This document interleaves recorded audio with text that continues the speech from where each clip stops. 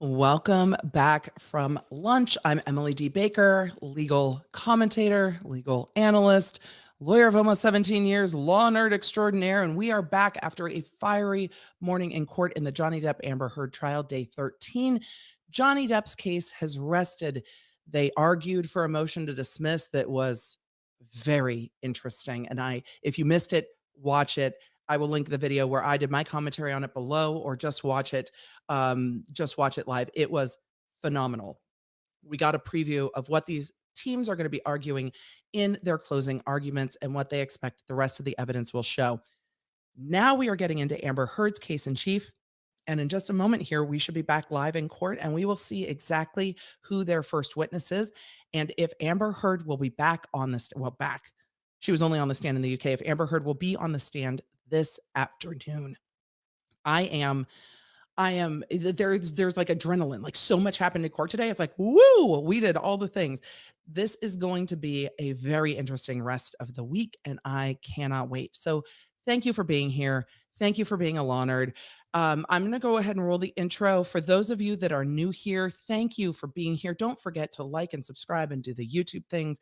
I'm at the Emily D. Baker all over the internet, and we're going to get into it because they are going to be back in court in just a moment. So let's roll it. Hey there. If we haven't met yet, I'm Emily D. Baker, the badass lawyer and everyone's favorite legal commentator. I'm the host of The Emily Show, and I break down the legal shit behind the news and pop culture stories we all want to talk about.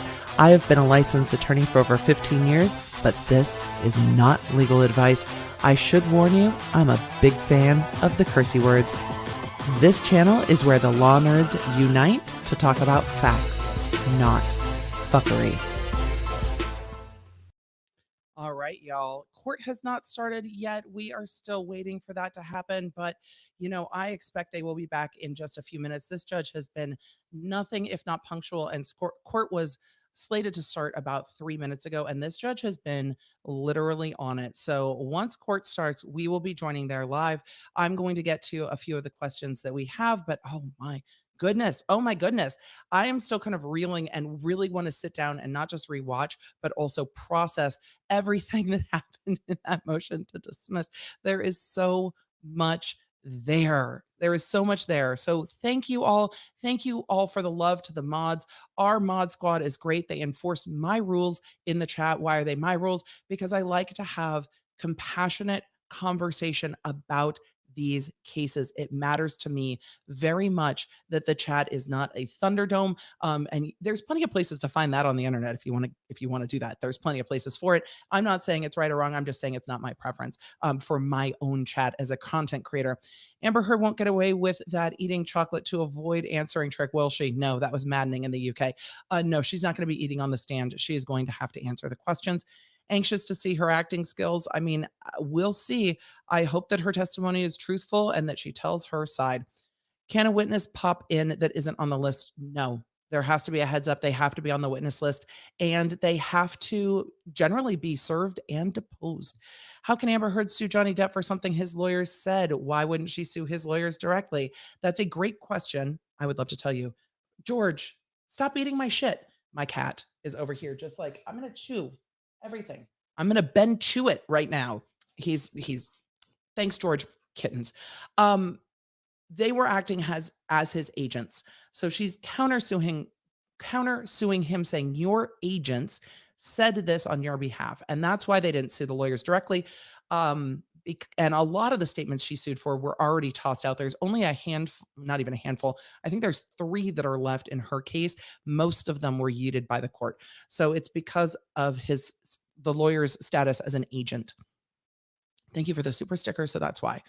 So is Amber's team saying that because she was verbally abused, it's okay for her to physically abuse him? Sierra, no, it's not.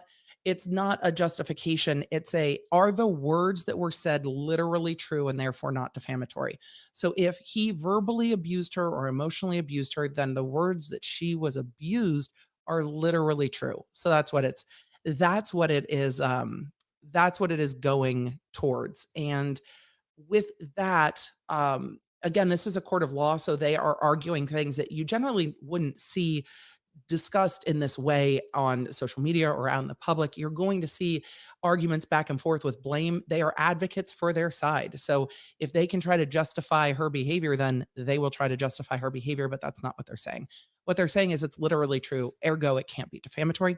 I want merch, right? Meow. Can I pay 180 over 6 months right now? I mean, lawnerdsunite.com, we've got some new stuff coming. Or no, that lawnerdshop.com is where you can find merch. And we've got some new stuff coming that I'm working on literally right now. It's all, and I see it all like stacking up. Are they allowed to just switch from physical abuse to verbal abuse midway through the trial? They argued it a bit in opening. It seems like that's what they are doing, and also zero evidence of sexual assault. And that is why they were fighting so hard over that headline. Because again, Johnny Depp only needs to win on one of his three counts. He doesn't need to win on all of them to make the point, right? So with that, we're absolutely going to see them arguing all sides. Like the jury gets to decide what abuse means, and we saw them talk about physical abuse in opening. Amber Heard will no doubt. Sorry, I have cat fuzz.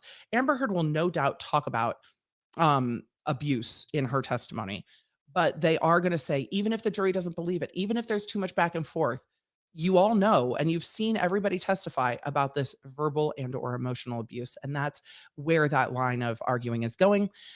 Miriam, I did get super chats from earlier. I had to screenshot them because I had to cut that stream and get here, and I will get into this.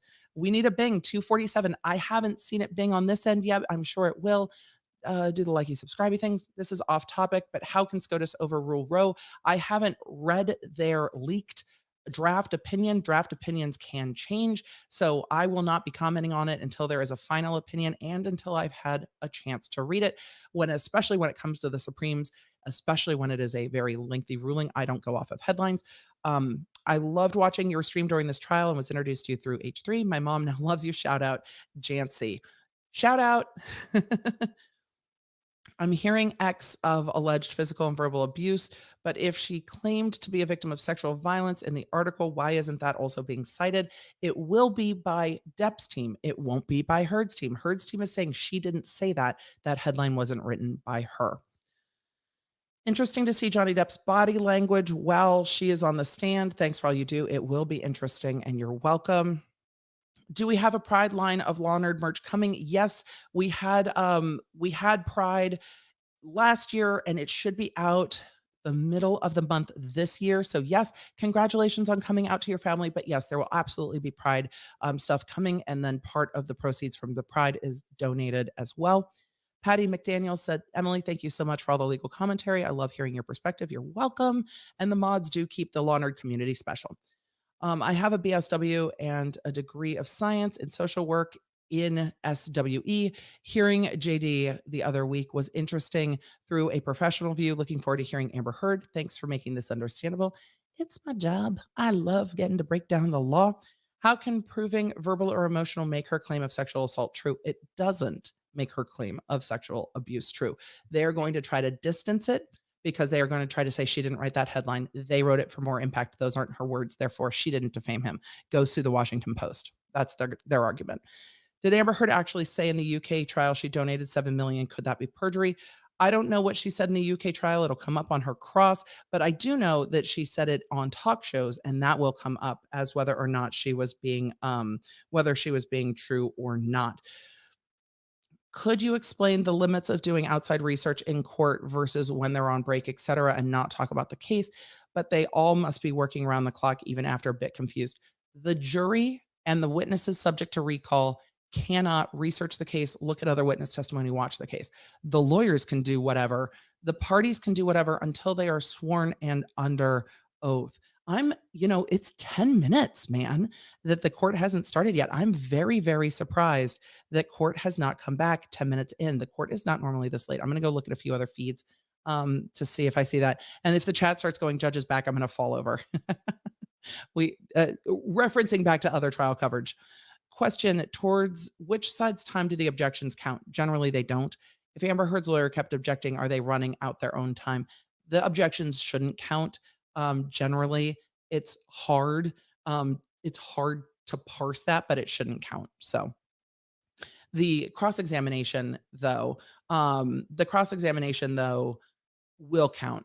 Judy, it's always something. Also, the court's still on break, but I would rather switch for not the laggy stream than worry about it. We'll have the live viewers we have. We have a lot of law nerds here, and 17,000 is a lot of law nerds, so I'm good with it. Thank you for providing legal content that doesn't involve SCOTUS and giving a welcome distraction from the potential looming decision. You're welcome. And if I do cover it, it's not going to be during these streams. These streams are for this trial. So these streams are for this trial. Question: if they try to impeach Amber Heard, does impeach all of her testimony or just that question? That's up for the jury to decide. So if they prove that she's lying on certain things, they can argue, well, how can you believe any of it? I heard the judge say 1:30, but it's very possible the judge said 1:45 and we've just gotten extra time to chat. Me talking as quickly as humanly fucking possible. That's what it is. They get about 3 weeks of time. I don't know how they've broken that down into hours, but they each get about 3 weeks. That's the time they gave. Yes, absolute shout out to Fred. He is the real MVP. My little pawner. George is around somewhere. How could the Milani Cosmetics affect Amber Heard? Well, if it looks like she's a liar, then it goes to whether or not she's a liar. This whole case is about whether she's telling the truth or not. So that's why. And also, it's did somebody say she's late because Elena's covering her bruises? Yikes. I saw that. Question: has Marilyn Manson sued his ex-girlfriend Evan Rachel Wood, and will you talk about that? I have not read the lawsuit yet. I have the lawsuit with intent to cover it. I don't know if I will. I want to read. There's a lot of lawsuits involved, and I don't want to read just one. I want to read them all so I can cover them together. And I just have not had time to do it. Do you feel like the judge is a little biased towards Amber's team? I don't. I think the judge has been really pretty even-handed. I don't agree with all of her rulings, but I think she's been really fair. So, I don't think the judge has showed bias in any way. So, if I did, I would absolutely tell you. If I thought the judge was cutting one side more slack, I would absolutely tell you. Does anyone know the cool lightsaber lip gloss Emily uses? Yes, it's linked down below and the mods can tell you about it. It's from Gerard Cosmetics. Jen Gerard was just in here earlier, is a friend and makes an excellent product. We love a woman-owned makeup line. Her op-ed states, I have been sexually assaulted by the time I was college age. That's different. Her not writing the title doesn't make sense if she wasn't implying Johnny Depp sexually assaulted her. But I mean, that's a fair point. It was before they met, though. So I don't think they can try to attribute that statement to Johnny Depp, but they are going to try to attribute the sexual violence to him. But it could be referring to that other line. I think Johnny Depp will get into what is verbal abuse during JD's team. Most people think of it as a long term pattern of attacks, not mutual yelling, one off interactions. The thing is, Johnny Depp's expert, their forensic psychologist, they said, can there be physical abuse, verbal abuse, emotional abuse? They broadened the definition of abuse. The jury's going to have to decide. And I think they are going to use Amber Heard's experts to do that. But it's more than just yelling once. It's more than just this. It's more than just that. So, by the way, when are you bringing back backpack merch? They were out of stock, but I will bring them back when they are back in stock. Even though she didn't write the headline, she did approve the headline and also put her name on it. Does it still count? That's up for the jury to decide. The way that we're having a conversation about the facts in this, George, that's George. The way we're having a conversation about the facts here is the way that the jury is going to have a conversation about the facts. Thank you for the super sticker. Did you say earlier that you have ADHD? Yes. If so, I aspire to be you. Thank you. I have ADHD. I wanted to be a lawyer, but got discouraged because of my ADHD. Marie, don't be discouraged. I am ADHD and dyslexic. The Erlin lenses that I wear do help, but it is not a limiting factor to your own ability. It's just something you have to work with as you get to know your own brain. So the court's asking if there's anything that needs to be addressed. All right, thank you. Exhibits, probably a timing scheduling witness list is what that looked like. So that looked like a scheduling, that looked like a list of witnesses and scheduling. I hope they explain reactivity abuse to the jury. She pushed him to his limits constantly. That might be something they do on cross with her experts. How could Milani Cosmetics affect Amber Heard? I can't say until it comes up. It might not come up. We're still at the point where it might not come up. Just want to say I love you. Thank you. I love your yes, princess moment with the judge. Question: do you feel the analysis of this trial is generally too opinion based in the media? I haven't watched a ton of the other comments on this, but most commentary is opinion based if it's not just straight reporting. And people do have opinions about what they've seen because so much of this case has been in the media because of the UK case. But I haven't taken a look at it. Some of the headlines, I mean, there's going to be clickbait and headlines, right? It's like Amber Heard's gonna move to toss out his case. It's like, obviously, but like, obviously. So, did you see Phil DeFranco shouted you out? Yes, I quite like Phil. Question: can we get a facts not muffins merch? We'll see. Never mind Milani Umbridge better get called out on the claim that Johnny Depp violated Amber Heard with I mean, if we hear testimony about that, it's going to be a thing and it's going to be new information because that was new information in opening. Some of that was restricted, so we'll see. Thank you for supporting the LGBTQ plus community. I was beginning to think all of LawTube is conservative. We'll buy some merch when it is available. Ryan, you're welcome. I have members of my team that are LGBTQ. I love the LGBTQ community, but also I'm a big part of the Bravo community. I have lots and lots of friends in all different aspects of the LGBTQ community. And so, no, not all lawyers are the same. We don't all think the same. What is the actual color of the lip gloss you're wearing? this one is this one is pink frosting. And it's one of my favorites because 'cause it's got a little sparkle. Let's watch the circus more. Yes. Thank you for your commentary, Emily. You're amazing. I mean, court generally shouldn't be a circus. There are definitely moments that feel like this, but I will say that this judge and these attorneys, for all of my annoyance that I have with some of the styles and some of the voices and the way that things are done, they have comported this trial in a very professional way. The witnesses have been called on time. There's been some fuckery behind the scenes, I think, with Amber Heard not turning things over, but that hasn't spilled over into court yet. We have not seen like actual shenanigans. The way things are playing out have been done very professionally. Witnesses have been presented in a very good way. So, though there are moments, this has been a very smooth trial given how high profile this case is, how many parties are involved, and how many lawyers are here. So, I think it has been a well executed trial from both sides, even though I do have, of course, stylistic notes, moments of annoyance, and times that I am also bored to fuck of video depositions. How long can the jury deliberate? As long as they need.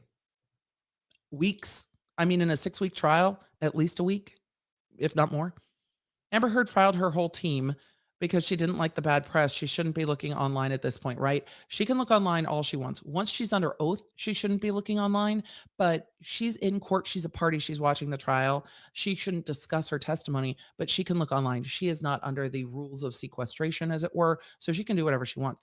I think, from a personal opinion, she should be focused on this trial because getting distracted by the noise is going to affect her. And if she's trying to meld her testimony to what she's seeing or to respond to people online, even if it's subconsciously, if she's trying to fight the online narrative and not the court of law narrative, it's going to bite her in the ass. She has to focus what's happening in the court of law, not in the court of opinion or public opinion. Her team needs to fight the court of public opinion, and she needs to just trust that they're doing it. And remember, her side is not getting presented first.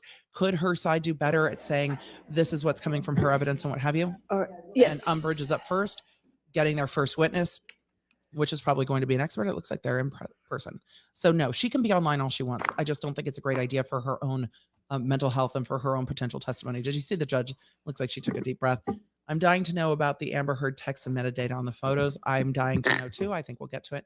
Can Johnny Depp's lawyers use the Milani issue to cross examine Heard? All right, we ready for the jury? If it comes up, we'll see. If she talks about covering the bruises, they're going to say, you said it was this cosmetic, right? But was it? They could, but they also have to have the evidence to back it up to bring into court and prove it. Did we see the motion to dismiss was completely denied? No, it was not completely denied. She took statement number 1 under advisement and the other 2 were denied. As a boy mom, I'm glad to see Johnny Depp wanting to share his story and getting support. Any claims of violence should have been validated, innocent until proven guilty. Well, it's a civil court, so that innocent until proven guilty doesn't quite apply, and the court of public opinion doesn't always abide by those rules either, but I completely understand what you mean. The court is unmuted, for all of you asking. It is. Thank you so much for all you do. Question, is there a penalty attached to Amber Heard not turning over her devices? Yes, there can be. We don't know what that is yet because the court hasn't ruled on it yet, but it can be a very damning jury instruction. It can be fines. It can be sanctions. We just don't know yet. I see you guys asking when's Amber Heard going to testify? Probably this afternoon, but it could be tomorrow morning. Thank you, ladies and gentlemen. All right, Will be Amber Heard's seated. countersuit All right, be the plaintiff presented has separate? rested No. in the defense case. Your Defense witness. case. It'll be presented now, and the jury will Dr. decide. Don Hughes to the stand. That's what we expected. Dr. Don Hughes, though we heard it was going to be by video deposition, I'm very glad they're calling Dr. Hughes in live testimony. So that's where we're at. Dr. Don Hughes. We believe she is a forensic psychologist. So yes, countersuit being presented now. Oh, don't be nervous. It's just more trial. I see you guys in the chat. I've been loving your comment coverage. Thank you. Love you and what you do. You're welcome. Thank you. Question, is this a different jury? No, same jury. Same jury decides everything. Thank you for the question. Thank you, Your Honor. Will you please state your name? Dawn Hughes. That's a different tone. And what is your profession? I'm a clinical and forensic psychologist. And where is your practice located? I practice in New York City. What is a clinical psychologist? Sure. So a clinical psychologist is somebody who assesses, evaluates, and treats individuals who are suffering from a variety of ailments or problems that they have in their lives. It could be a major psychiatric disorder, and it could be problems in living. So looking at the jury. Clinical psychologists also participate in training, in education, and in research ventures. And what is a forensic psychologist? So a forensic psychologist is someone who applies the science and principles of clinical psychologists to a particular legal question. We're going to get a whole expert background here. And please describe your background in terms of your education for us. So I received my bachelor degree in psychology from Hamilton College, which is in upstate New York. I then received my master's degree and my PhD from Nova Southeastern University, which is in Florida. I then had to complete my year-long internship, and that was at Yale University in the School of Medicine in the Department of Psychiatry. And there I did 2 full-year rotations. I did a year rotation in the Substance Abuse Treatment Unit and another year rotation in the West Haven Mental Health Clinic, where we saw individuals suffering from a wide array of difficulties and psychiatric illnesses. After that, I had to complete my postdoctoral fellowship, which is another year that's required in order to get licensed. And that was back in New York at Cornell Medical College in the Anxiety and Traumatic Stress program there. Please describe your training and experience in psychology and trauma. So my experience in trauma has been predominantly throughout graduate school. I started at a domestic violence program that was housed within our community mental health center of the university. And that program, we saw both men and women who were coming through the program. The majority of the men were court ordered for batterers intervention programs to participate in mostly group therapy because of their behavior in intimate partner violence, domestic violence. We also mostly saw men as defendants. Treated the female victims who were victims of intimate partner violence mostly in individual therapy, but we did run some groups there as well. After that practicum experience, I went to work at the Veterans Administration in their outpatient psychiatry clinic. And in that clinic, I treated mostly, this was Florida, so they're much older adults. So we saw a lot of Vietnam era veterans and actually World War II veterans in that program, and a few of veterans who served combat in the first Iraq War.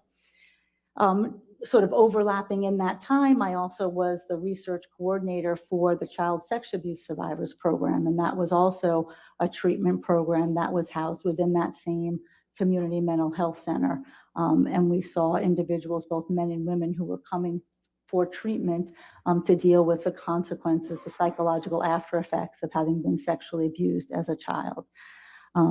After that, I completed my internship when I was at Yale at the substance abuse program, because we know there's a high concordance, a high rate of trauma-based disorders with substance abuse.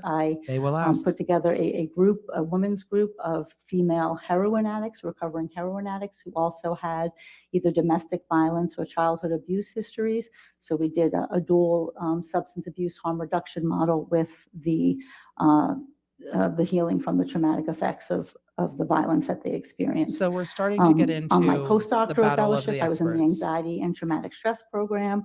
As the name sounds, we saw individuals who were suffering from trauma-based disorders and anxiety, mostly late adolescents and adults, men and women, from rape, sexual assault, violence. Some were simple assaults on the streets, being mugged, and things of that nature. I also did teaching and training for Victim Services, which is New York City's largest victim-based organization who runs a lot of services for victims of domestic violence and shelter-based programs.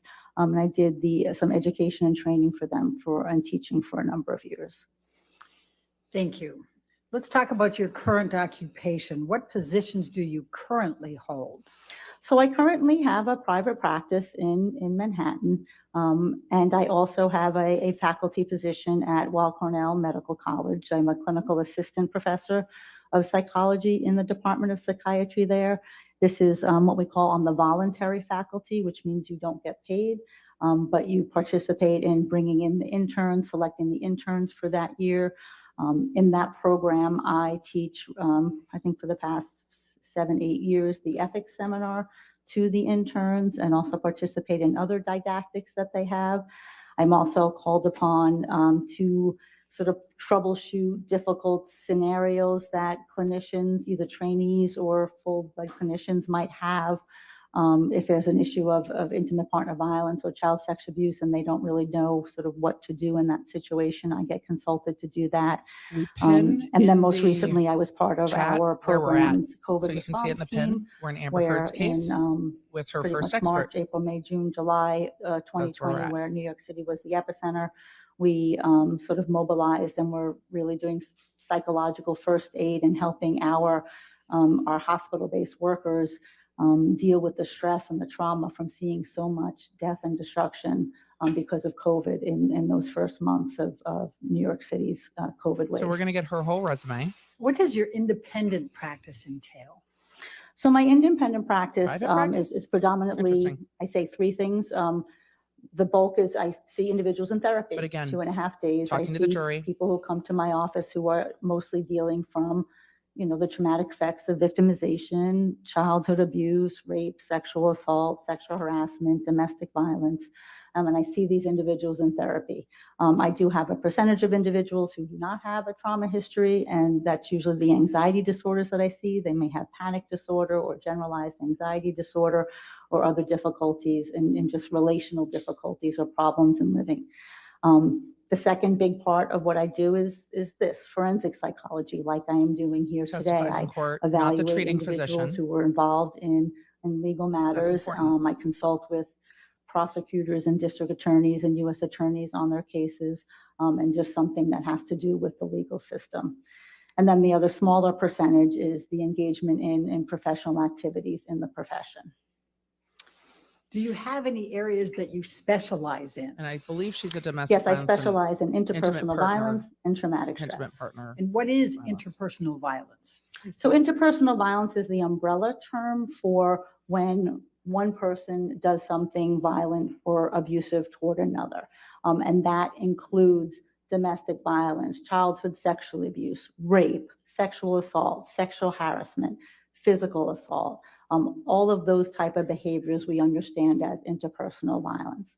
And then traumatic stress is the consequence of that. What happens to individuals when they experience these sort of life-altering events, these really adverse life events? Traumatic stress is one of the outgrowths and the psychological consequences that people have when they've been exposed to these type of traumas. I saw a question about the jury. It's for their own protection. It's intentional. Major areas. It's for their own privacy and focus of protection. practice. That's Is that correct. fair to say? Objection leading. It's foundational. This is an Okay, expert. I'll just move on. That was What a poor types of sustain. patients do you treat No. in your private office? So I treat adults, mostly men and women in my practice. I sometimes will treat late adolescents, 17 or 18. They'll come to me usually after a rape or sexual assault, and I'll treat them in short-term treatment. But mostly adults who are, have sustained some kind of traumatic event in their lives. Approximately how many victims of interpersonal violence have you examined or personally interviewed over the course of your career? This is important. 'Cause Hundreds this is upon what, hundreds. This is what they're going to on their side. And how many years have you been practicing? Well, I started practicing in graduate school in 1992, and I was licensed in 1996, so 25, 30 years. Okay. Are you board certified? Yes, I am. Please describe to the jury They made a big what deal about board that with Dr. certification Curry. means and what you are certified in. Board certification is the highest degree of postdoctoral certification that a psychologist can obtain. And I am board certified in forensic psychology, and that means that I have just amassed a competency in the area of forensic Amassed psychology. a competency. That's one way And to are you explain it. licensed to practice psychology? Yes, I am. And in how many states are you licensed? I'm licensed in 3 states, in New York, North Carolina, and Connecticut. I don't think it makes you And then more I have some qualified to be temporary licensed licenses in other in states as multiple well. states, but Have you published in the area Battle of your of the experts. specialization? I have. I am not predominantly a researcher or somebody who writes. I'm a clinician. I'm doing direct clinical service. Which is more But over important the here. course of my graduate school and postdoctoral time, I have published some things, yes. I think more And clinical have is more you important published than being a book published. chapter relating to rape and sexual assault? Yes, I Objection have. leading. It's foundational. She's an expert. overruled. Shut up. Yes, I have. Rape and sexual assault. These are in dumb adult objections and I women. don't like them. And have you published any book chapters relating to structured or clinical assessment of risk or violence? Yes, I co-authored a book chapter entitled, this is a Structured Clinical Assessment of Risk and I've Violence. authored book chapters. Have you given any other And- trainings or presentations to mental health professionals in the area of trauma and abuse? I guess it matters. Yes, I've given many trainings at national conferences, at legal conferences for attorneys, for It's mental not health rotten born. professionals on It's understanding attorney that's trauma objecting. and how trauma may show up in the courtroom, on understanding what a victim of intimate partner violence might look like, of understanding the difficulties that a rape victim might have to come into court to testify, and training just regular sort of mental health professionals on how to understand trauma, how to look for trauma, what does it look like when it comes into your office, how do you treat it, how do you assess it, all of those factors I've done a number of trainings on. Have you been invited on any occasions to train attorneys and judges on trauma and violence? Yes, I have. That's I was very relevant. invited by the judicial conference to be part of the training curriculum to train our New York State Supreme Court justices on issues of intimate partner violence That's and a- traumatic that's a stress. Big Some of the deal things for that I've just them been talking to you because this here is about what how she to specializes in. understand and what trains in. happens in those situations, That how to matters. understand the myths and misconceptions that may abound in these situations, and how you can sort of more accurately understand what a victim Which is necessary talking in to the you court about and system for telling you sure. when they come into your courtroom. Have you given any presentations to judicial symposiums on domestic violence? It's just Yes, establishing I've her also as an been expert in this. contacted by, sometimes judges will have symposiums in their courtroom. They will make a decision to hold a particular symposium on particular topics. And I was, asked to come to presentations for judges on numerous occasions. And what, if any, presentations did you do on understanding women's use of force in IPV? That was a recent presentation, and I think that was invited by one of the judges of the Office on Domestic Violence in New York. And the title is When Women Use Force in Situations of Intimate Partner Okay. Violence. And my topic was to talk about When women the use force. complexities of that issue. Ah. And what does that look like? And how can we differentiate if both people are fighting? How do we know that this is intimate partner violence? So what Interesting. does the research tell us about that? How do we understand that? And how can we really accurately assess that? And that That's was sort of the why bulk she's of here. what that training was about. That's why she's What here. professional organizations do you belong to? I belong to a number. I belong to the American Psychological Association, which is the largest body of psychologists in the United States, over here, headquarters in DC.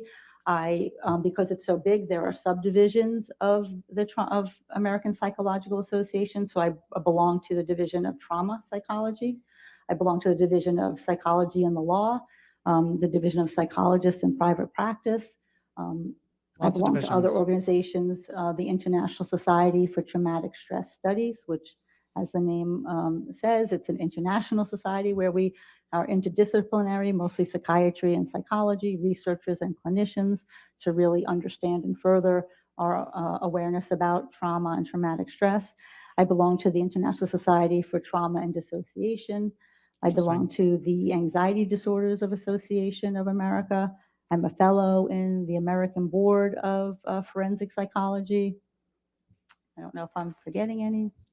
I'm a member of everything that you can Are be a any member of of. these specific Okay. to interpersonal violence or trauma?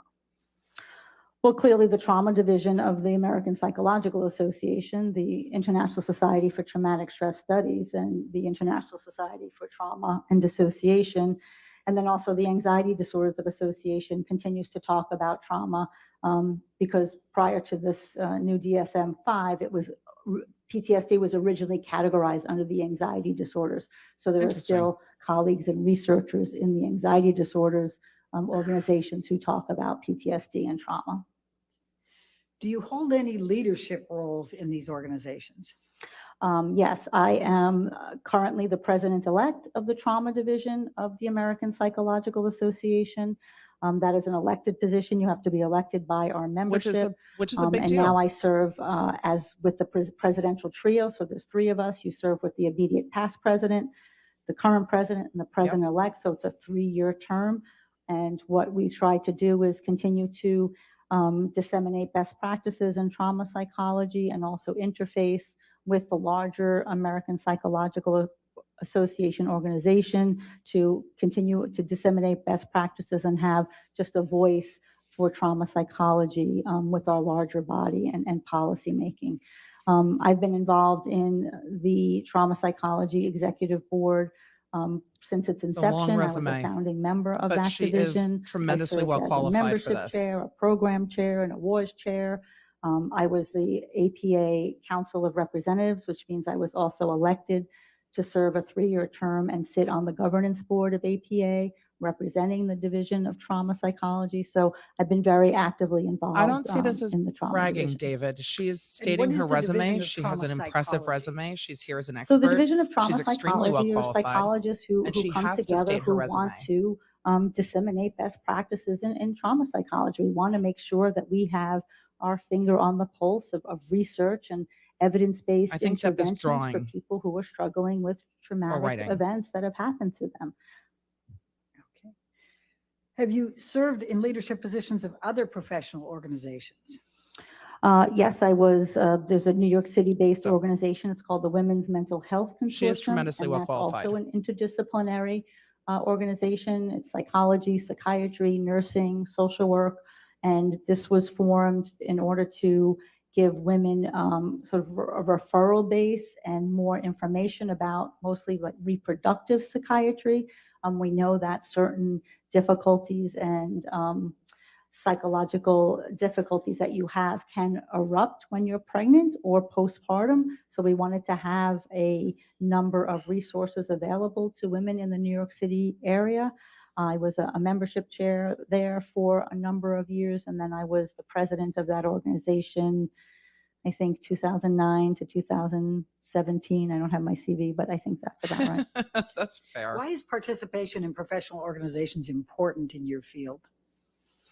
Well, it's important to me because I do believe very much in service. I do believe very much in giving back. I do believe that it's important as a psychologist who believes strongly in trauma psychology and helping people that I can be part of a voice at the table, part of that push to get policy and understanding, especially with the insurance companies, to make sure that people are getting, the appropriate care that they deserve. So it's something that just has always been part of my life in varying degrees. And as a psychologist, I feel like it's a very rewarding part of my job. Do you attend professional conferences? Yes, I do. Typically multiple times a year. Of course, COVID threw a little bit of a wrench in that since some things are virtual. But yes, I routinely attend conferences. And Same. why do you think that's important? It's important to stay abreast of developments in the field. It's important to meet with your colleagues across the country and see what they're doing and what they're hearing and what's working and what's not working. DSM, so when you're at a newest conference and DSM, so somebody's staying presenting current new or novel research, something they're going and to you talk can about. take that information and Staying bring that current's back gonna to matter your to them. clients and bring that back to my forensic work. So it absolutely enhances the work that I do. Have you ever been qualified to testify in the field of psychology as an expert witness? Yes, I have. How many times? I was first qualified in 1998, so since then, about 50 times. And how often in that 50 That's a lot of times expert has testimony. the specialty been in interpersonal violence and traumatic stress? Probably more than half. Okay. And that's a difference, Have again, you from ever Depp's worked expert. for or testified for the prosecution in criminal matters, like the district attorney's office, U.S. attorney's office? Yes, I have, frequently. Okay. Do you testify for both sides in lawsuits, plaintiffs and defendants? Yes, I do. Have you ever worked on That other matters cases too. that didn't go to trial? Many. Okay. Have you ever found an individual that you evaluated did not suffer from the effects of interpersonal violence or PTSD? Frequently. Okay. Do you like muffins? Have you ever not been qualified in court where you have been proffered to I can't qualify imagine as that an would have ever expert in the happened. court? No. Right. Your Honor, I would at this time move to qualify Dr. Hughes as an expert in forensic psychology. I don't think with there's going to be specialization any in objection to interpersonal that. violence and traumatic stress. All right, any objection? There can't No be an objection objection. to qualifying her as an expert in forensic psychology. All right. More specifically, forensic psychology with a specialization in interpersonal violence and traumatic. I don't think stress. he's going to Any agree to that. objection? No. All right, so moved. Thank you, Your There Honor. we go. Dr. Hughes, please tell the jury what domestic violence, intimate This partner is violence means. Their domestic violence Sure. expert. So I'm probably going to be interchanging the language domestic violence and interpersonal violence. And for purposes here, these are the same thing. So intimate partner violence is a pattern of manipulation, fear, and coercive control that happens I agree. within an intimate relationship. It constitutes Who she using gets a called by shouldn't variety matter. of This is expert abusive versus expert. behaviors. And that She can has a be very physical impressive resume. violence, sexual violence, psychological aggression, emotional abuse, stalking or surveillance behaviors, and economic abuse. And on cross, they're going to ask about Amber's abusive behavior too. behaviors occur over So- time, not all at once. And they're also interspersed with very normal times, times without violence, times with love and happiness. And it's this interpositioning of the violence with the love and the abuse, Someone with the had to love talk and the about care this. that makes it Someone very had to talk about difficult DV. for a victim to extricate herself from that situation and from that relationship. She does say her, and that And is what would going you to be say is the interesting, but she is called for overarching Amber. dynamic of these relationships? So the overarching dynamic is the abuse of power and control of one person wanting to have dominance in that relationship, say over most things that the couple or that the victim does or does not do. Please tell the jury what coercive control means. So coercive control is a tactic of victimization. The goal They of haven't it asked is her what to she's reviewed yet, establish dominance. but we're not there yet. What coercive control does is that it imposes negative consequences for noncompliance with your partner's expectations or demands. And what that does is it erodes away at the victim's autonomy and her independence. What is physical violence? She does So keep saying physical her, which will be violence is interesting. when one person uses their body against the body of another with the intent to cause injury or harm. That can be push, shove, slap, kick, punch, beat up, meaning multiple types of physicality in one instance, throw, slam into a wall, push into something hard, you could hurt yourself. Clearly, use of a weapon would be a physically violent act as well. Does size and strength matter between the parties? Yes, very much so. This is very well documented in the literature about violence and abuse in relationships, and that's just physics. That's just proportional force. That if a 185-pound man is going to push a 120-pound woman, that's going to feel quite different than a 120-pound woman pushing a 185-pound man. And it's just about proportional force. Do you think and the that's what size she's and attributed strength differential? the size and strength And of the that two is why parties at? I think it specifically, is. if you look at wrestling or boxing, they match weight classes. And they do that for a reason, because they know that it's not fair if somebody is bigger and stronger than the other. So it's certainly not the only factor, but it is a factor that one has to consider if Interesting. a relationship is violent. What is psychological aggression? So psychological aggression is threats and the imposition of threats with the intent to control someone's behavior. So it's doing a threat so that you will modify your behavior and do what your partner wants.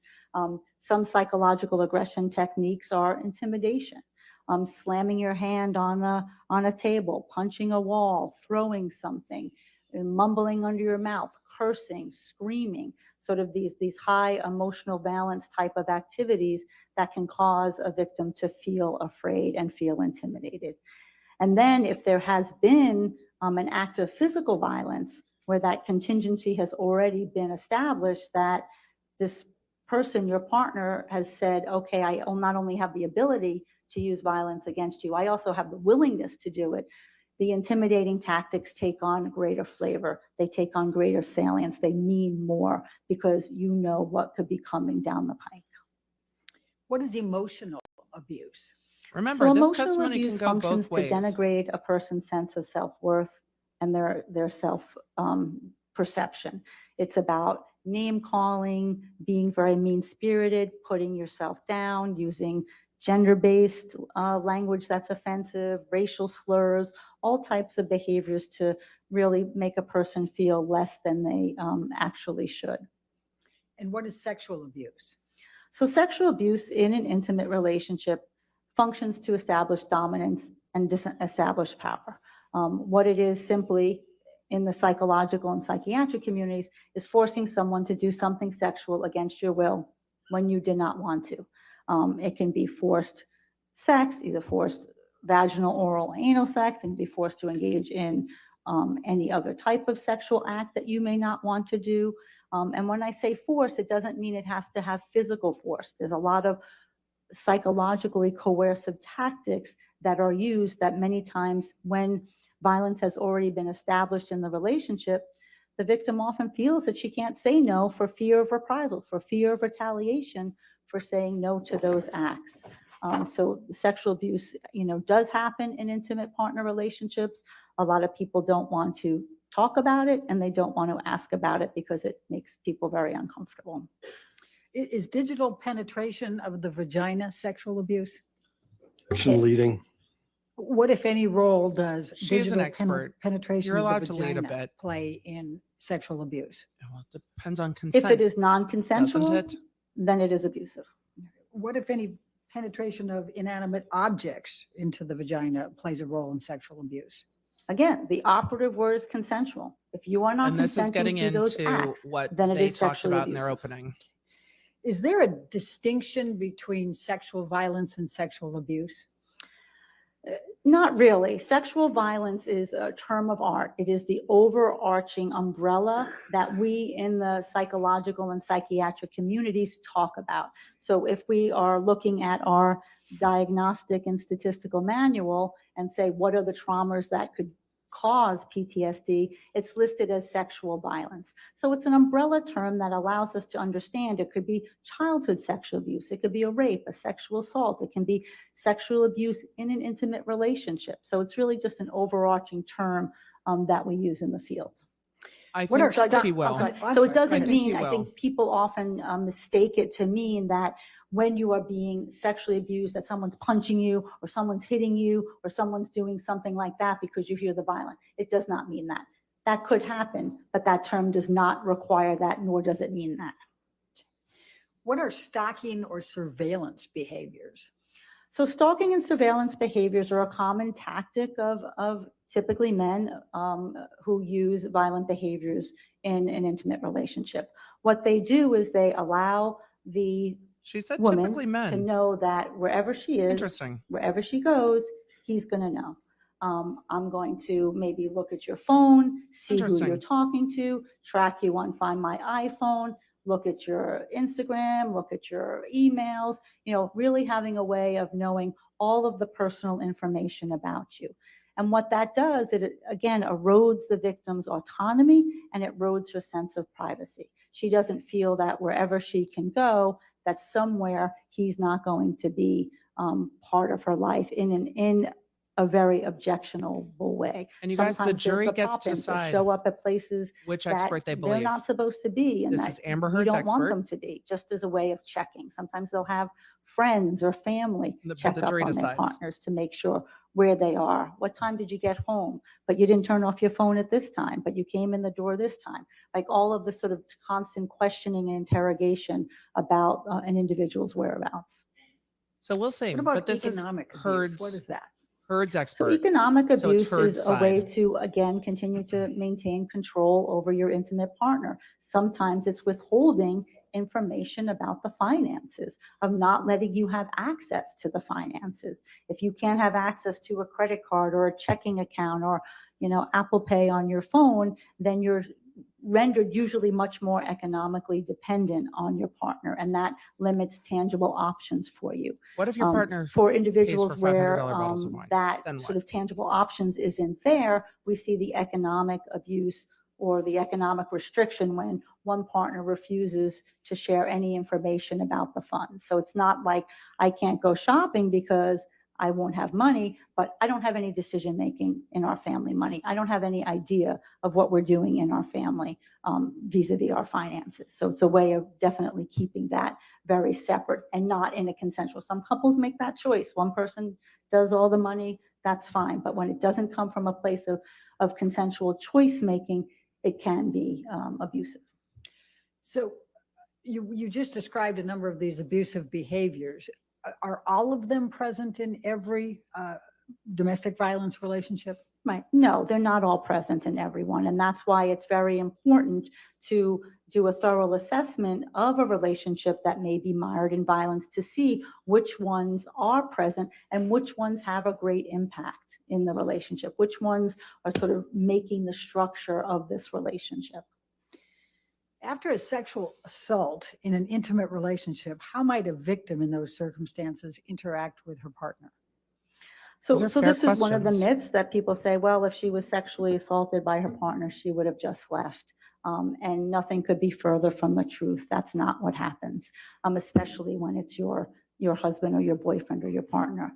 So what women do is they bury it. They compartmentalize it. They put it away. They avoid it because then they continue to reach out for the kind and the loving man that they got into this relationship with. The problem is that it does fester belief and causes more sort of psychological distress in the victim. What, if any, role can shame or humiliation play in this coercive dynamic? So that's one of the emotions that the victim is usually trying to suppress and compartmentalize and avoid and put away. One of the most frequently felt feelings after something so incredibly humiliating and violating is shame. And shame is a very sort of difficult emotion for people to have to live with and to have to experience.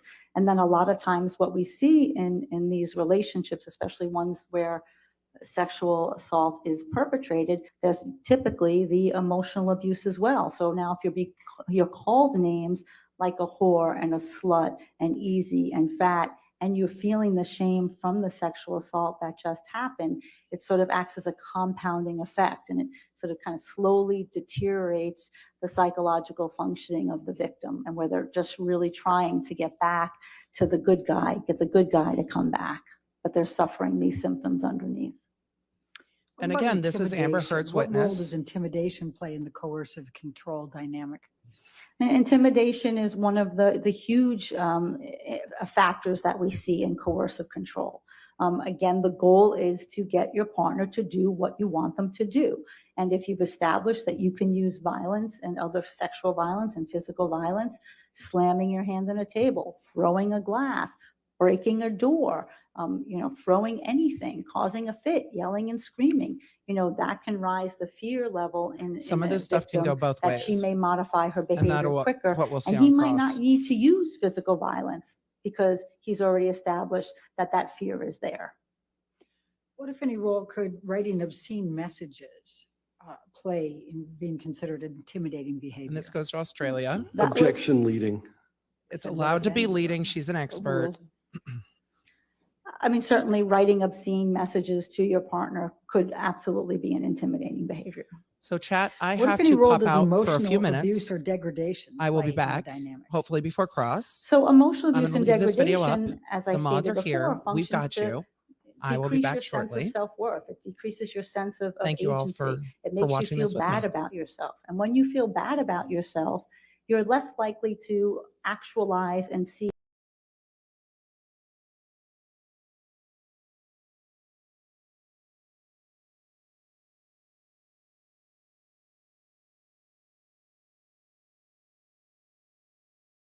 stupid, and it interferes with that I took ability the to audio with problem me. solve and figure out, can I get out of this relationship? And sometimes you feel you don't even deserve to get out of the relationship when the abuse is so chronic and so repetitive. What role does surveillance as a means of control play in that dynamic? So surveillance, Objection leading. It's okay. She's I an don't think expert. that's leading, Your Honor. Overruled. It is leading. so surveillance functions to let the victim know wherever you are, there I am. So it makes her feel not secure in her movement, feeling that she has to restrict her movement. Her movement is not hers alone. It usually increases hypervigilance. It increases fear. It increases the need for yourself to mark where you've been and what you've done so that you can go back and prove it to your partner, because you know that there is going to be an interrogation later. When this, Okay, guys, I've this got to pattern shift has over been the stream a little established, bit. Just give me show one receipts, second. show me your iPhone. Where were you? What's your Google location at? Those are some types of surveillance behaviors that puts the victim give me very one much on second, edge and increases that level Because we've of got to anxiety and reshare trepidation. so that I What role does possessive can jealousy make sure play you guys in have these relationships? audio. So possessive jealousy is a it. very difficult dynamic in intimate partner violence. It's very common in situations of coercive control.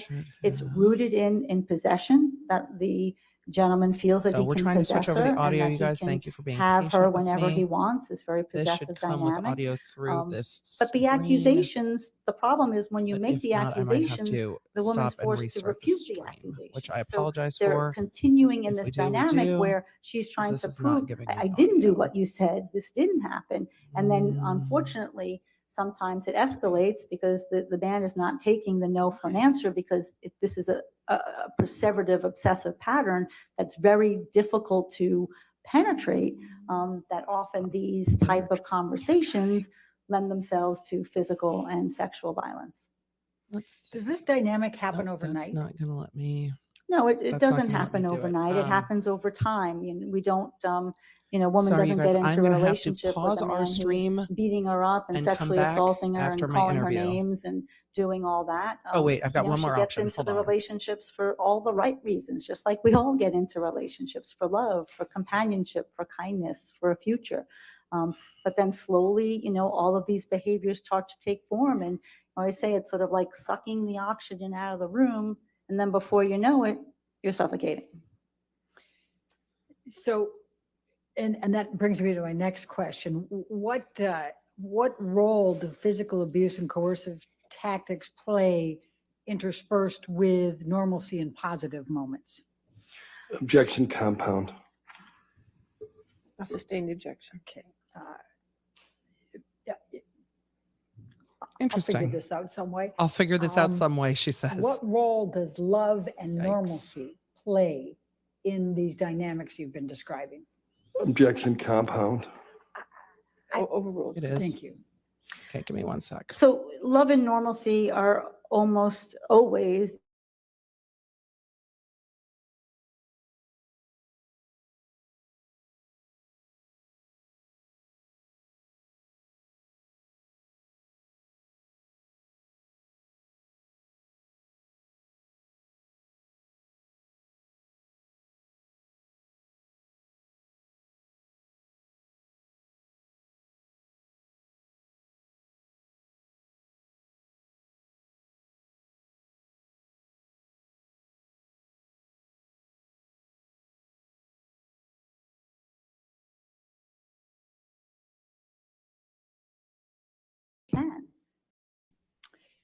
And what, if any, role does that dynamic you've described have in the victim thinking they can fix the problem?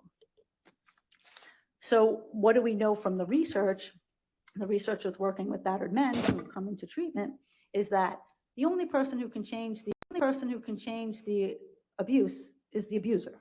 So no matter what the tactics that the woman uses, she's trying to do all these different things to fix him, to have him not be violent, to have him not be sexually violent, to have him not be obsessively jealous. And all those things don't change his behavior because it's up to him to change his behavior. And this was played out a million times in the batterers intervention groups that I led. And the men would tell us, it doesn't matter what she does. I don't care. So the problem is that the woman continues to think that she can fix it, and yet she can't. But she's the one who's then rendered sort of helpless and hopeless because everything that she's trying to do is failing. What is the cycle of violence? So the cycle of violence is one way to describe this domestic violence pattern. Typically what we see, and the cycle can be different in a variety of relationships, but typically what we see is in the first phase, so sort of multiple 3 to 4 phases. In the first phase, there's a tension building phase. You're sort of starting to feel that apprehension. He may be throwing his papers on the table a little more. He may be slamming the fridge door a little more. He may be mumbling under his mouth a little more. He may grab a glass a little more forcefully than he normally is. And then there's the incident phase. Then there's the blow up where the violence, the abuse, the screaming, the sexual violence or the physical violence, all that occurs. Then we come to the contrition phase. I'm sorry. I didn't mean it. It wasn't me. I'm not going to do it again. The promises for change. And then we sort of slide into the calm phase where, this isn't going to happen again. I'm back to stable ground. I'm going to live in this place, this sort of honeymoon place. The problem in the calm phase is we often see the rationalizations and the justifications for the behavior. It's not like typically the man is taking full responsibility for what he did, but it's calm because there's no, violence and no sort of tension at that moment. And then it recurs. And then it recurs. So you're stuck in this vicious cycle of trying to figure out how can I be with this man who hurts me, and yet I love him so much. And what, if anything, does the term love bomb mean? So the love bombing is, it's more of the colloquial term for the younger folks here, but, where you shower someone with affection and love, in this contrition and calm phase where, you're, everything about you is special. You're the best thing in the world. I'm never going to do anything to hurt you again. I would never let anyone hurt you. And it could be sending flowers and buying gifts or going on trips or your favorite restaurant. And that is, a way of where the man is trying to make those amends. And then it gets the woman hooked. So they get hooked on the kindness. They get hooked on the love. They don't get hooked on the abuse. I've never met one woman in the hundreds and hundreds and hundreds that I've evaluated who was not concerned about the violence. They're all concerned about the violence, but they go for the love. So in your experience with these dynamics that you've described, does the victim ever yell at her partner? Absolutely. Why? We know from the research that women use verbal and physical acts of aggression in these relationships. That's not uncommon. This has been researched for 5 decades. And a woman may yell at her partner because she's angry. And anger is a very normal emotion to having been abused. She can also be afraid, but they don't have to be mutually exclusive. We can absolutely, as human beings, feel 2 or 3 or 4 different emotions at once. People do often say to me, oh, she would never yell at him if she knew he was going to hit her. And that's not true. That's just patently not true. That's not supported in the research, and that's not supported in my clinical practice. The problem is there's a classic double bind, and the violence has been so normalized in the relationship now. She gets hit if she does yell, she gets hit if she doesn't yell. So for women who feel at certain moments that they need to preserve some sense of their autonomy and their independence and stand up for themselves, they will yell and they will fight back, even though the risk of violence is there. So it doesn't mean that she's not afraid and that she's not concerned about the violence. And it doesn't mean she doesn't also use placating and compliance strategies most of the time as well. Does, in the cases that you have and in your experience, does the abuse typically take place in front of others? No, I mean, this is classically what we talk about behind closed doors. Most of the intimate partner violence, the domestic violence happens, in the privacy of your own home. So sometimes we see the remnants of it, the after effects, or victims talk to their friends or family about it. But very rarely are you seeing it happen, the actual blow up phase happen in the middle of witnesses and other people. What does the term bystander effect mean? So bystander effect means what happens when people are aware that domestic violence is happening. What happens when they're aware, even if they're not seeing it, that it could be happening. And what happens is we know that it's very difficult for people to stand up and say something. It's very difficult, especially in situations where there's a larger community of folks and the person who perhaps is perpetrating the abuse is the leader of that community. It becomes very difficult to go up against that, to go up against the sort of the head honcho of the community. People are very fearful of losing their jobs. I've seen this time and time again in the cases that I've worked on, the Boy Scout cases or the clergy abuse cases, all of those type of cases where the USA Gymnastics, where when we go back and we look, we see people knew. But the secretary doesn't want to lose her job. She has kids to feed. The guy who, checks you in, he doesn't want to lose his job because he has a mortgage to pay. So people are quiet and they don't say anything. And then other people are very, it's a very worrisome dynamic. They don't want to put their foot out there if they're wrong and maybe I didn't see it right or I don't really know what happened. I certainly am not going to jeopardize my job if I don't really know what happened behind closed doors, even if I see a trashed room or a bruise. And then people still believe it's a family matter. It's between Amber and Johnny. Let them figure it out. I'm not going to get in the middle. So those are dynamics that happen. What's the objection? Motion to strike. What's the objection? We identified two names in the answer. Overruled. Next. Thank you. Question. Did you finish your answer? Yes, I believe so. Okay. What about mutual abuse? What is that? What role does that play? So mutual abuse isn't really a term of art that we use. What we look at is situational couple violence and intimate partner violence. And when we look at situational couple violence, that really does characterize the majority of types of violence and abuse that happens in relationships. That's when a couple gets out of hand. They may push, shove, slap, yell, say some things that they don't want. And it's not that those behaviors are okay, but those are sort of what our larger scale community-based studies say happens in these relationships. That's distinguished from intimate partner violence, what I'm talking to you about, that has this constellation of symptoms and is rooted in the abuse of power and control. Is there research that addresses this mutual abuse? Yeah, there's research that addresses what does gender symmetry look like, male and female, are they the same? And there's certainly, as I said, research that on the lower end types of violent behaviors, push, shove, slap, we may see similar rates between men and women. In psychological aggression, yelling, name calling, putting down, in some of our big community scale studies, we may see similar rates of perpetration in those behaviors. But then there are, other situations where we don't have gender symmetry. And what the research talks about very clearly is you have to examine context. You have to examine the differential of power and control and coercive control in the relationship to make a full determination. Do women use violence in relationships? Yeah, absolutely. Again, we've known this for 5 decades in our research. We've been studying this since the 70s. And when we look at what happens, women do report their use of violence. The majority of violence that we do see is what we call reactive violence or self-defensive violence, or sometimes violence that's perpetrated independently of an assault, of something that's going on.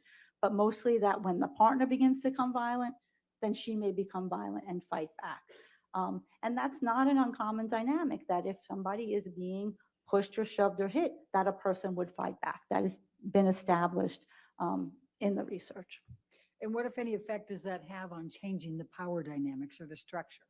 Well, you have to find out, does it? Does her use of violence change the overarching power structure of coercive control and violence and abuse in this relationship?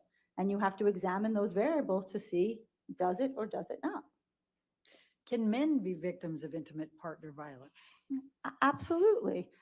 Certainly, we know that we have to be careful of gendered stereotypes. We can't go in and think, oh, only the woman is the victim, and only the man is the perpetrator. That just does not comport with the research. We know that the research also shows that we can have domestic violence in same-sex relationships. My very first case was a same-sex domestic violence homicide in Brooklyn. That was in 1998. So I've been examining and treating individuals in a variety of types of violent contexts. So we have to be careful that that bias doesn't get in our way when we're evaluating a particular situation in a particular case. That said, we do know that there still are differences. You know, in a heterosexual couple, in a male-female dyad, the research still is clear that there are differences. Men still perpetrate more severe acts of violence. Women are still more likely to be injured. They are much more likely to suffer sexual violence at the hands of their partner. They're more likely to be intimidated, afraid, and they're much more likely to be killed. So we know that those differences exist, but we do examine, you know, in those individual circumstances, knowing that either one could be a perpetrator or a victim. So how are you able to determine whether a relationship is a situational violence or intimate partner violence? So I thoroughly examine all of those other variables. I look for the coercive control, who holds the power in the situation, who's able to say no, who makes the decisions, what are the consequences if you don't follow the decisions of your partner? Is there sexual violence? Is there intimidation and fear? Are there statistical factors that are associated with severe and lethal domestic violence? So there's a lot of data that we have in the field that we can use to assess a particular relationship and really find out what's going on. Does alcohol and substance use cause people to be violent? No, it certainly doesn't cause people to be violent. We have plenty of people who can be, you know, struggling with substance abuse and addiction, and they're not violent. But when you have a substance abuse and addiction and you perpetrate domestic violence, it does create a much more disastrous effect. It is a co-occurring variable, and we know that also from the research that the majority of the women will report that when their partner is drinking, the physical violence goes up. So a lot of the times when he's physically violent is when he's been consuming drugs or alcohol. When he's not consuming drugs and alcohol and he's not violent, those other behaviors continue to persist. The coercive control, the surveillance, the obsessive jealousy, the possessiveness, the psychological abuse, those usually persist. But the alcohol can just throw lighter fluid on a flame in a situation of domestic violence. Is there research that looks at how women cope with the violence and abuse in their relationships? Yes, there is. Please tell me about it. What does it say? So there's been a lot of research to talk about what do women do. That's the question that everyone wants to know. Why doesn't she just leave? And in asking that question, why doesn't she just leave? We actually are able to say, well, let me tell you what she does do. And what the research shows is women do a lot of things in that relationship. So there's sort of three main categories. One are the formal responses, the formal things that she does. Call the police, participate in prosecution of your partner, go see a therapist, go to a shelter, go to a hospital. These are sort of the very formal strategies that women can use. Then there are the informal strategies, and that's talking with your best friend, talking with your mom, talking with your friends, trying to get that emotional support from your social network. But the most common one is these personal strategies. And the personal strategies are really talking with your partner. They're trying to fix the relationship from within the confines of the relationship. You know, trying to get him to go to counseling, try to get him to go to church, try to get him to understand his ways, try to get him to get into AA or sober counseling or harm reduction model to help with his addiction, compliance with his demands, anticipating his demands, all these coping strategies that are sort of, you know, embedded within that intimate relationship. Let's talk about the calling the police. Is that a common response? It's not a common response. Many women do not want to call the police on their partners. You know, using criminal justice interventions in crimes of women and children are the least likely to be called into law enforcement. And most of the time when the police are called, it's because a particular incident has got out of hand and she feels unsafe. And the only way that she feels I can get this incident to end and stop is by calling law enforcement. And if police are called, does the woman typically participate in the prosecution?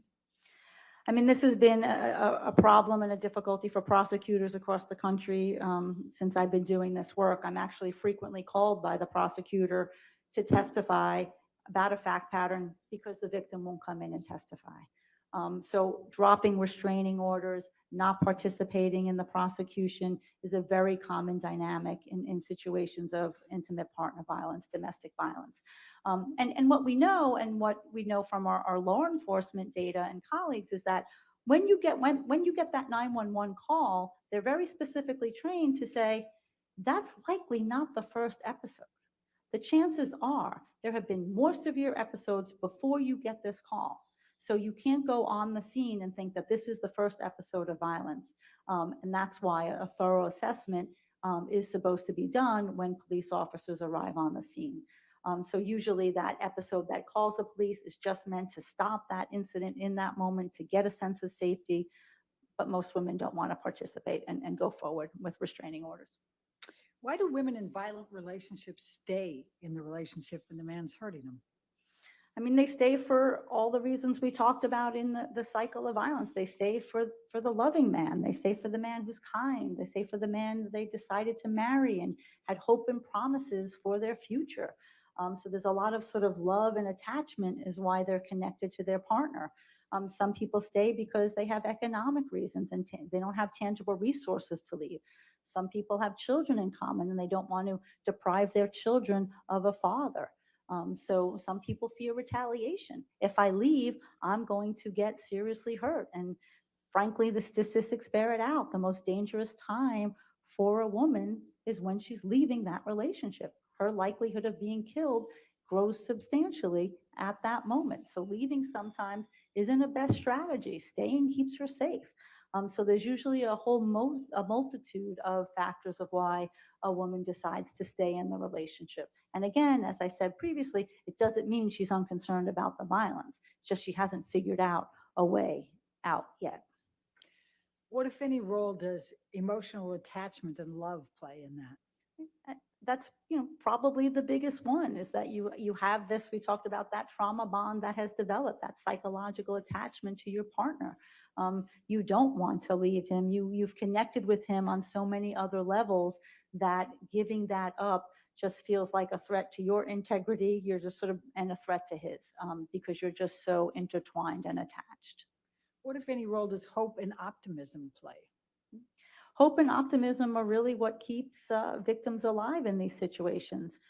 That's what gets them going from one episode to the next, to get up the next day and maybe he's not going to drink today. Maybe it's going to be on his good side. Maybe he's going to come home and not disappear for 3 days. Continuing to hope that some type of change is coming down the pike. Now, you mentioned lethality a little earlier. Can you please explain to us what that means?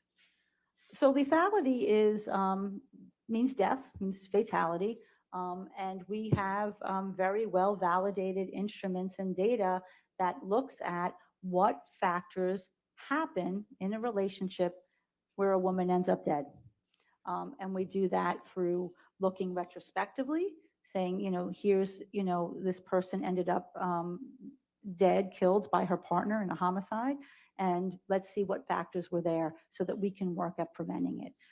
It's very methodologically sound over different case control designs over multiple cities used by the FBI and law enforcement. So these are a number of factors that tell us that somebody is in a very dangerous situation. So some of the factors are an increase of frequency and severity of the violence, threats to kill, choking behavior, sexual assault, obsessive and possessive jealousy, controlling behavior, the perpetrator's use and abuse of substances, alcohol and substances, the perpetrator's threatening of suicide himself, right? Those are some of the top factors, and there are more that are very, very dangerous. When we hear that and we hear a woman is in a situation where those are present, then we are moving out of situational couple violence. What, if any, role does destroying property? And destroying property, destruction of property, personal property is also one of the risk factors for danger and fatality. And what, if any, role does leaving threatening messages play? Yep. That's also a risk factor for lethality. What are the psychological and traumatic effects that such interpersonal violence has on victims? Objection compound. Psychological and traumatic effects are kind of interchangeable. I'll sustain the objection. What are the psychological effects that such interpersonal violence has on victims? So these have also been well researched, and they are wide and varied. We see depression and depressive disorders, sometimes with suicidality. We see anxiety and anxiety disorders, a lot of stress. We see post-traumatic stress disorder. We see substance abuse and substance abuse disorders. We see trust difficulties and difficulties in interpersonal relationships. As a result, we see a lot of shame and humiliation. We see anger and rage, a whole sleep disruption, a whole host of difficult psychological consequences having sustained a relationship of intimate partner violence. What, if any, role does low self-esteem play? Well, low self-esteem is a very common after effect, and that, when you're embedded in the relationship, it also makes it just very difficult for you to climb your way out. What is emotional dysregulation?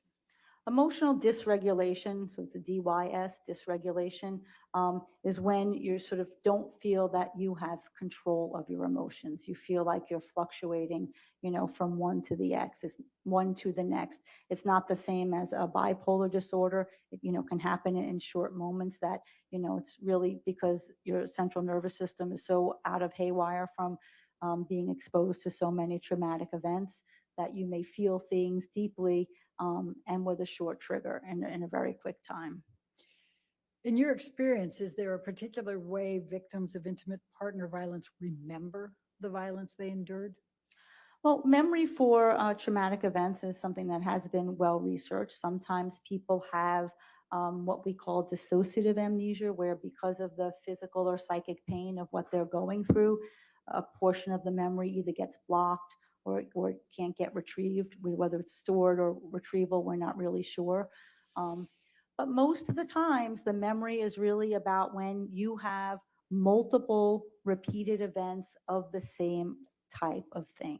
So if you are abused multiple times and the abuse is very similar, it's very common for the victim to lose discrete details of a particular incident. They may not retain the memory for the complete incident, and that might not be to dissociative amnesia. That just might mean to forgetting because you have so many chronic events that have happened to you. Are there common myths or misperceptions about domestic violence? There are. I hope I've dispelled some of them here already, but I mean, the myths, certainly are that women are meek, are passive, are, just sitting there and letting the abuse happen, that women don't fight back, that women don't yell back, that some old ones, that they like the violence, they're not concerned about the violence, that if it was really bad, she really would have left. If it was really bad, she really would have told the police. All of those myths and misconceptions that just don't comport with the research. Are there also myths about trauma survivors, how trauma survivors present? Yes, there are. And what we say is, how lay people think someone who suffered a traumatic event is supposed to act. So in the immediate aftermath of a trauma, people think, oh, they should be hysterical and abreacting and emotional all over the place. And that's typically not the first reaction of a trauma survivor. The first reaction is, suppression, emotional numbing, emotional constriction. How do I get through this? Women who are beaten, they get up the next morning, they get their kids dressed, they get them to school, they go to work, they do a presentation in their office, they go on with life. The most normal thing that a person does who's experienced trauma is to get up and try to be normal. They're striving for that all the time. So sometimes if you see somebody who is more emotionally constricted, looks maybe stoic, looks like they're not feeling, it doesn't mean that they're not having internal reactions. We say this in the field of clinical psychology all the time. The inside doesn't match the outside. What you're seeing on the outside may not match what's going on for the person inside, because they have to be so controlled, because the fear is that if I let out a little of this emotion, I'm not going to be able to put the floodgates back on. It's just going to be too overwhelming.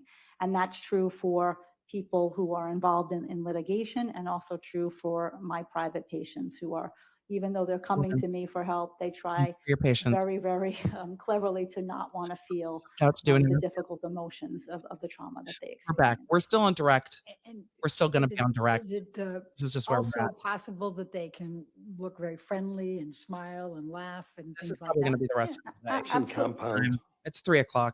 Sustain. What, if any, please describe some of the ways that a victim can hide that. I don't even know if we'll get to cross today. We've only got We call that the appearance of normalcy. an The hour. appearance of competency, right? And it doesn't mean that they're not. It doesn't mean that they're not normal and that they're not competent, but it doesn't give you a bird's eye into their inner experience. And that's what we do we say in the rooms of therapy, where we really help people deal with that they keep to themselves. Better ask Yes, someone can be on cross. smiling and happy. It doesn't mean that they're not suffering inside. Mr. Chu will not Is be. there a single profile that expert fits attorney. all women in domestic violence situations? No, Is there a single profile of a man who perpetrates I'm glad. intimate partner violence? no. What about a man as a victim? Your Honor, You're I'm not gonna at have a point of moving to a new Oh, topic and area. break. I don't know what Your Honor wants to do, because I know we switched the lunch around. I'm perfectly happy to keep going, but if this was a good stopping point, we could make that for the break. Look at All that. right, let's go ahead and take our afternoon break for Being, 15 minutes, okay? Considerate and downright Just do not pleasant. discuss the case and do not do any outside research, Downright okay? pleasant. Downright pleasant.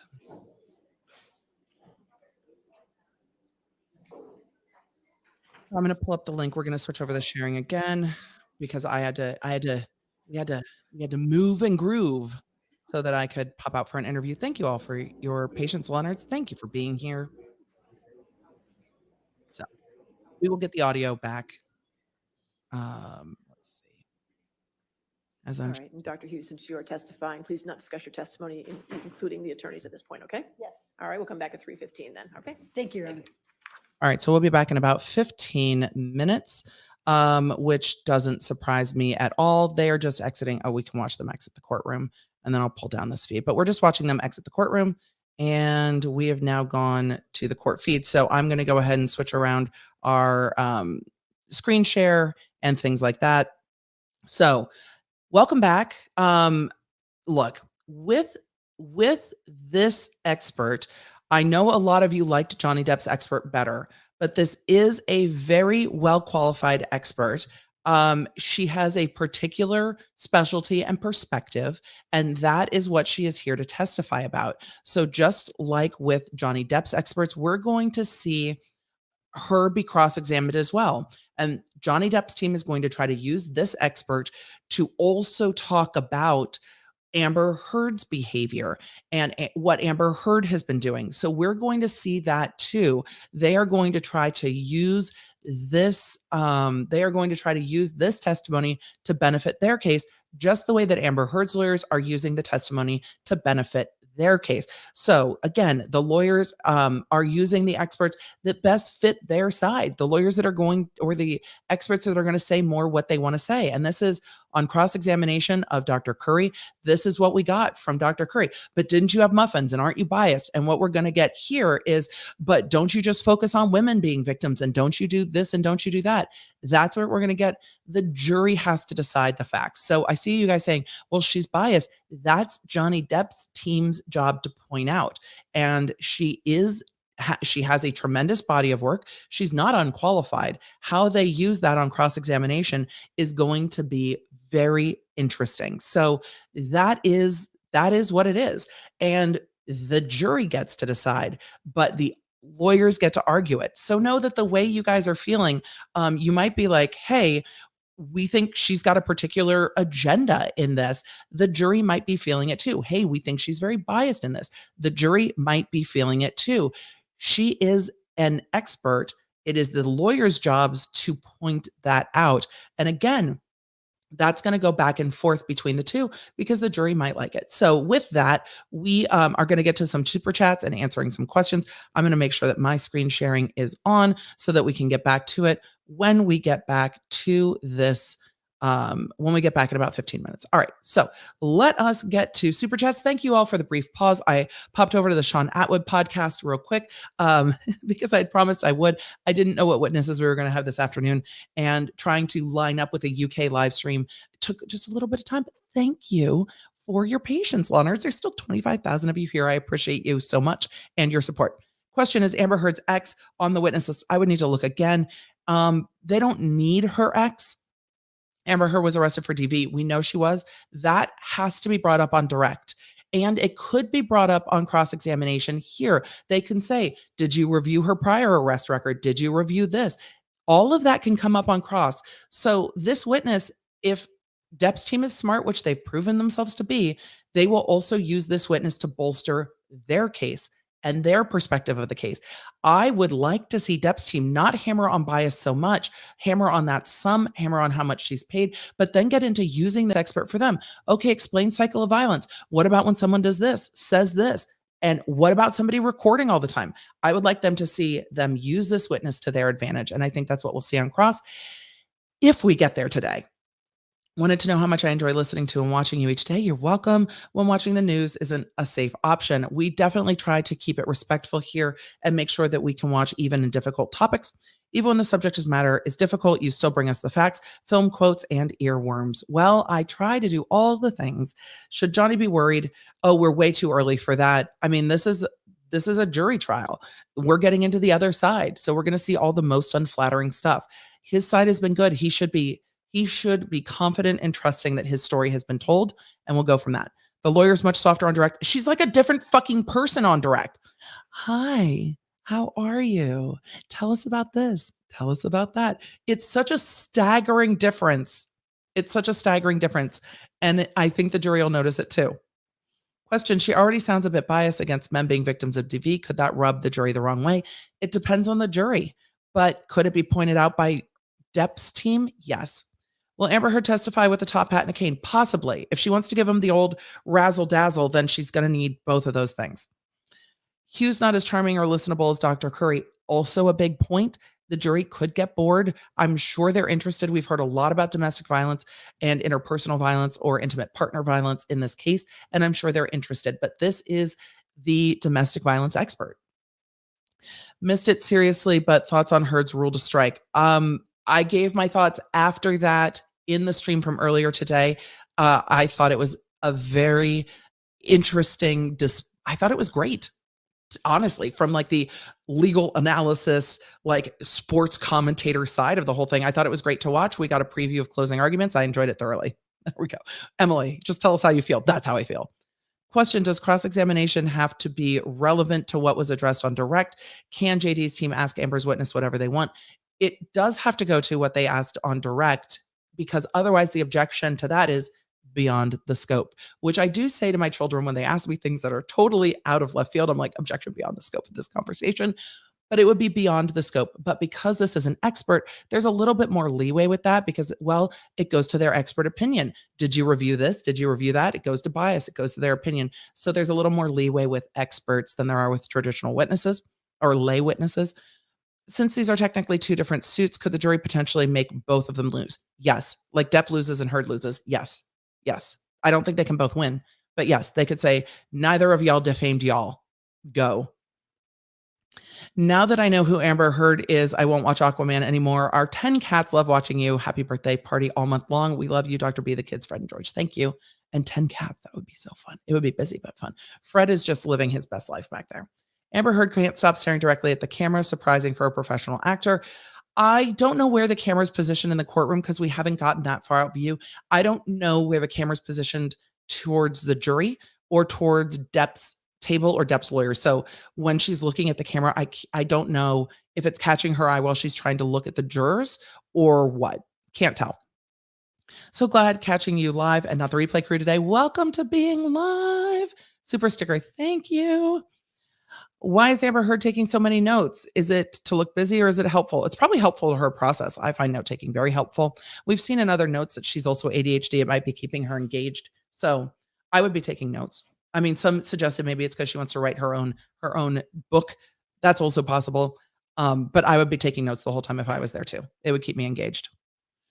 Why didn't Johnny Depp's team have their own DV expert? I don't know. I wonder if they thought it would be more powerful to show the bias with this witness. They knew who this witness was going to be. They knew what her resume was.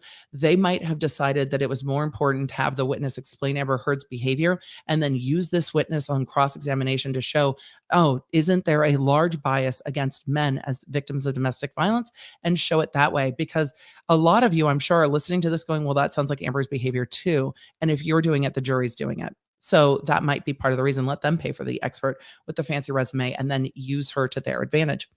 So far, Amber Heard's witness has some grating voices. I mean, fair enough.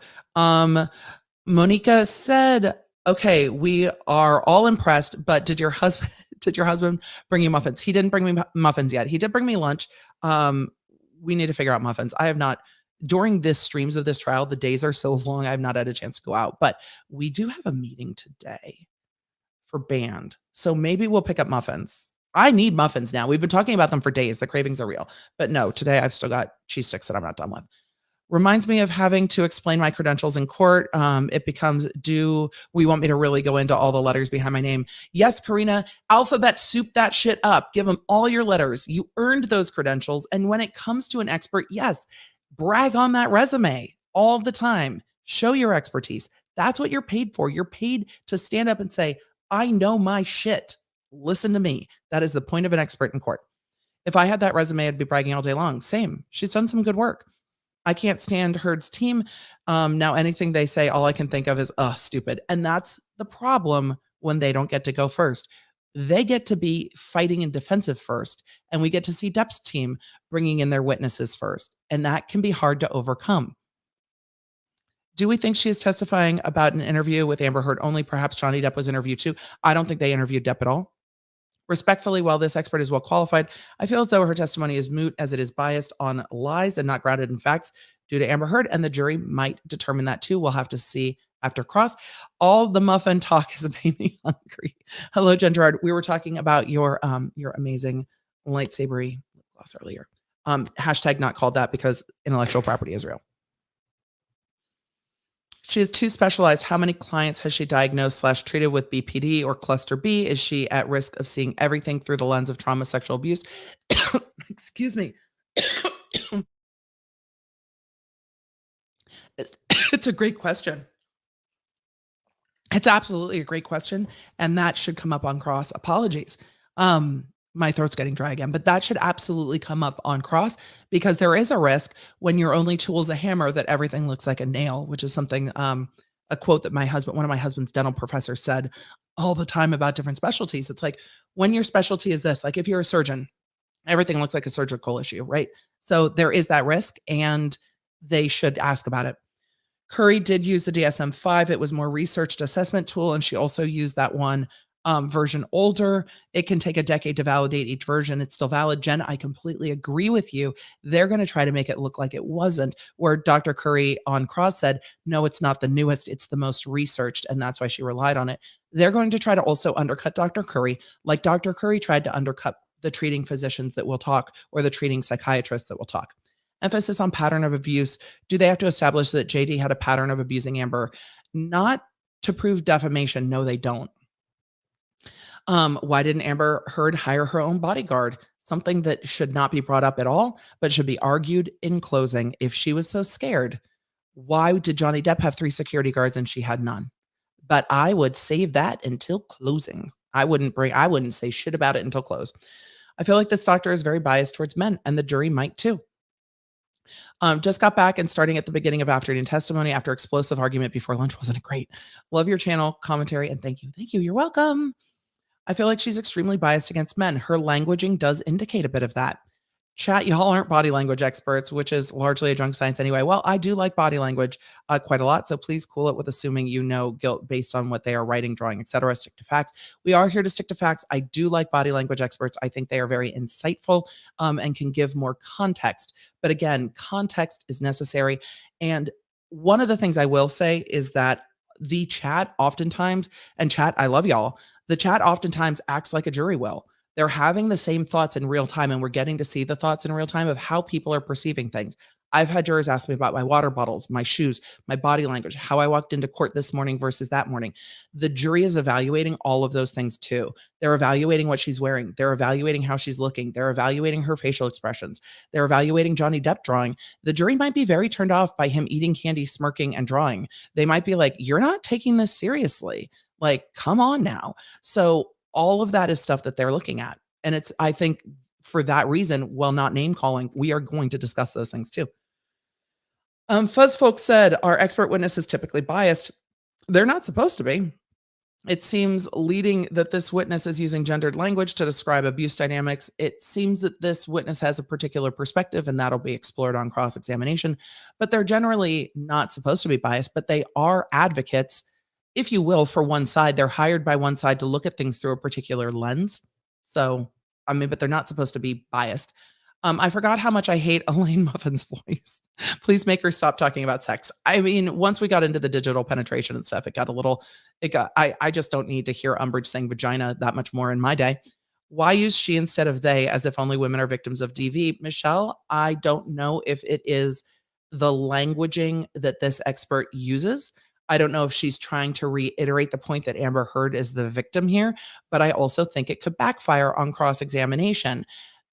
So you've said she this whole time. Do you believe men can be victims of domestic violence? Why didn't you say that? I think it can backfire, but that's this expert's choice. And we will see. I'm not loving the subtle implications that only women can be victims of DV and IPV, and I think that could bite her on cross-examination. I have a feeling Cross will ask her how often she's testified on behalf of men. I think so too. Because early on when she was talking about men, she was talking about men being defendants in cases. So Cloak Sword said trying to remain open-minded, but I don't love the emphasis on women being victims and men being abusers. It can go either way. I absolutely agree with you, and I think they're going to explore that on Cross, and I think that might have been a blind spot in this. Question, could there be a jury instruction regarding the fact that she's very gendered in her descriptions? No. She, her for victim, and he, him for perpetrator? No. That's up to the jury to determine the credibility or weight to give any expert and whether to discount that or not discount that after cross-examination. So that's up to that. It might turn off a jury. The jury might not even notice. A largely male jury, they might very well notice, being like, oh, she's using this language, because Dr. Curry didn't. We didn't find Dr. Curry saying anything particularly gendered at all. It was very neutral.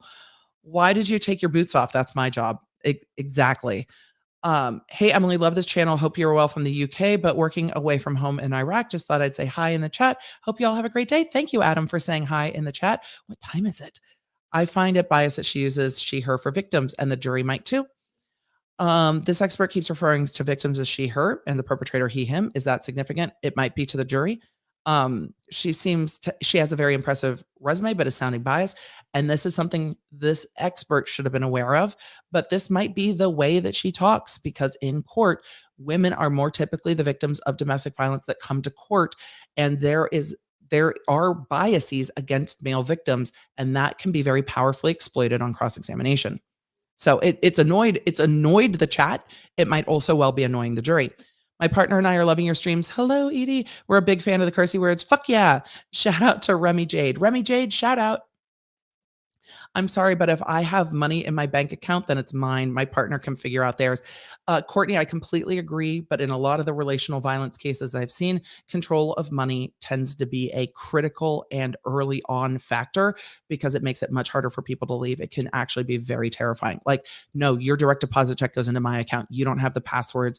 It can be very, very interesting and very, well, interesting, scary, but also very hard for victims to leave when they literally have nowhere to go. These are very wealthy individuals. So it's not your typical, like whatever typical is, it's not typical because they are very wealthy individuals making lots of money. It's not somebody squirreling away $3 from, groceries to try to put it away to be able to get a bus ticket to flee their abusive partner.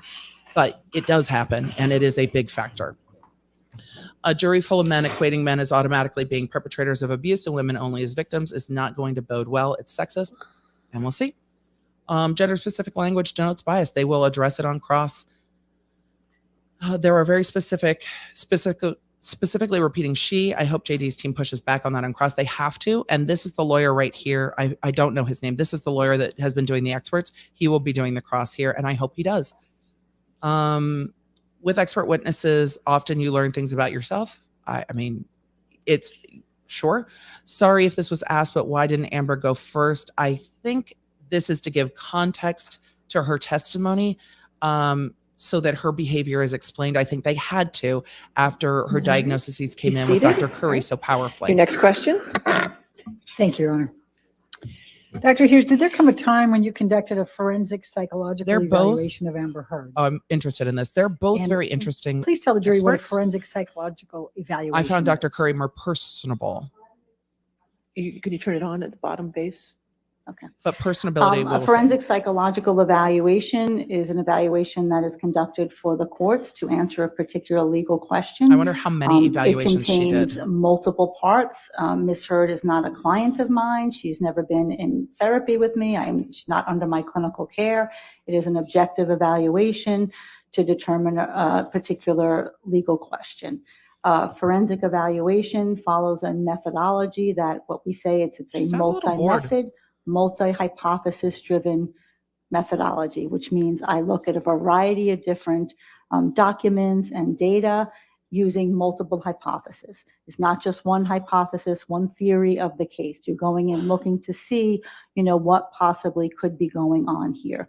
And then you use the data to arrive at that opinion. You look for consistency across the data to arrive at that opinion. And the forensic psychological evaluation has many parts. It has the clinical interview part, a structured or semi-structured clinical I interview. like where I'm hearing how they asking did it. Ms. Heard lots of things about her life, both before Mr. Depp and after. It involves a psychological testing component of the evaluation, which allows me to do a good broad scan of different symptomatologies that people might have in their lives, as well as to have indicators of how she approached the test. Is she defensive? Is she malingering? Is she feigning? Is she exaggerating? It gives me indications about how she approached the evaluation. I review a number of documents, medical records, psychological records, the text, the audio, all the different things that we've had in this case. And then I conduct collateral interviews.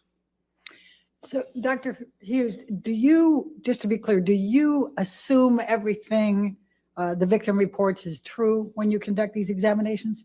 No, of course not. I always approach You a did? forensic evaluation with a healthy dose of skepticism.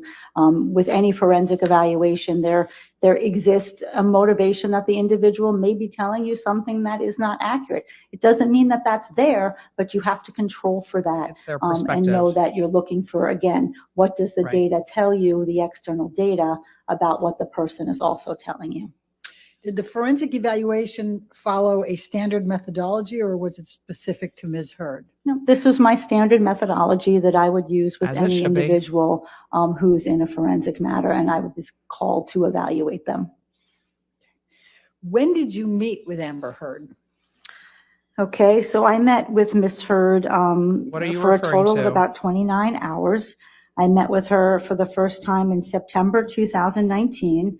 I saw her for 4 visits in live in my New York City office. That's about 21, 22 hours. And then I saw her twice over Zoom. One was in January 2021 and No approach? Okay. Oh. But did you bring her muffins? Are they approaching to ask about muffins? So Heard was evaluated by her and evaluated by her for 29 hours. So we'll hear all the different tests that she ran and the conclusions likely that she came to. So it looks like she's looking through her notes, but generally if you're going to use your report, it has to be discussed before you just start using the report. So we will see what happens with that. I'm not sure what exactly they're taking issue with, but we will see. But she's clearly reviewing to something. 29 hours is longer than the evaluation that was done by Dr. Curry, and that's part of why it's being discussed. So, yep, that's why it's being discussed. Yes, and first saw her in 2019, which was quite a while ago. Dr. Curry, in answering that question, were you consulting anything? Dr. Hughes. Yes, she was. Dr. I'm so sorry. Dr. Shit. Hughes, were you consulting? She called her Dr. Curry. Curry's here, I guess, as well. That's Dr. Curry's sitting and watching the testimony. I'm consulting my Interesting. cheat sheet of the dates that I saw Ms. Heard so that I could accurately report to the court. Yeah. I also have my final designation in front of me so that I can't could have give that. the most accurate information to what I put in that report. That's Okay. not okay. Okay, and do you It want has see to be that? disclosed. Yeah, Okay. he needs to be Should able we to just take the break now and have him look at it? Yeah, or do he you needs want- to be able to Would you see like her get now or nose. before It's just a Post-it. Ugh. Well, it doesn't matter if it's just a Okay, post-it. before You cross- can't okay, all right, refer that's to fine. anything on the stand Okay. without disclosing it. Please You continue. I think you were telling have us when you saw testified Ms. Heard. 50 times. You know better than Sure. this. Ugh. So there were 4 dates in person in New York City for a total of about 21 and a half hours. Dr. And Curry's then I living saw rent-free. her in January 18th, 2021, Dr. over Curry Zoom is for living 3 hours, and then December rent-free. 27th, 2021, for 4 hours over Zoom. It's just a post-it. And what did the evaluation consist of? So as I stated, the evaluation consisted of psychological testing, Yikes. a semi-structured clinical interview with Ms. Heard, a review of a whole host of documents relative to this case and Wait, did you medical review the records and documents with psychological her? records, and then 3 collateral interviews, 2 with her treating therapist, Dr. Bonnie Jacobs, Dr. Connell Cohen, and also Interesting. with her mom. And in the semi-structured clinical interview, what were you assessing? Well, when someone comes in for the evaluation, you sometimes don't know what you're going to see or what you're going to get. So you absolutely have to do a full clinical interview and have a sense of their life patterns, things that have affected them in their lives, you know, where they have worked, where they have lived, just get a full sense of their sort of being before the incident for which they're talking about.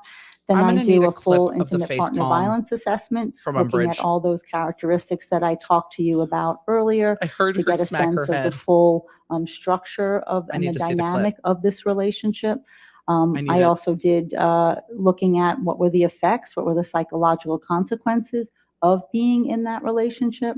And I also looked at the psychological consequences of some of the statements that were made by Mr. Depp through his attorney that are part of this, the counterclaim in this lawsuit. At the end of that process, considering all the data, did you arrive at any expert opinions? Yes, I did. All right, I'd like to start with your main expert opinions and then go through those. Can you please tell the jury what your main opinions were? So like I said, there are opinions embedded within them, but the main opinion is that Ms. Heard's report of intimate partner violence and the records that I reviewed is consistent with what we know in the field about intimate partner violence, characterized by physical violence, psychological aggression, sexual violence, coercive control, and surveillance behaviors. And what was the other main opinion that you had? The second main opinion was that that Ms. Heard Oh, wait, there's more. demonstrated very clear psychological and traumatic effects or the exacerbation of trauma from those statements that Mr. Depp made through his attorney. There were 3 statements that we evaluated The to see defamation. how they affected her emotionally and psychologically. And it was my determination that they did. And did you arrive at any diagnostic conclusions? Yes, I did. And what were those? I diagnosed Ms. Hurd with post-traumatic stress disorder. Interesting. And what, if any, I knew this was etiology coming. was associated with the post-traumatic stress And the post-traumatic disorder? stress So the expert said etiology no. is the cause. In order to meet criteria for post-traumatic And stress Dr. disorder, you have Curry's to a have PTSD an expert. actual cause. It's She's one an of the few IPV expert. diagnostic entities that we have to have a cause for. And Interesting. the cause was the intimate partner violence by Mr. Depp. So the cause of That the was PTSD. what was pushing the symptoms. That was what's related to the intrusive phenomena. That was related to her avoidance. That was related to her differences in her mood. That was related to her avoidance efforts. So it was the cause was the intimate partner violence by Mr. Depp. Now, let's first go back to the forensic evaluation. You mentioned you reviewed documents. What documents did you review?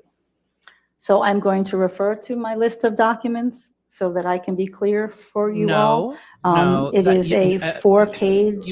All right. You generally Good have approach. to have your recollection refreshed by your report. You don't get to just read off a list. There is a process for this.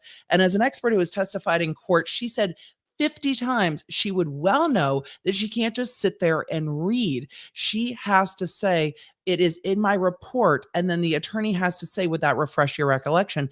And she can review the report and then testify. You can't just read off your report. That is very frustrating. And the judge is like, what the fuck are you doing? My interpretation of the judge's face. Like and he's sitting here going, Your Honor, she can't just read off a list. And she's like, well, Your Honor, she is an expert. She couldn't read off her list. And he's like, no, you have to refresh your recollection. You can't just read off a list. She has absolutely been testifying 50 times. You can't just do this. And Elaine's going, why can't we just give her the list? And the judge is like, ma'am, that is not how that works. What does she have up there? She should have nothing up there unless it is offered by the attorney to refresh her recollection. That's not how testimony works. The judge has a very quizzical look on her face as Elaine's trying to say, but it's fine. It's not fine. She is an expert. She can refresh her recollection, but she can't just testify off of her report. That's not how this works, ma'am. Oh my God. Her face, she looks surprised by this. This is not surprising. This is not how any of this works. This is not surprising at all.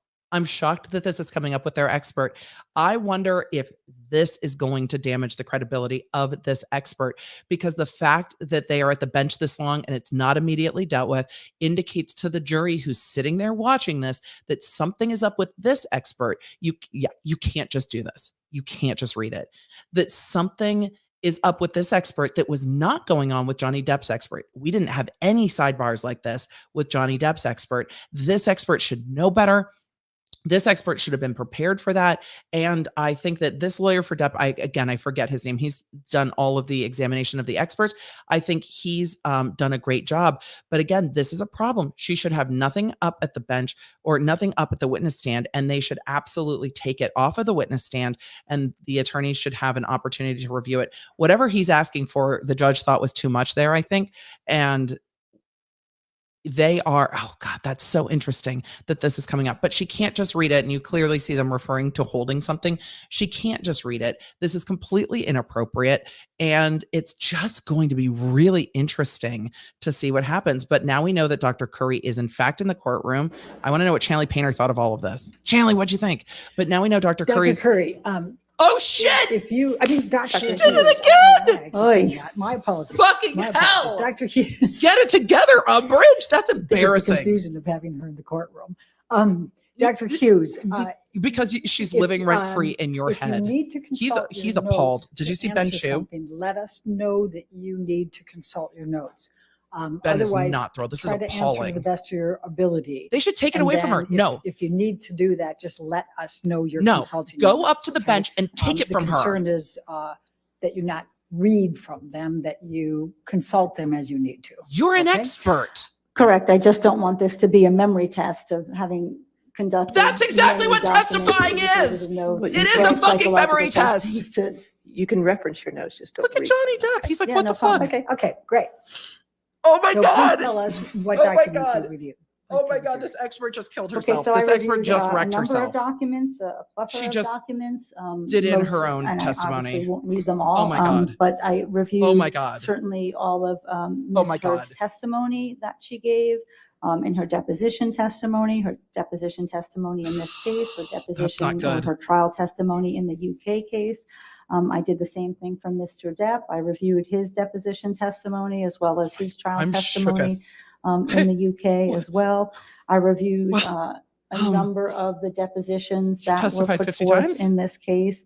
I reviewed the psychological my husband's treatment feet. He's like, notes why are we screaming? for Dr. Bonnie Jacobs, Dr. Connell Cohen, Dr. Laurel Anderson, and Dr. Amy Banks, although she did not have treatment records. So I reviewed not only their records, She has a did good collateral resume. interviews with some of them, Apparently and not a good also read memory. their deposition testimony, and also read other medical records in this Yeah, case, this isn't- nursing notes in this case. This isn't good.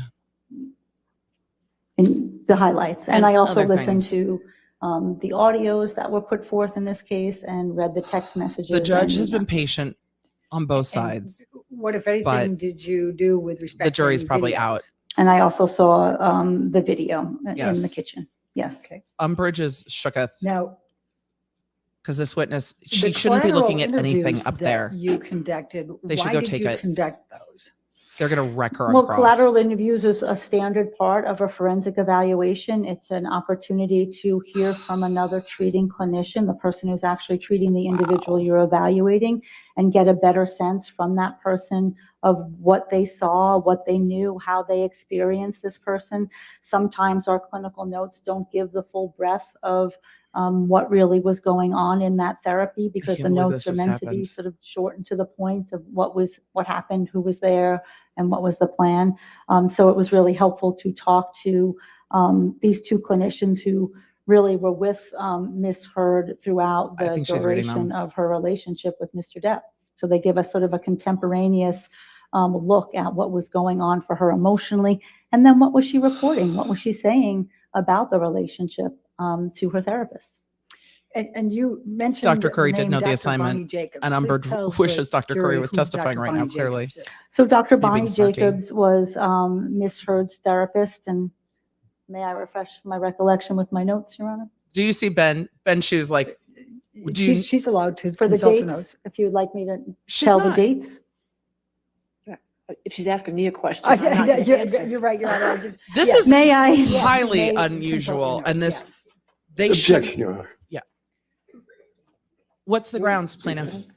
What's the grounds, counsel? What are the grounds for the objection?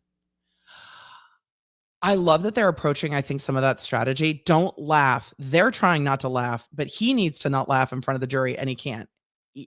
They're looking at their whole legal team going, what the fuck? I want to see where Dr. Curry is sitting in relation. I have no idea who that is, but I want to see where Dr. Curry is sitting in relation. Okay, what just happened and why I'm screaming and quaking? This expert is trying to refresh her recollections with her notes, but cannot testify without her notes, which is very, very interesting. There's a lot of activity going on here. The thing is, with these consistent issues and the fact that she's still reading, the jury's now onto it and is going to look down every single time. Please pan out so we can see what's on her table. Please pan out, please pan out, please pan out. So they are going to probably ask to move to strike her testimony. I don't think that's going to happen. I think because she's an expert, she's still trying to review her testimony sitting there. You're not allowed to review your testimony while sitting there. And it looks like she's still doing it. You can see papers flipping right there. This is a huge problem. Go ahead. Oh, thank you. She can refresh her recollection, but it has to So be done she in treated with process. Dr. Bonnie Jacobs, who is a psychologist, from October 2011 through August 2014. The jury is sitting She right actually was seeing Dr. Jacobs over to the somewhat side, earlier, closest to the before witness. she got in the relationship with Mr. Depp. Yeah, we've reached And then circus she level with this. This transferred is circus. care to Dr. Connell Cohen, who was referred by Dr. Kipper, who was Cross the is gonna treating be physician for special. Mr. Depp, and then later for Ms. Heard. And she treated with Dr. Cohen from after she left Dr. Bonnie Jacobs in September 2014 to June 7th, 2016. Okay. She's still reading. It looks like and to so me. you, and I guess you got ahead of me there. So you also talked to Dr. Connell Cohen, correct? That's correct. Okay. And you also spoke with Paige Heard, did you say? That's correct. And who is Paige Heard? Paige Heard is Amber Heard's mother. And when did you speak with Paige Heard? I spoke with all of these individuals at the end of 2019. Again, I can check my notes and let you know the exact date if you'd like. I think the end of 19. Yeah, they all were 2019 in is the fine. end of 19, yes. All right. And you are you aware I that only have a Paige Heard Post-it has- note. has Look at since these died? pages. She died 2 years ago. Yes, I am aware, sadly. Okay. This Now, is a mess. let's talk about the psychological testing. You stated that you conducted psychological testing. Is that correct? That is correct. Can you Overruled, I'll allow.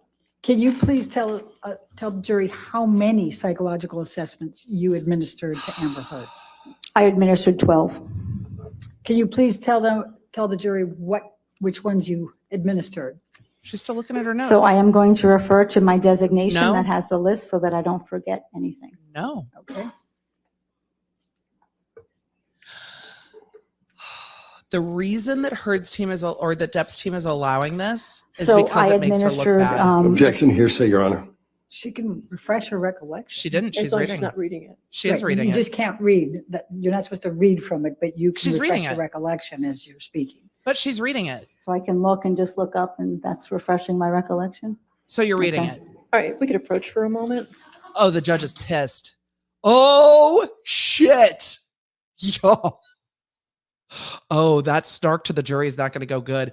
So I can just look down and then refresh. They're going to have to take a recess and instruct this expert. She has just wrecked herself in this. I'm shook that this is going on. We went through her entire resume and how much she's worked in courts and testified. Who's she make? The jury's sitting over here. Is she making faces at them? Who? Girl, no. This is staggering. I wish they would pan back over to the bench so we could see the body language of what's going on. But the judge is mad, and the judge has now asked Elaine to come up and admonish her and tell her what she can and can't do. But the jury is sitting right there, and the jury is going to hear it. Her test, this makes her look so novice and lacking credibility that there is no way that this is going to go well for her. This is a very high profile trial. And after Dr. Curry, I think they might just absolutely discount all of her The testimony. tests that you administered, please. Yes, I can. I administered the personality assessment inventory, which is a broadband Dr. Curry's instrument to laughing scan for in her brain. psychopathology and psychological symptoms that people have. I administered the trauma symptom inventory too, which is an instrument to scan for common traumatic effects that people have. I administered the Miller Forensic Assessment of Symptoms test, which is a measure of malingering. I administered the post-traumatic stress disorder checklist for the 5th edition. They're for not the going to. They're DSM-5. going to let her. I administered the clinician administered They're gonna let her PTSD scale. for continue to look like a DSM-5. show. I administered the Beck Depression Inventory, the Beck Anxiety Inventory, She's still reading. the Mood Disorders Questionnaire, the danger. I did 3 I can't believe this is intimate partner happening. violence measures. can't believe the this is conflict happening. tactic scale, the abusive behavior observation checklist, and the danger assessment scale. And then I also did the life events checklist, which scans and gets us to ask about a lot of traumatic events that an individual may have experienced. And we administer that typically before either doing the PCL or doing the CAPS. This is horrible. Thank you. She's still reading her Were notes. there any tests you administered to Amber Heard that were designed to reveal malingering or feigning? Yes, there were. Okay, can you please tell the jury about those? So malingering They'll is impeach her the on false cross. production of psychological symptomatology for the purpose of some external material gain. Feigning is the false production She's of still looking down. psychological symptomatology with Right in front no of the jury. identification of what that Her gain notes are may right be. there. So basically feigning is saying your mental health is worse than it actually is. Not all judges So would I allow this. administered Some 3 judges of the would've yeeted tests her. had validity indices built in that could allow us to address that question. The MFAS, the She's still Miller reading. Assessment, a Forensic Assessment of Symptoms test, is a specific malingering instrument. It looks at malingering psychopathology. Is this someone, malingering psychopathology? She scored a 0 on that scale. So on that test, sorry, not the scale, that test. So on that test, there was no evidence of malingering. Reading. On the TSI, there are 2 validity indices, and she scored within the normal range on those scores as well. One was slightly elevated, but when in testing the limits, because it has rare symptoms and over-endorse symptoms, I determined that that also was a valid measure. And then finally, the PAI, the large scale 344 question instrument, has very robust validity scales on it to test for exaggeration or feigning or malingering, and she did not score in any of those scores and those scales at all. Those were not elevated. So the combined results between those three tests suggest to me that Ms. Hurd is not malingering her psychological symptomatology. Yeah, this is not going to go well for her career Now, testifying. Dr. Curry testified that one test showed, quote, intentional exaggeration in the 98th percentile, meaning that she engaged in extreme levels of exaggeration, end of quote. Do you agree with that? I do not. Why? But which test? Because that test, the scale that she is referring to is it's called ATR. It's the atypical response scale. As I said, that combines rare symptoms and over-endorsed symptoms. It's very frequently elevated in people who have high levels of distress. And then importantly, on this test specifically, it says, do not use the percentile rank. It is in the manual, it is in italices, because the way that this test was normed, it was normed on people who have trauma. So it's what we call negatively skewed. That means it falls on the tail end of the continuum. It is not a normal curve where we would normally think of how a percentile would work. So you would not use the percentile rank. I don't know if the jury's going to listen to you trying to blast Dr. Curry. You want to approach? Yes, please. Because you're still reading your notes. This is not good. This turned into some Chicago musical razzle dazzle. It really did. And I think this is very bad for their expert. Even if she is qualified, even if she is smart, the way she's presenting is not going to play well for a jury. And it is not looking good for them. I am shocked. She is still reading. I think they should absolutely take her notes away from her at the table. Dr. Curry didn't have any of her notes there. Dr. Hughes, please continue. So that is a very inaccurate way to describe that scale and that test. I don't know if anyone's going to listen to you saying it's inaccurate. The ATR scale on this test is probably the least robust of our validity scales, so you would never make a comment like that based on one scale if you don't have consistency across data. And when you look at the consistency across the testing, with the PAI, Dr. Curry's sitting the in the courtroom PSI, somewhere. and the MFAS, and there's research to support that when they go together, you have a higher degree of likelihood that this is not feigned PTSD, that this is not feigned symptomatology. And then actually, if I look at the validity scores on the MMPI-2 that Dr. Curry administered, those scales are not elevated for exaggeration or malingering either. So if I add that, now I have really robust Dr. data Curry can come back on rebuttal. is not malingering or feigning her psychological And I bet she will. symptomatology. Maybe not. This Thank might you. be so bad that we don't. Did you administer any tests that are specific Some to Scooby-Doo domestic level violence? shit right there. Yes, I did. Which ones? So that was the conflict tactic scale, the abusive behavior observation checklist, and the danger assessment scale. They should And take what her did notes, they but they're show? letting her Would twist. like to refer to the testing To refresh to your refresh my recollection? recollection, just a glance so I Yes, can you may do be that. clear with the jury. Do you not know what you're talking about? Looking at her notes like this is bad for her. Depp, you need to stop laughing. They will handle this on cross, but he can't just also So be what the ridiculous. overall gist of the testing was that, and the benefit of these tests is that they allow me to ask for what Mr. Depp did to Ms. Hurd, and then also what Ms. Hurd did to Mr. Depp. So it was asking about both sets of behavior. And what Objection, Your Honor. She's reading. We're back to reading. Yep, we are. She wasn't even looking down. She was looking at the reading! jury. Elaine! Go ahead. Please continue. So what these tests show was that there was a high degree She needs of still reading merch. serious violence perpetrated by Keep Mr. reading. Depp toward Ms. Hurd. There was violence more on the mild level perpetrated by Ms. Hurd toward Mr. Depp, with one severe indicator, which was the punching that she indicated to me. There were scales about negotiation, about how much this couple tries to figure out their problems. They both scored, again, this is Miss Heard reporting that, but they both scored in the high range where they're both saying that, yes, we're trying to figure this out. We're trying to work out this relationship. Not There were really, scores on the psychological aggression but they'll talk to her scale before cross. where Mr. Depp engaged in more severe acts of psychological aggression, whereas Miss Heard did engage in also some mild and severe acts of psychological aggression. The amount of injury that was reported was significantly higher and more severe by Miss Heard, what she was subjected to, and then she was subjected to sexual violence where Mr. Depp, based on her report, was subjected to none. They know now, based And on all then the lawyer on the flustering. danger assessment They do know. scale, The lawyers are that flustered there about it. The were jury knows that a this is number a of problem. factors that were This is related appallingly to bad. severity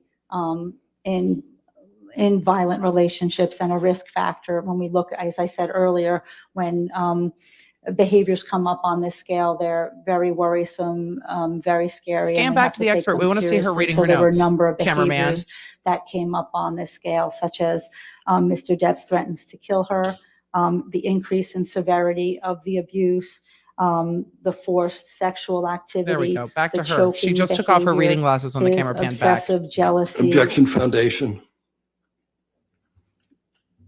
Talking about the test results. Overruled. She's reading the test Please results. continue. The obsessive jealousy, the control She's aspect, reading her and his I threatening can't. of I can't. suicide to kill I himself. can't. So those were risk factors that placed her in the increased danger range.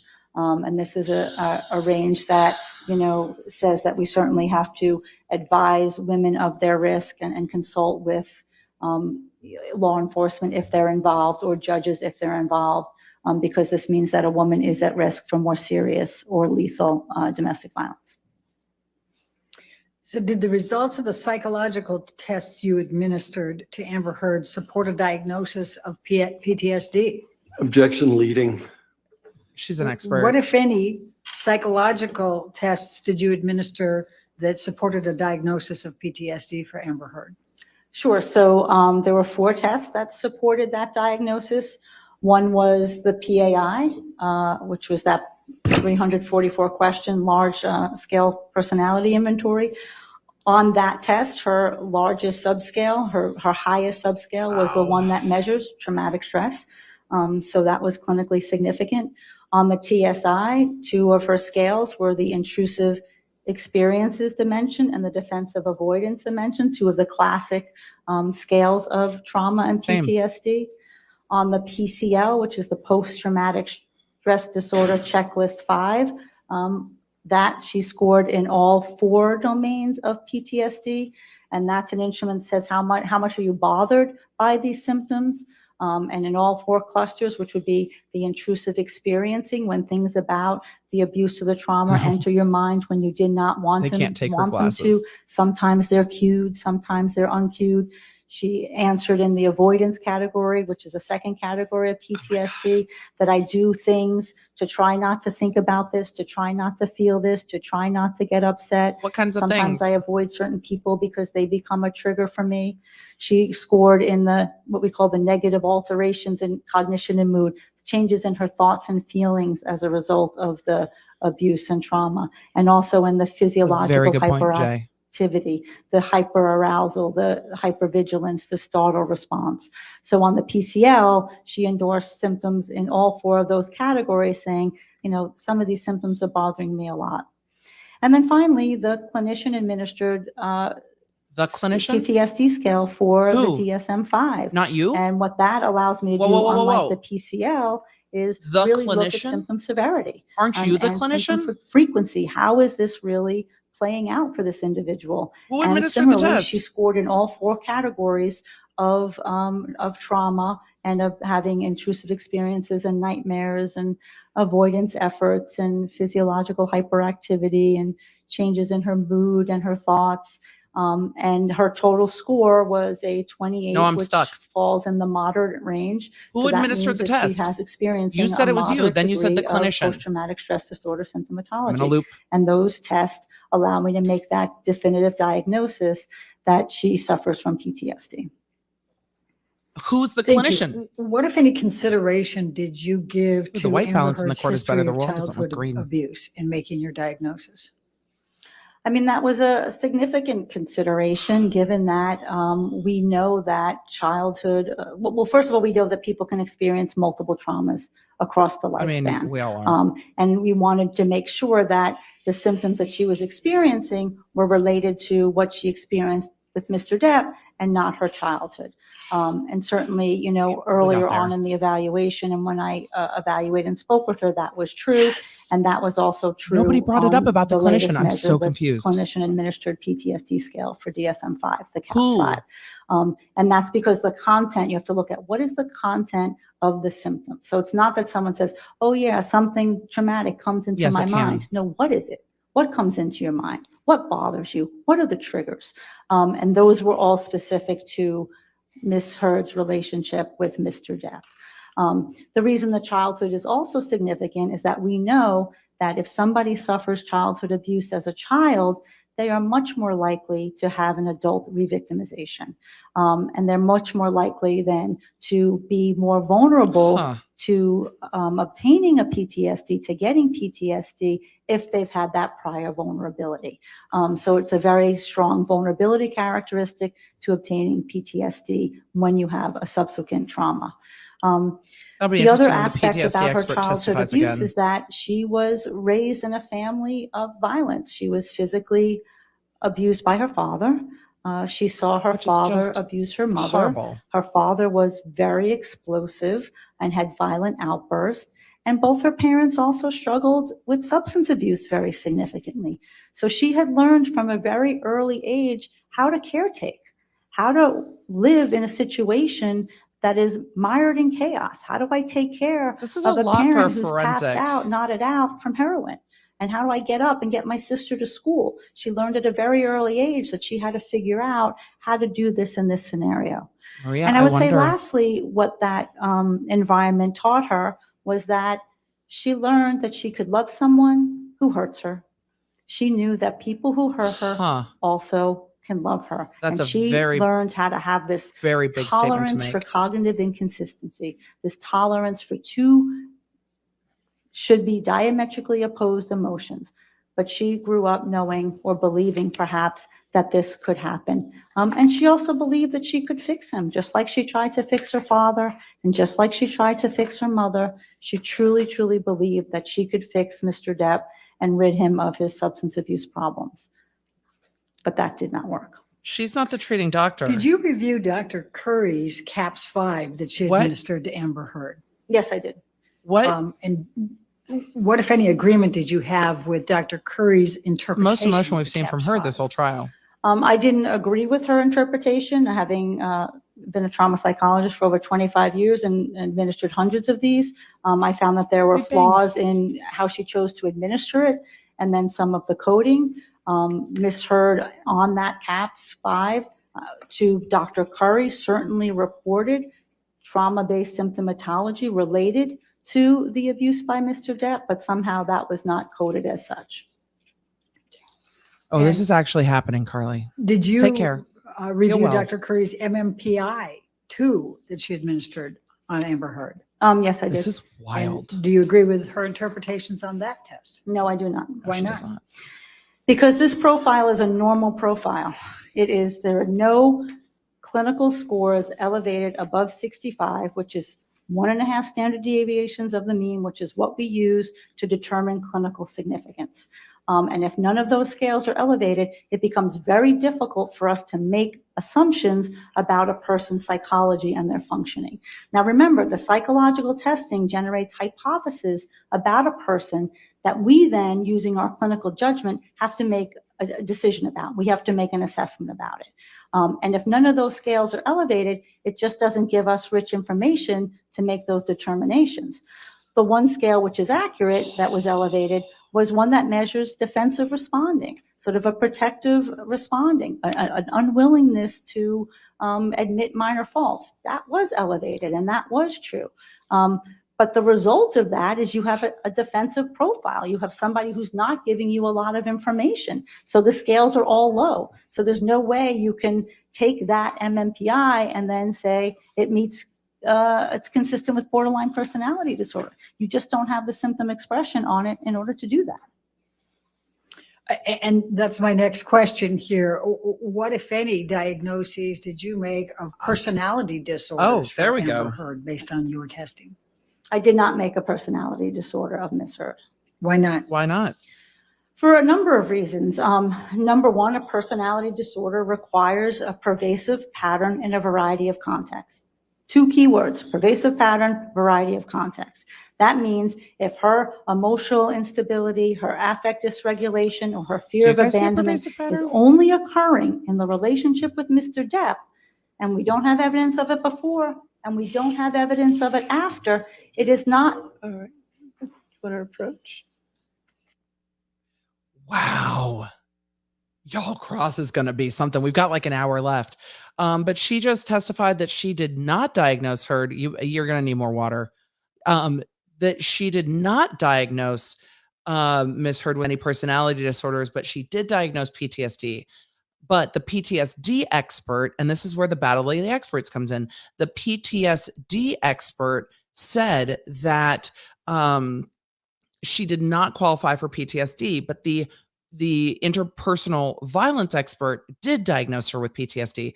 This is why Depp's team picked a PTSD expert, and we will see Dr. Curry. When Dr. Curry, she's still reading her notes.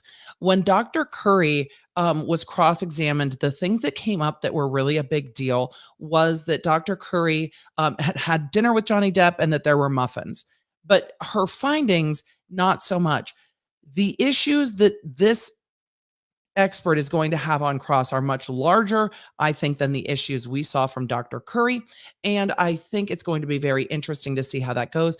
And yes, Dr. Curry is sitting in the courtroom to watch this. So Depp's team can read their notes too. Why aren't they taking her notes away? I think they're letting her look like she doesn't know what she's talking about.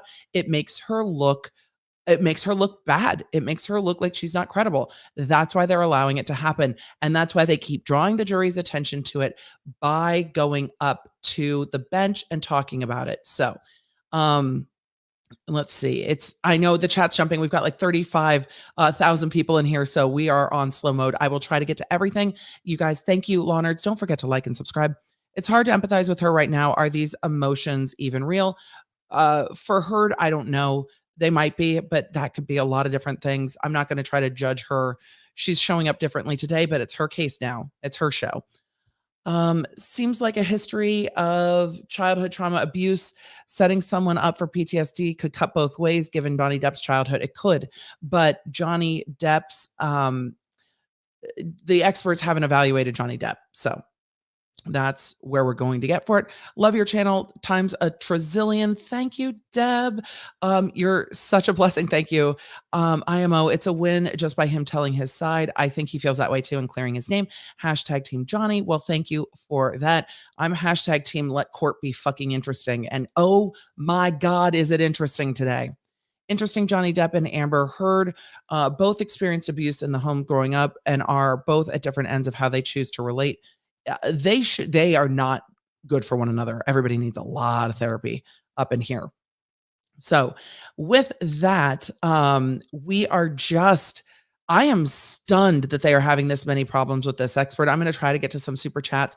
I, again, appreciate all of you, but I'm almost like out of words, shook that they're having this many problems with this expert. This expert testified that she testified that she's testified quite a lot. She has an incredible amount of credentials. She's given trainings. However, she seemed very off-put and very, very snarky when it was like, you can't read. She was looking at the jury going, so I just glance down and then glance up and say it. No, you remember what the fuck you're testifying about because you're the expert. You don't just look down and look up. And if I was on the jury, me personally, that snark, I would have been like, I'm done. I want to hear from those in the courtroom today, and hopefully we will, if the jury was taking notes the way they were when it came to Dr. Curry. And I'm sure we'll hear this from Court TV, from Chanley Painter. Did the jury take notes during this expert like they did for Dr. Curry, or did they stop? The fact that Elaine Bredhoff Umbridge called this Dr. Curry multiple times was a giant oof for me, though misspeaking happens, but she is still sitting there reading her notes. Dr. Curry had nothing on the witness stand. And when she was crossed, she said, well, if I can refer to my notes. And Bredhoff kept moving on. Umbridge kept moving on and didn't let her refer to her notes. We did not see Dr. Curry refer to her notes once. And this woman looks like she is cramming for an exam that she forgot about. And that is not a good look. And the fact that they have to keep going up to the sidebar to talk about it is going to ruin this expert's credibility, and it's not going to look good. Now, this is Amber's expert. She is supposed to be kind of beneficial to Amber, but I think out of everything we've seen and the way she's presented, the jury is going to discount her entirely, or at least they could. JD's team needs to bring up her previous DV case. I'm sure they will on cross. It should have come up in direct. It should have been taken into account by this expert who says that they are an expert in domestic violence. It should have come up. But OMFG has this unraveled in a way that is completely unexpected from someone who has so many credentials. Hurt's clearly not crying now. We've recovered very quickly. There is no more emotion, but they are still upset. I don't know what they have in their hand. I don't know if this is the results or the notes or something is going on. And this is a very, very long chat at the bench. This is not good. This is not a good first foot for Amber Heard's team. This does not look good for her. She opened the door with the testimony of she has opened the door for a lot on cross. I don't think we're going to get to it till tomorrow, though. We've got an hour left, and I really think that Umbridge is going to try to ride out the day with this expert on direct and try to fix some of it tomorrow. I don't think she's going to be able to. You're going to give Depp's team overnight to go back and rewatch some of this testimony and to look at how she was responding on the stand, to look at where she was reading her notes. An overnight is not good for this witness because it gives Depp's team a lot of time to prep to come in hot in the morning. She literally fucking said, it's just a post-it. I need merch. It's just a post-it. She has a whole goddamn report up there that's like this. I'm fucking dying. I'm dying with this witness. I've never seen anything quite like this. I've never seen an expert come off the rails. When I've used expert testimony, and I've been an attorney for almost 17 years. Was a trial lawyer before I became a legal analyst. I am now a sports commentator. Isn't that what legal analysts do? We just call baseball. We call balls and strikes up in here, and give sassy commentary.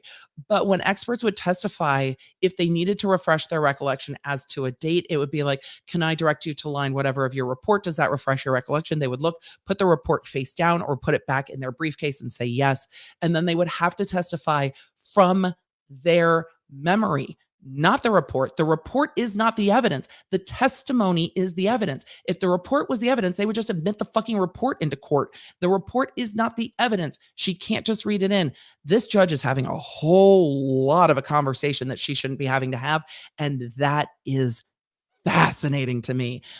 What has gone so wrong, and what is Heard's team going to do from here?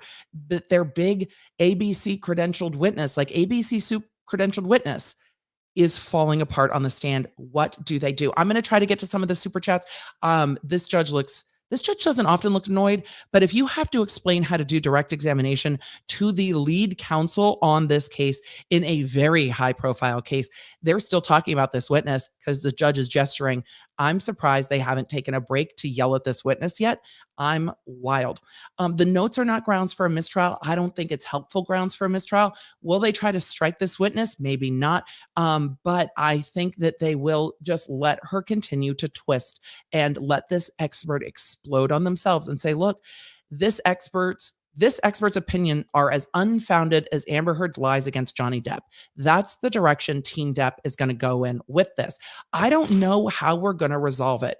Lawnards, yeah, I really think we got to go to DEFCON Red. I've been trying, but I really feel like we've got to go to DEFCON Red. So motion is granted. We're going to be getting back here. It's going to flash. There's going to be flashy things. I'm going to DEFCON Red. It's very quick. if you're flash sensitive, when the music stops, the flashing stops. We're going to DEFCON red. We're doing it now. 111, 110.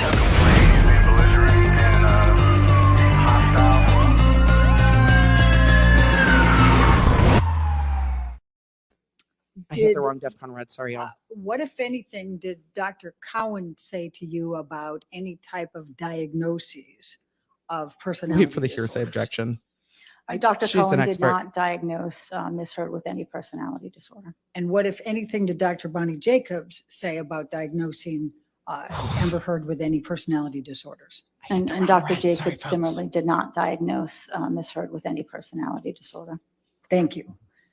Now, Are you done? let's turn back to intimate partner violence. Darn What it. types of physical violence were reported to you?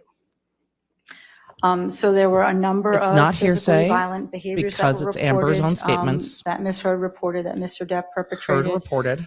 He pushed her, he shoved her, he slapped her with the front of his hand and the back of his hand. He choked her, he slammed her into the wall, he pushed her and she fell down. He kicked her in the back. Her tone is a little Without odd. looking at my notes, that's what I can recall. Okay.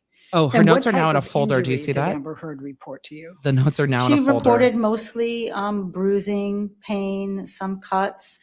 She reported vaginal pain from some of the sexual assaults. She reported that she did have some scratches and cuts on her from broken glass. She reported that she believed she may have lost consciousness 2 times, once in the Australia incident and once in the December It's the first we're hearing of that. 15th, 2015 incident. Okay. What type of coercive control was reported or did you find? Leading. Sustained. What, if any, I don't like coercive those control, objections. was reported She's an to you? expert. You're allowed to lead a So bit for the course of foundation. control that was determined in this relationship, I found to be quite significant. There were many, many instances where Mr. Depp tried to control But is the jury still how Ms. listening? Heard went about her career. He didn't want her to show nudity. He didn't want her to show boob. He didn't want her to act with certain actors because of this obsessive jealousy. He criticized She diagnosed her him with ambition. obsessive jealousy. He'd rather she not work. He called, Interesting. the ambition as something as a negative thing. It made her very fearful to have to That'll come up look on at cross. scripts or talk about scripts or talk about movie roles because he persistently put those down and told her she Huh. didn't need to work and she didn't need to do that and she didn't need to show her tits and ass. He didn't necessarily She remembered that. support her work.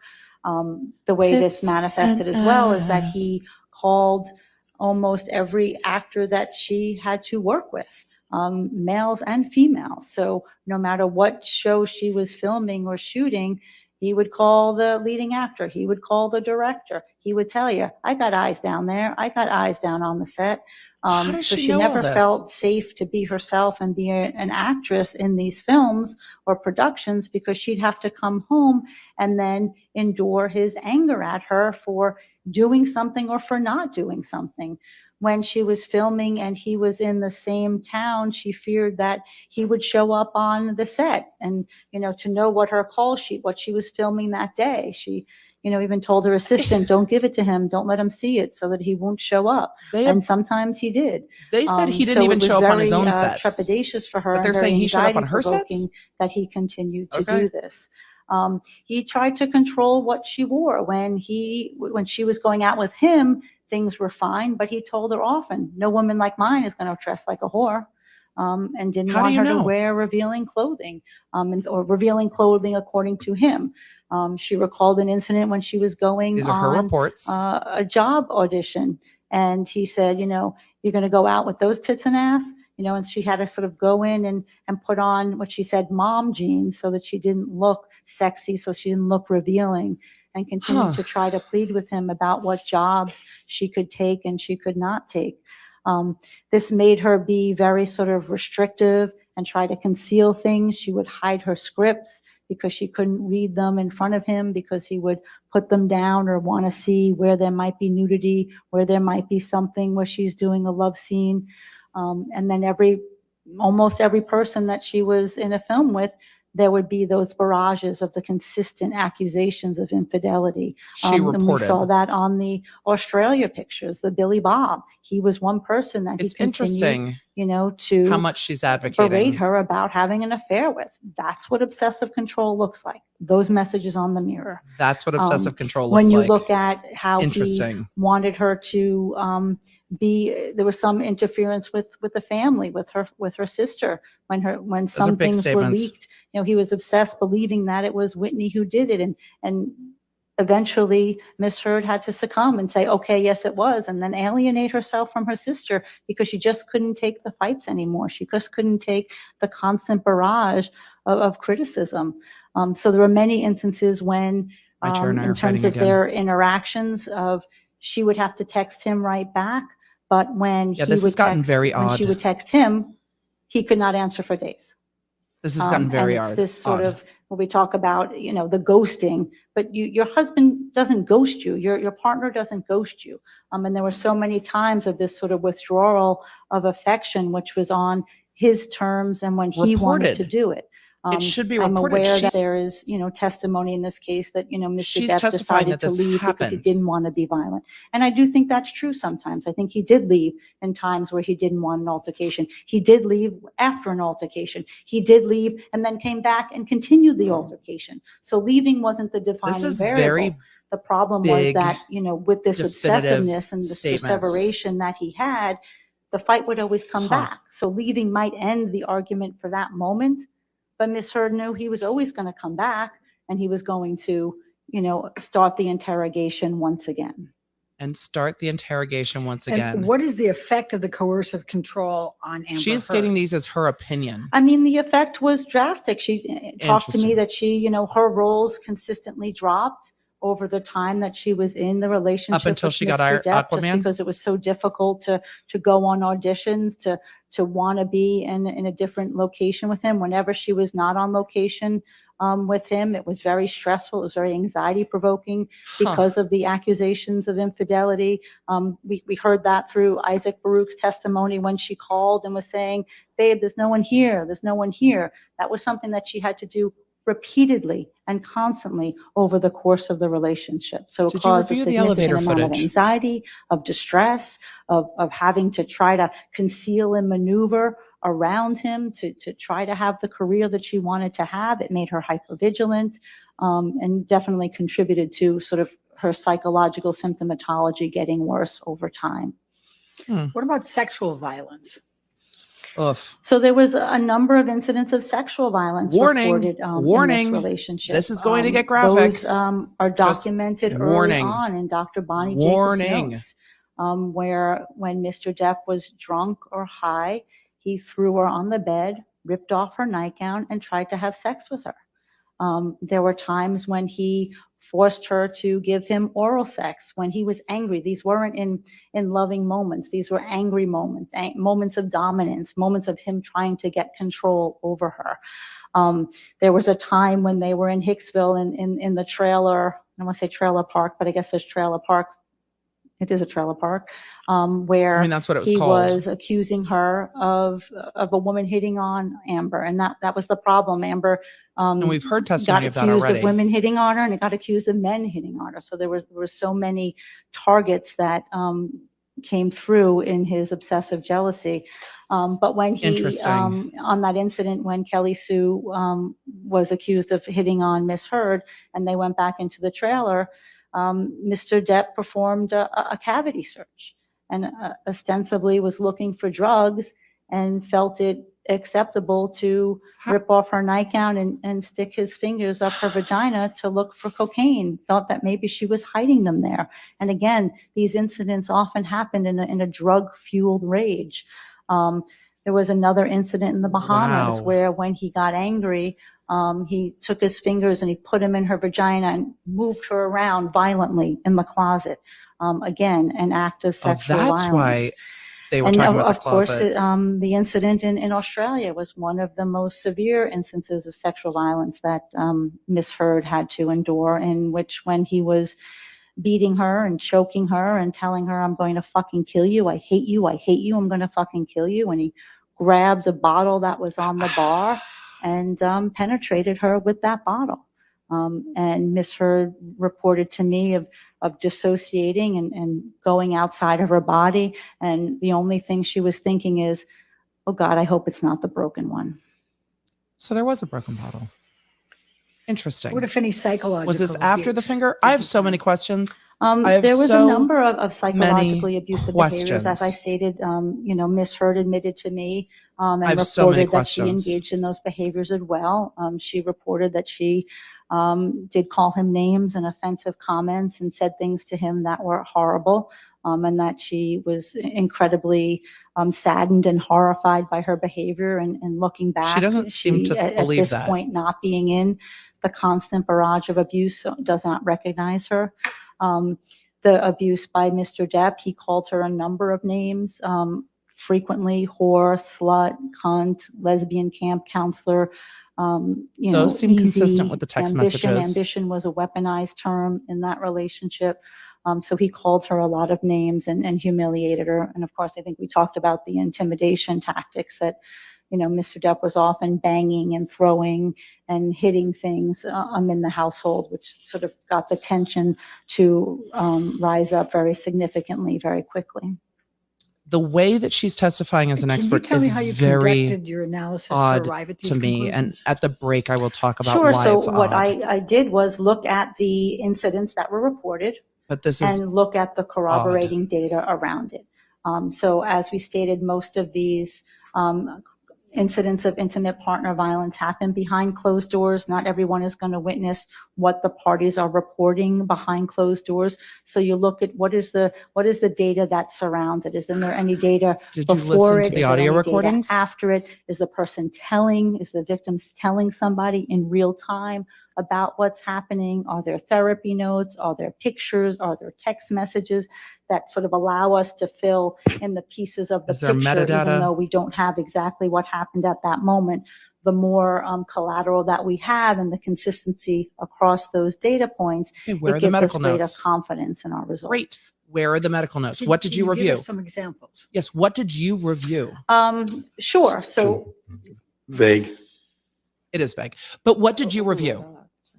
What So, did you review? For example, What did the you Boston review? plane incident, I believe, without looking, I know May 24th, 2014. This is the incident where Ms. Heard and Mr. Depp were going to fly back to LA and spend the weekend together. They were shooting at different sites. Ms. Heard is on the plane. Apparently waiting it was for in Mr. text Depp messages. To come on in the tarmac. He's Earlier in reportedly testimony. sitting in the SUV, smoking and drinking, smoking weed and drinking. She is filming with James Franco at this point, and she gets on the plane and he starts talking about James Franco, James Franco was making a entered lot the of testimony. derogatory comments about her. And, I hope you had fun with your escapades and some more inflammatory Were language. you there? And then This is what was an reported to argument you. when she got up to leave, he kicked her in the back and she went forward on the plane, to the front of the plane because he sat in the back of the plane.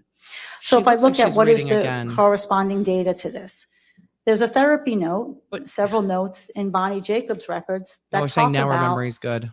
Mr. Depp's increasing use of alcohol and his obsessive jealousy around James Franco before this Boston Did plane it say incident. obsessive After the jealousy? incident, Ms. Heard told her friend Io.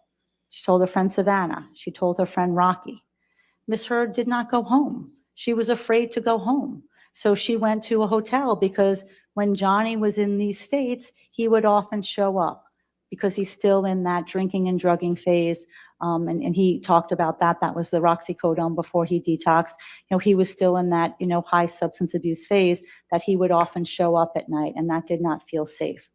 This is There not, was a lot of text this is not proper from expert testimony. Stephen Duders, Mr. Depp's assistant. Yeah, that's hearsay. All right, you want to approach? Ben shoes like this is appalling. Here's the reason they're letting some of this go on so long. Ooh, I like what channel he's wearing today. Here's a reason they're letting some of this go on so long. He shouldn't be giggling, but here's the reason it's going on for so long. Amber's going to testify to all these things anyway. It is more strategic for Depp's team to allow this to come in and then fillet this expert, if you will, on cross-examination or prove her unyielding unprofessionalism, she's making large claims that she shouldn't be making professionally. So it's better for them to ruin this expert. These allegations are coming in. These allegations are coming in from Amber Heard. So fighting over the allegations coming in doesn't make a lot of sense. Using this expert to make it all seem fabricated is a better strategic plan. Remember, strategy is a big part of this. So just because they can doesn't mean they should. The judge looks unyieldingly frustrated. And if this is the way direct is going to go for all of their witnesses, this very tight, very well executed trial is going to unravel into a fucking circus very, very quickly. I'm going to try to get to some of the super chats. There are over 37,000 of you in here watching. Thank you so much. Don't forget to like and subscribe if you're new here. Welcome. We're Law Nerds. I'm Emily D. Baker. I've been a lawyer for almost 17 years, and we're doing commentary on this freaking circus of a direct examination of an expert that is testifying to things that there is no way she can make a competent testimony to, because she's not saying it was reported by Amber. We've gone to the books. Y'all, they're busting out the rules of evidence. Fascinating. So experts, that's, I think what they just grabbed was their rules of evidence. I saw the spiral binding in the blue. I think they're fighting over objections. Experts are allowed to rely on some hearsay. Experts are allowed to rely on what they're told by others to form their opinion. But forming the opinion that Johnny Depp is, that's what obsessive control looks like, and obsessive jealousy. These are almost diagnostic languages of Depp, who she did not evaluate. And it is going to come back to bite her on the, on cross-examination, which there's no way we're going to get to today, I don't think. I think that Umbridge is going to try to roll out the rest of the day. But this is bizarre. Your Honor, she can't. But experts can rely on some hearsay, but they can't offer it for the truth. This expert is going well beyond the bounds of saying, my opinion is this. And she's now testifying that this is what happened during these events, which is so far outside the bounds. But again, it's going to make her look bad when she's cross-examined and when there is a rebuttal witness, which is why they're not fighting harder on stopping this witness from talking. They would rather just undermine everything that she says, which I think is the strategy here. And I think that's a good strategy, because instead of making it look like you're afraid of what she's saying, you undermine her credibility entirely, so the jury discounts everything that she has said. And I think that this is going to get very interesting. This was not nearly as fiery when we had direct examination from Depp's team. It was executed better so far. This is not being well executed. And wow, this expert, and this is the hard thing about being a trial attorney, is you have to be able to see the strategy past your own annoyance. I don't know if you are we just standing Chanley? Is that what's happening? Who is this dude? Is this the new PR? Who is this dude? What are they talking about? I want to know what's happening. Anyway, so I don't know who this dude is, but the camera is just very interested in what's going on here, which is fascinating. I wanted to see what was going on up here, but y'all, it's just, I've never seen an expert. I've really never seen an expert fall apart like this. Like never, ever, ever, ever. Like never, ever, ever seen a witness fall apart like this. In a trial that has had so much money and so much time and so much attention, and to still be fighting over these basic matters of evidence, this judge is going to be pissed. I thought this was the new PR guy. There we go. So green top lady's now in orange. Yes, that's Chanley Painter. She's now in orange. The judge is going to be like, we need to break for the day so I can tell you people how the fuck to do your job. Yep, new PR guy. Okay. He can't Let's go past that text and talk about. Yeah, you lost. Go past that text and continue after that text. This expert's testifying as if these things are facts. Mr. Depp apologized. The basis to her opinion, and that's a problem. Mr. Depp said in his UK testimony, well, I only maybe playfully tapped her on the back with my foot. But she's offering this as fact. Mr. Depp texted Paul Bettany and talked about how he was so drunk and out of control and engaged in bad behavior. He texted his friend Patty Smith a very similar type of text about how drunk and out of control he was. And then finally, Amber Heard wrote an email talking about how Have we seen the email? distressed and heartbroken she was. Objection, hearsay. Yeah, have we seen the email? She's not a party opponent. I mean, I don't agree. You cannot agree, but it's not a Sustained. statement I'll of a party sustain the objection. opponent, Next so it's going to be question. sustained whether you agree or not. Can you give another example? I think those are all I isn't can going- remember at this point. Without looking at my notes. It's not, she needs to be testifying about what is the foundation of her expertise and the what if foundation of any, her opinion, not stating these things what are if fact. any of- She's not an investigator. She's not investigating and determining Sorry, the I'm gonna have truth. to go a little bit further here. Yeah, Elaine. So She's not trying you to concluded that evaluate the Amber truth of Heard these used instances. psychological abuse and some reactive physical violence. I think I heard you say. Is that correct? Objection, leading. Overruled. Can you please explain to the jury what you meant by that? They're Yes, allowed that to is ask correct. That, leading-ish you questions. know, Amber Heard reported to me some of the behaviors that she used that were psychologically aggressive. Did this go to the basis the of your name opinion? calling, the putting him down and calling him very bad names and insulting his fatherhood. And she was very shamed and remorseful about that. She also indicated, you know, using, and as some of the testing showed, minor forms of violence, pushing, shoving, Minor throwing objects. forms We see that a of lot with violence. women when there's not proportional force. Women are more likely to throw objects. And then the more severe act of She made punching that okay. him, which She's the trying to make punch that falls okay. in the more severe category. And the context, as she explained it, was that he was coming after Whitney, and she stood, her sister, and she stood in the way and she punched him. Now, does that make Amber Heard a perpetrator of intimate partner violence? Have you heard the Objection, recordings? leading. Overruled. So that She's an was one expert. of the tasks that I had to consider. That was one of the hypotheses that I had to consider. And given all of the other data, that was not my opinion. What was your opinion?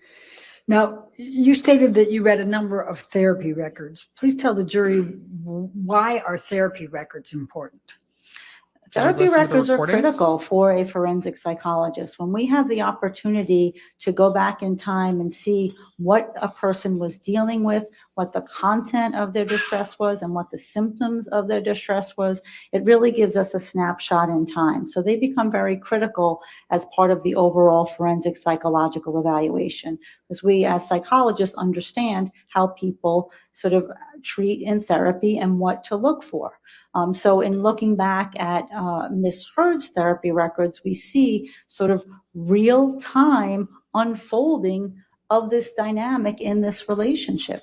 We see early on in her notes with in Supposed her to be expert report with testimony. Bonnie Jacobs and in Dr. Bonnie Jacobs' notes, reports of constant concerns about Mr. Depp's substance abuse, constant concerns about him passing out and vomiting, constant concerns about not wanting Objection, to- Your Honor. Hearsay.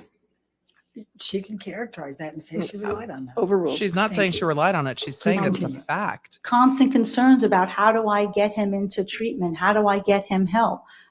Ms. Heard starts going to Al-Anon at this point, early 2012, in the beginning of the relationship, because she has to figure out and wants to figure out a way to support the man that she's dating right now and the man who she's falling madly in love with. There are reports in Dr. Jacobs' notes early on about his controlling behavior, about his jealousy behavior, about him not wanting to do certain jobs, of not wanting her to wear certain clothes. So this is going back to 2012 with no indication of why would she be saying that, but for the sole purpose of trying to get help and trying to get guidance in this Why? relationship. Why would she that be saying it? finds so difficult. I mean, they have a different There are indications, interpretation. as I mentioned before, Does that go to of your the opinion, sexual though? assault and the sexual abuse and how he would, you know, when he was angry and when he was drunk, it was mostly drug and alcohol fueled rage when he would, you know, throw her on the bed and try to have sex with her. And then, you know, if he was not able to perform, he would get more angry at her and blame her. So we have this dynamic of blaming her for his inability to take responsibility for his behavior. His Those inability themes were to take throughout responsibility. Dr. Jacobs' notes. Wow. Wow. Did Wow. did Dr. Jacobs assign any diagnoses to Amber Heard? She did. Early one? on, she diagnosed her with panic disorder, and then later with post-traumatic stress disorder. Okay. And did Dr. Jacobs diagnose Amber Heard with borderline personality disorder? No, she did not. Histrionic personality disorder? No, she did not. Okay. And is that important? That's very important when we're trying to figure out the course of somebody's illness, the course of somebody's psychiatric difficulties. As I stated, well, I don't think I got to state, personality disorders usually start in adolescence early. Objection. I'll sustain the objection. Okay. Next question.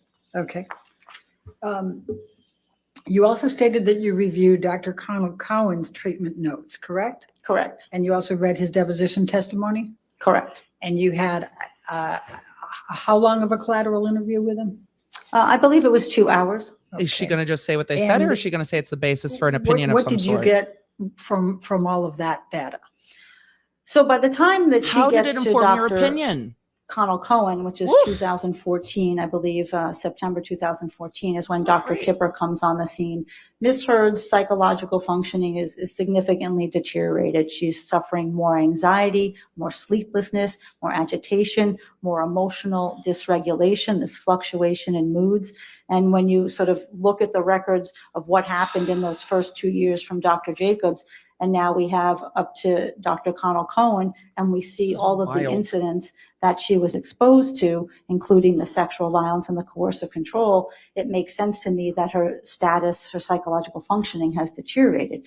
And in Dr. Connell Cohen's notes, that's what he's always trying to do. He's trying to help her, help Mr. Depp, help her act in a way so that Mr. Depp does not hurt her.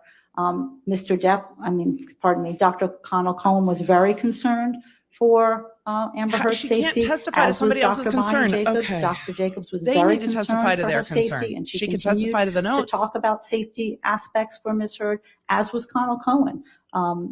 They did, both of them, both therapists understood, and Ms. Heard talked to them about it, that there Jay, were thank you times for that she sharing fought that. back and she used violence, is and wild. times that she screamed and she said things that she didn't want Wild. to. But nevertheless, that did not change the balance for them either. Oh, And they were yay. very We hit concerned 250. that because of Mr. Depp's significant substance abuse and his sort of poorly controlled anger, that at some point he was going to seriously hurt her.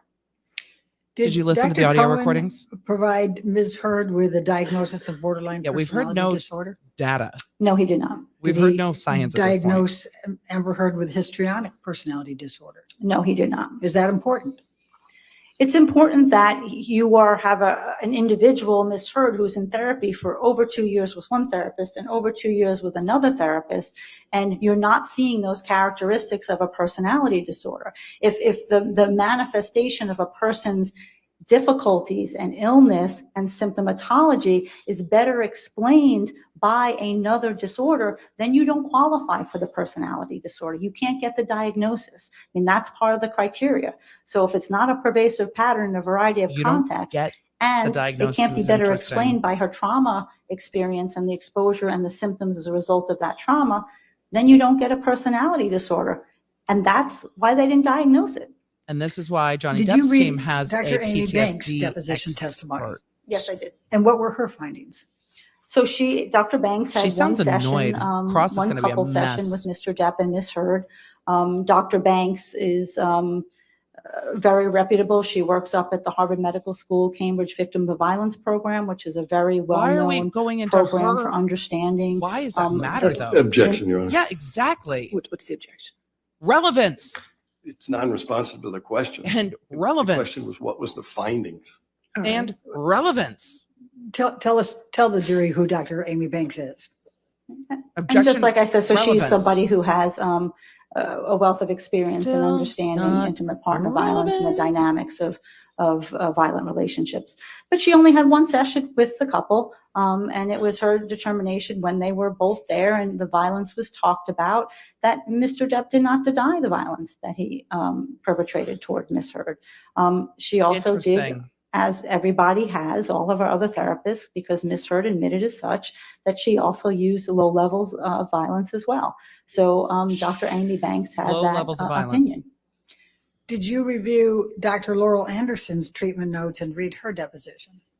Yes, I did. Okay, and what was the significance of what you learned from Dr. Anderson?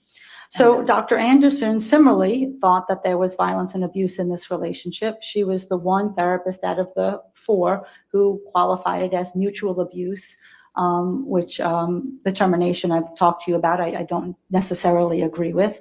But she did see and did understand that there was violence and abuse by Mr. Depp.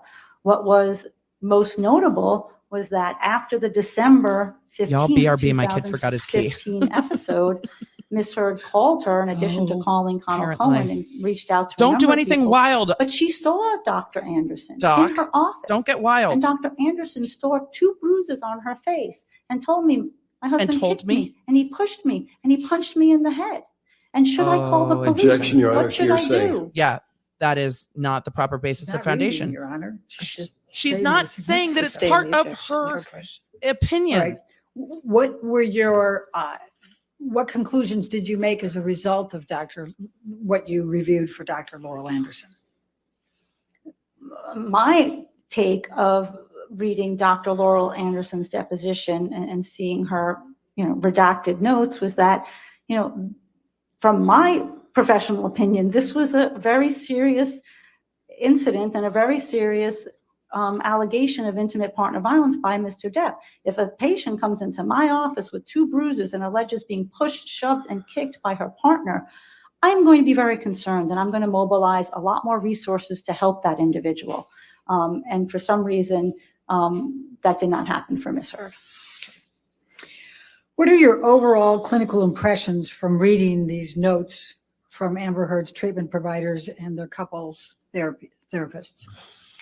Objection, compound. All right, sustained.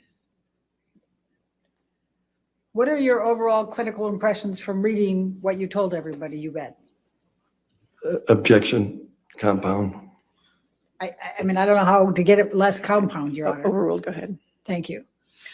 So my overall impression of the treatment notes was, there's significant support for the fact that there was intimate partner violence in this relationship. It was consistently reported over time, and there were couples therapists who saw and understood that. There were, Mr. Depp also attended a session with Dr. Connell Cohen with Ms. Heard. And in that session, he was very belligerent and mean and yelling and intimidating. And he even got up and stormed out, rolled a joint, and then came back later. Dr. Connell Cohen's impression was this is somebody who's poorly controlled. That's the same thing that Dr. Laurel Anderson said about him. And he stormed out of one of those sessions too. So there were a total of 6 sessions, couple session, but Mr. Depp stormed out of 2 of them. So there are only 4 couple sessions for these 2 individuals in this just highly volatile, highly damaging relationship that was punctuated highly by volatile. the coercive control and the intimate partner violence. What, if any, observations did you make about Amber Heard's psychological status over that period? I mean, the record was very clear that her psychological status deteriorated as she was in the relationship with Mr. Depp. She kept getting worse. She was losing weight. By the end, she was down to, I think, 105 pounds from about 125, 130. She was taking significantly more medication than she's ever taken in her life. She was having more panic, more anxiety, more distress, more affect dysregulation, just really an inability to regulate her mood, more anger outbursts. So it can significantly That sounds a deteriorate lot over like what time.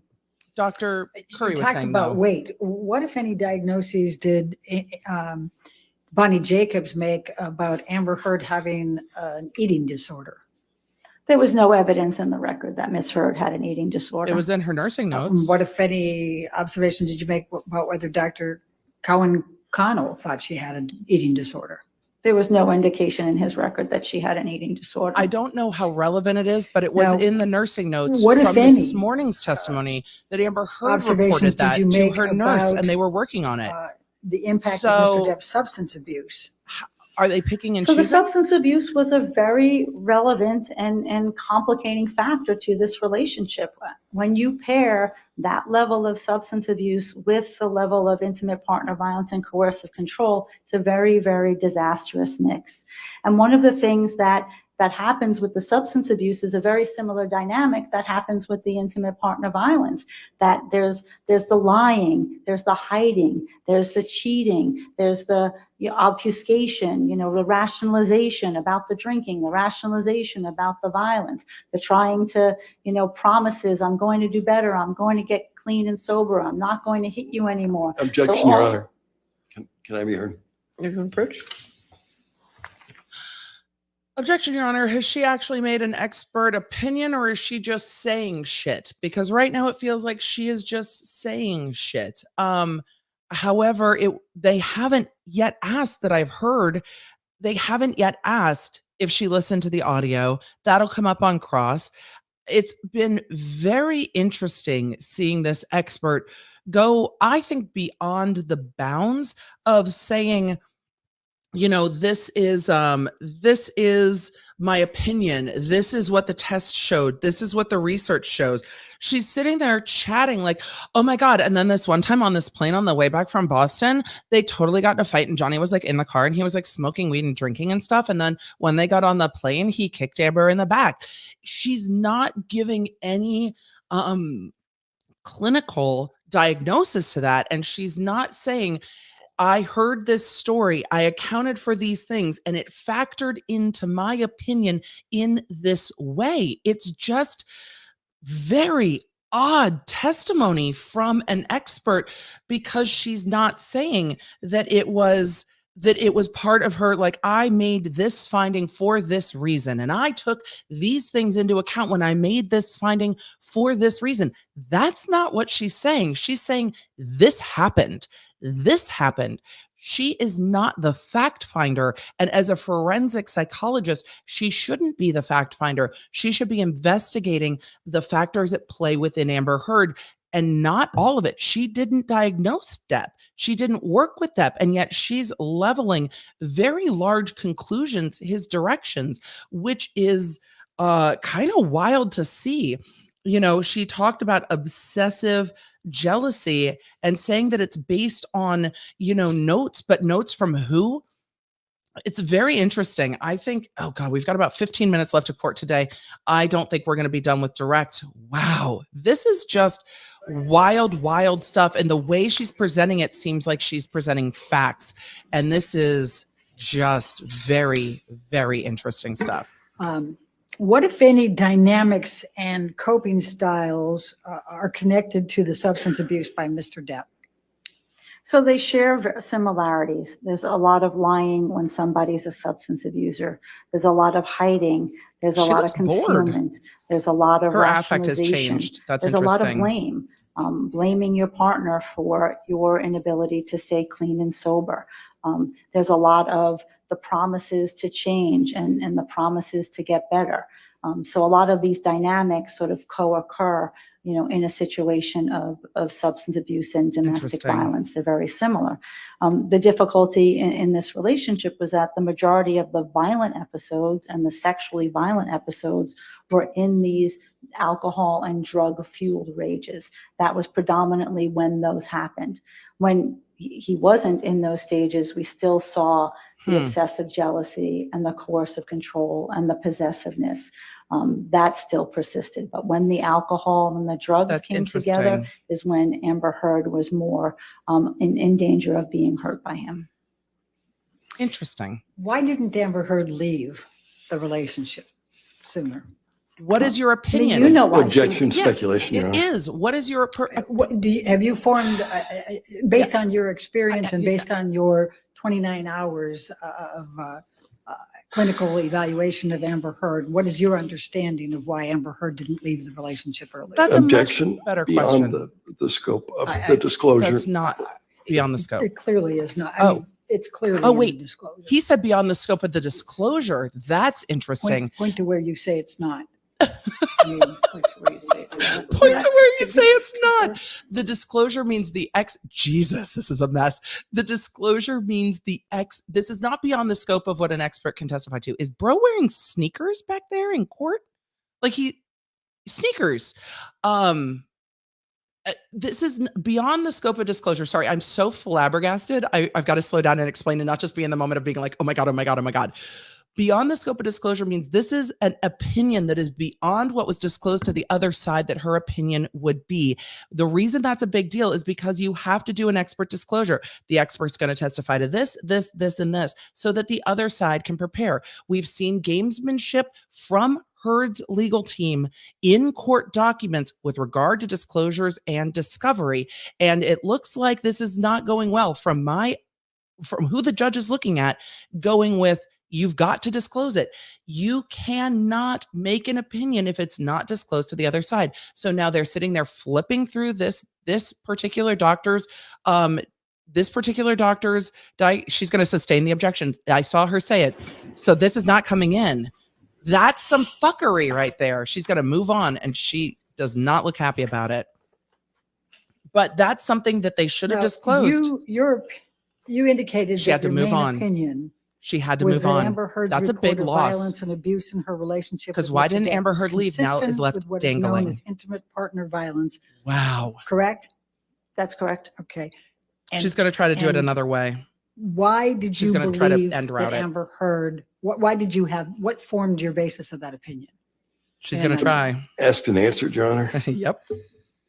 Overruled out. She's trying to figure out a new way to ask it out loud in real time. She's not doing it very well. Looking at all the dynamics in this relationship, looking at not just the hitting and the yelling, but looking at how much more hitting was done, looking at the coercive control, the obsessive jealousy, the possessiveness, the sexual violence, the choking behavior, the threats to kill. Those are all, as I stated, very significant and often found in cases of lethal domestic violence. Those were significant severity factors. Lethal and domestic looking at violence. All those, that's what tipped the scale. That even though she yelled and said some horrible things and hit him, it never was able to shift the balance. It never tipped the scales of power in that relationship. Interesting. Now, you have discussed with Amber Heard, and you have reviewed and evaluated the emotional impact on Amber Heard as a result of emotional distress as a result of the 3 counterclaim statements, correct? This is asked and the 3 answered. They already covered alleged defamatory statements made by they're Mr. trying to Depp run out the clock, I Mr. think. Waldman, correct? That is correct. They got like 10 minutes left. Objection, compound leading. You can lead. Counsel, Go ahead. counsel, you can lead an expert a little bit. Could you calm please down? tell the jury what psychological impact these statements had on Amber Heard? Asked and answered. She's Yes, so testified. there were 3 Don't statements let her run that out the I clock. evaluated. May I check my notes to give you the dates and my recollection so that I can be clear? Since I couldn't put it in, that might be the fastest way, Your Honor. Since I couldn't put it in, I'm sorry. Yes. Okay. Yes. So there were 3 statements. No, you can't read it. April 8th, No, 2020, no. April 27th, 2020, and No. June 24th, 2020 that I she's not queried refreshing her about and recollection. asked her She's about. reading. The one that what happens is if somebody who, like Ms. Heard, has trauma-based symptoms and PTSD. Can I read now? We say that Please, thank you. PTSD is a cue-based disorder. There are things that happen in the environment that trigger it and make it worse. And having to I'm triggered by this testimony. refute, that your report of violence and abuse is a hoax makes that trauma activated. So it makes the PTSD symptoms at that This is time absurd. become more intense and more severe. So she would have more intrusive thoughts, more nightmares, more sleeplessness, Asked and answered. more difficulty engaging with other people, depression, sadness, stress. All of that would happen when one of these statements came out. The one that was, the most difficult was the one where they said that her sexual violence Objection, Your Honor. was a hoax. What's the objection? think she's going to the, to Oh, She's oh, making a okay. legal conclusion. Please continue. The one that was most difficult for Ms. Heard was the statement about calling her sexual violence a hoax. Huh. As I stated earlier, most women try very Oh my. diligently to put that Oh sexual my. violence in a box, bury it down, not want to talk about it, Oh my. not want to, you know, have anything related to it come up. And, you know, she's done, you know, by I my can't. We're estimation, pausing her this. You coping, guys, although we got to she- pause real quick. We got to pause. We got to pause. She just said the most damaging thing for Amber Heard was when they said, Depp's team said that her statements regarding sexual violence were a hoax. But today in court, Rottenborn stood up with his entire chest during that motion to dismiss and said she didn't make those statements about sexual violence. That was a headline written by the Washington Post. But now we've got this expert on the stand saying the most emotionally damaging thing to Amber Heard was the statement that her statement regarding the sexual violence being a hoax, which means she's now saying Amber Heard said that those were her statements about sexual violence. And the most emotionally damaging part was when her statements about sexual violence were called a hoax. How is Heard's team going to say that those statements were not made by Heard when this expert said that that was the most psychologically damaging part? Oh my God, that just happened. I had to suffers from pause. post-traumatic stress disorder. She also has a high degree of coping strategies, but when Oh this my would God. happen, it sort of would just, everything would deteriorate. And this is the one thing that women are always afraid of, that no one's going to believe them. No one's going to take them seriously. And when somebody comes out in the popular media and calls your experience a hoax, that lended itself to more severe psychological and traumatic symptomatology for her. More severe. Dr. Hughes, are all of your opinions that you have provided today within Well- a reasonable degree of psychological probability or certainty? Boom. Yes, they are. Thank you. I have no further questions. All right. Ladies and gentlemen, I think this is Yeah. a good time to go ahead and break for the day. We can have cross-examination and redirect tomorrow of this witness, of Dr. Hughes. So if you could have a good Oh, evening. Doc, you Do better not read your discuss the case notes. with anybody, and don't do any outside research, okay? We'll see you in the morning. Oh Thank you. my God. That happened. That happened. I think that's why they stopped objecting to it, because they wanted her to say that, because they're attributing those statements to Amber Heard. If Amber Heard didn't make those statements, how psychologically damaging can it be if somebody called an op-ed headline a hoax? What happened? Okay. All right, Dr. Hughes, since you're still in the middle of your testimony, please don't discuss your testimony with anybody, including the attorneys, okay? And anything that you looked at, referenced during your direct examination, if you could just turn that over so they can review that before cross-examination, okay? Turn All over right, your thank you, entire ma'am. file. May I just, I it- presume she wants to be able to take that back with her. and We can review get copies overnight.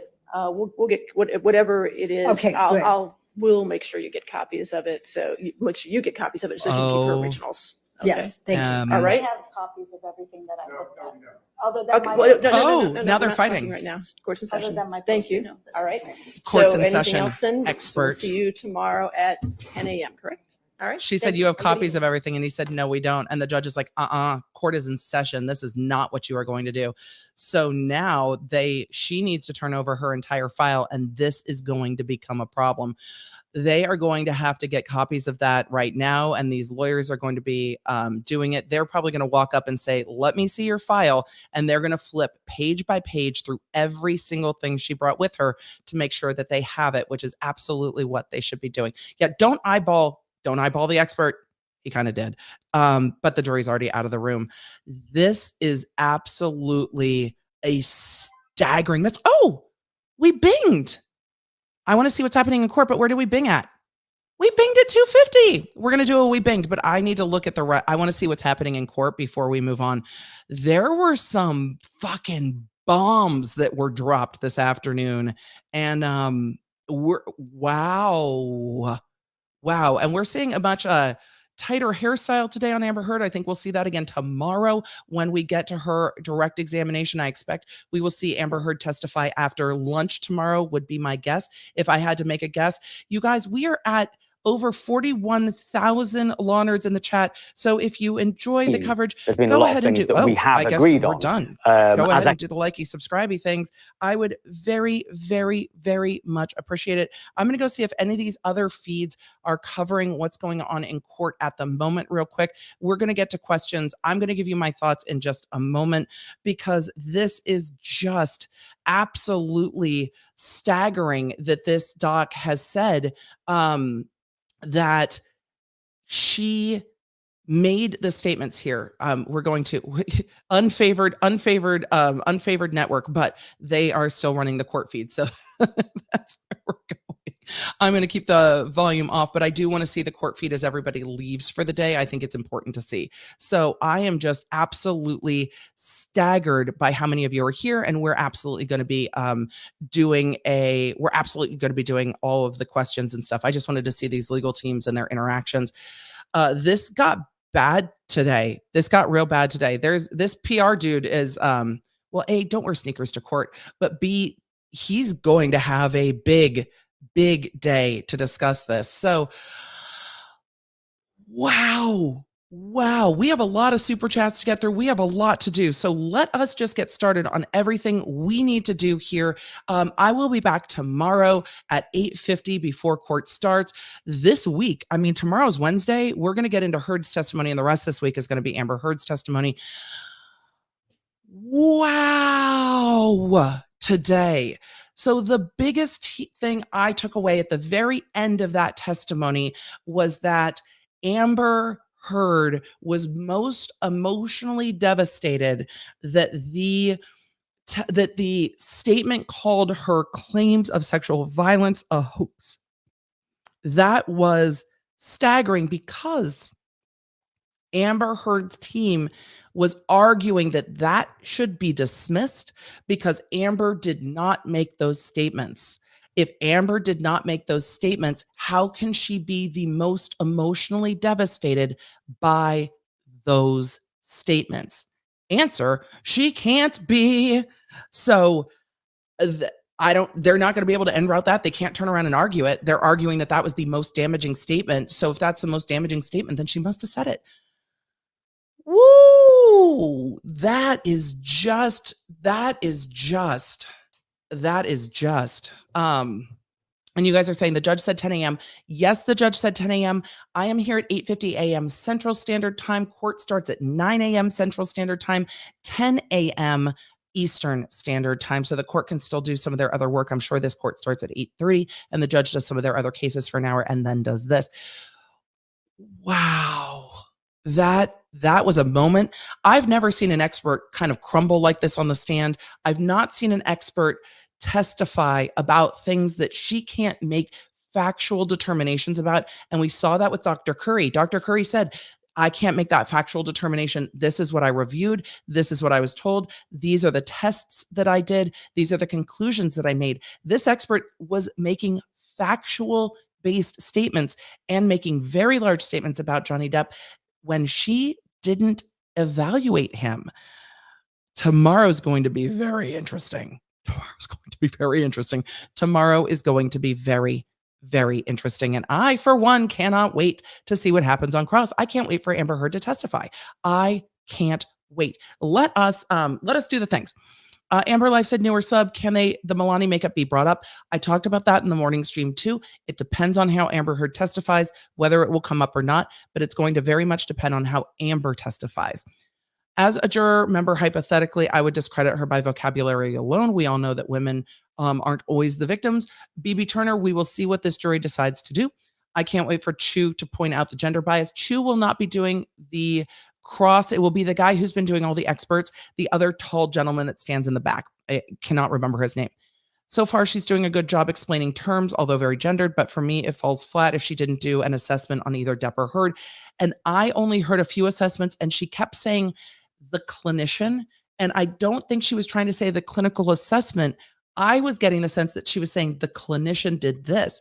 But if the clinician did this, who did the evaluation and what is she testifying to? And we'll see if that comes out on cross. Because if a different clinician did it, that's going to be a big oof in the morning.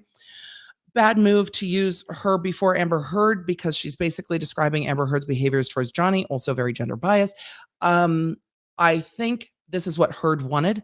I think Heard wanted someone to explain why she acted and wanted someone to minimize her own violence against Johnny Depp. And this witness kept saying, the power dynamic never shifted, even though Heard used minimal violence, and she was using minimizing language, minimal violence towards Depp. So she used minimal violence, but never shifted the power balance. That's a very interesting thing to hear her saying. Her gender bias makes her resume concerning. This type of thought only prolongs stigma surrounding male victims. Well, I mean, this expert is probably what people are worried about, is that there's some expert somewhere saying that men aren't going to be victims, and she skirted over it a lot, and I think they'll hammer it on cross. This expert is the equivalent of defective framing and investigation around a single specific subject or suspect. Her framing was interesting.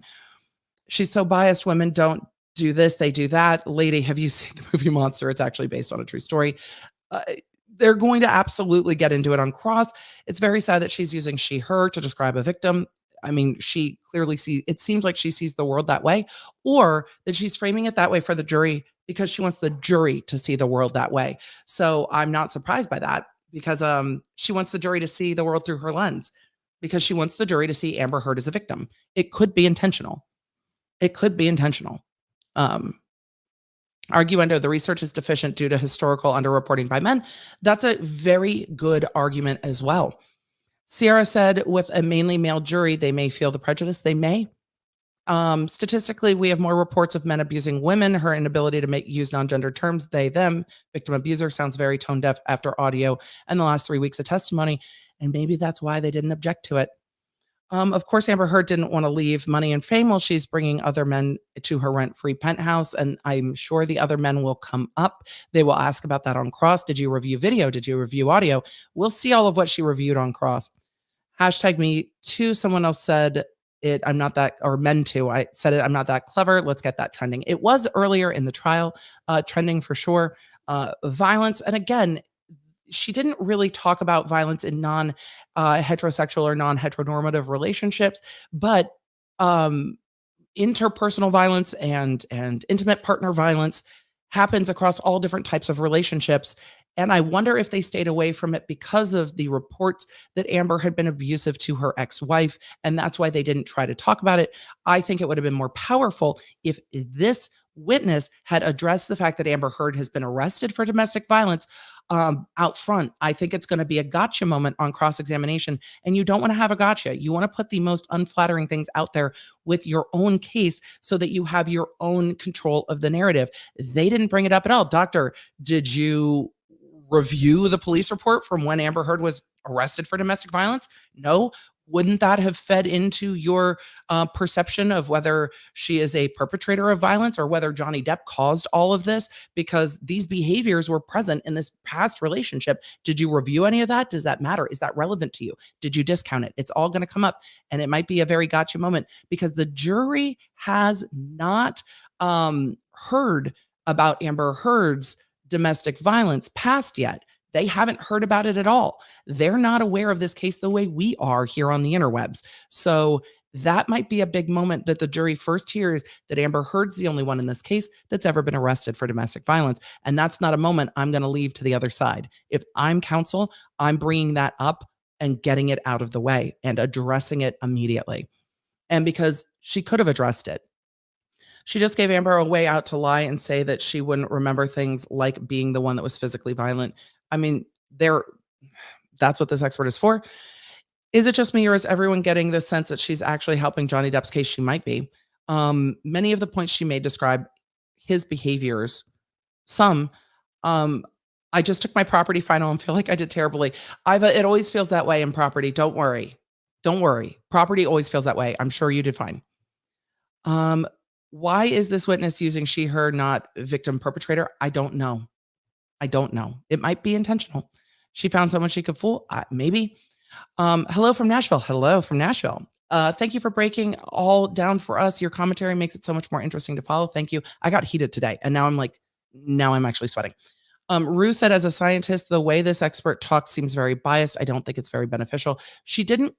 The thing Dr. Curry did well is she kept going back to the reports, the diagnostics, what the diagnostics showed. She wasn't saying factually, this happened and this happened. This was reported. I saw this. I used this information. I considered that information. I considered this totality of the information. This expert didn't do that. She's like, no, on the plane, Johnny totally kicked her on the back. It was wild. Curry was more interesting. I think Curry was more engaging. Curry wasn't reading off her notes, though. Was it shady? Yep. Did I say it? Yep. She hasn't said any of this applies to Amber, though, yet. It's all academic background. Oh, yes, and experts, that happens. I believe statistics about abuse are best perceived within a demographically contextual state. Also, men are less likely to self-report. I agree, and that will come up, I'm sure, on cross. Is it fair to assume that if I'm thinking of Johnny during expert opinion, the jury is also? It's fair, because they're going to be checking what this expert's saying against what they've already heard in their, even if they're trying not to. It happens. Will the video of Amber Heard eating be played in this trial? I don't know. We will see. She seems biased. I mean, she was something at the end there. This was framing Johnny Depp's experience, just switch pronouns outside of bystander effect and property damage. The rest feel like a backfire for Heard's team. I mean, once we got into the reading notes, it definitely felt like a big backfire. I object. I have never been meek and mild. It's fair. Question, based on your experience, do you think using gendered language that conflicts with the story Depp's team has told hurts her credibility despite her other qualifications? It's hard to tell how a jury will read that, but it's going to come up on cross to make her seem like she is biased to always seeing a woman as the victim, and that can hurt her in the eyes of the jury. So it will come up. She has not been asked if she's been asked to review this case. Does it matter? No, it doesn't. She's been hired as an expert, so that's why she's here. Did this witness evaluate Amber Heard and Johnny Depp? Just Heard. And I wonder how much of that was documentary review versus how much of that was spent in the hands-on clinical time. She said 29 hours, but it wasn't super clear. I've talked a lot about the gendered terms, and I think I've given my thoughts on it. So thank you all for all the questions on it, but I'm going to try not to reiterate. So could be a tactic, could be the way that she frames the world, could be that she's trying to reframe the jury, will come up on cross. Amber Heard inherited her abusive father's gene. I don't know if abuse is genetic. Someone needs to point out Amber Heard's childhood abuse is what she mimics. They might. I mean, that'll come up on cross, but also on that argument, good for the goose, good for the gander, because Johnny Depp also has an abusive childhood. So if you're going to say because someone had an abusive parent, therefore they're abusive, it's not going to go well. And I don't know if the science supports that from either of these experts. You're amazing and missed Depp's lawyers passing notes and laughing with him. I probably did. But at least I was here for the explosive stuff with this expert reading her notes and then getting snarky with the jury and being like, so you want me to just look down and look back up? I can't wait to see what TikTok does with today. Why didn't Johnny Depp's team have Jerry Bruckheimer to the stand to say the op-ed's effect on Johnny Depp's reputation? Because they brought in the other experts. I don't know why they didn't choose to bring in Jerry Bruckheimer. I'm sure there's a reason. Victim of lesbian DV here. I dated an Amber. Ouch. They should ask her about same-sex DV. They should have, and I wonder if they didn't for a reason. But again, relational violence happens in all kinds of relationships, and they didn't explore that enough. Does her lawyer already know the expert's answers? Generally, they've deposed her. They have a whole report from her. So generally, have you ever been a teacher or professor? Kind of, but not really. I felt like my job as a trial attorney was to teach jurors what the law was and what the facts showed. But I was also a TA in a number of my classes in law school. But no, you're so clear in your speech and explanations and bring so much energy. I like doing what I do. I like doing what I do a lot. But no, not in a formal way. I actually wanted to go into teaching, and my dad's like, I don't know if you have the temperament for teaching. And so then I went into law, and there were jurors that were captive. You can't leave jury duty. You had to just sit there and listen to me. So, I mean, maybe I was better with a captive audience and not super patient. I love you all, though. This is a lot of fun. But you get to choose to be here, don't you? Hello from Sweden. This expert only looks at the jury when answering questions. I mean, that's fair. Do you think that it could have a negative effect? No. I think that you look at the person asking the question and then look to the jury when you answer. I think that's fair. We'll see what happens on cross. They probably will zoom in right on the lawyer. Thank you, Emily, for getting me through writing final papers for my master's in mental health counseling. Oh, today, Sarah, must have been a fucking adventure for you. I keep finding myself imputing legalese when defending my mock diagnosis. There you go. Today must have been a roller coaster for all of you that have worked in the mental health field. Today must have felt like a fucking roller coaster, like for real, for real. How can a therapist offer work product services to family law therapists, but not in the role of expert witness? I don't know. I'm not following Elizabeth, and I'm sorry, but it has been a long day. So this was a forensic evaluator hired for the purpose of forensic evaluation. I wonder how men receive this. Seems tone deaf. Newsflash shock. There are males. We'll see. Be honest with yourself, Emily. Do you believe Johnny has amassed the largest fan base in history? I don't know. I don't know how to quantify largest fan base in history. But it sure seems like they are out and proud right now. Can expert testimony be rehearsed? I mean, generally, you know what you're going to say, and you generally know the kind of questions they're going to ask. So it's so surprising to me that when you know what you're going to be asked and you kind of know what you're going to say, that it falls apart this spectacularly. Entertaining for the rest of us to watch. This can't feel good for Amber Heard sitting there watching this. Or maybe they feel that it's combative and they're watching it going, they're doing this to us. This isn't our expert's fault. But that judge was way, way patient with this today. Don't you think that with the amount of evidence that Amber Heard doing exactly what she's described as abuse and reaction to abuse, that it's helping Johnny Depp? I think that Johnny Depp's team's going to go there on cross and it could end up helping them. This is hard for me. Listening to her reminds me of how hard it was to find help or even someone to listen about being abused by my ex as a man. Society has gone too far with this. Thanks for keeping me level. Protect yourself first when you're listening to this testimony, but that's exactly what this testimony is going to be for the next day. Camera station behind witness stand from where Amber Heard is, so it's definitely possible that her looking at the stand appears looking at the camera. Avid, thank you so much. That's very helpful. How much does gaslighting have credibility in this case towards Johnny Depp? I mean, they're going to explain the behavior. They already kind of did explain the behavior of gaslighting with Johnny Depp's witness, Dr. Curry. Why is the witness talking directly to the jury? Normal and expected. For an expert, they should turn to the jury and explain, this is this and that is that. They should look at the jury and explain to them, this is what this test means, and engage them. Very normal, very expected, varying levels of effect depending on how they like the witness.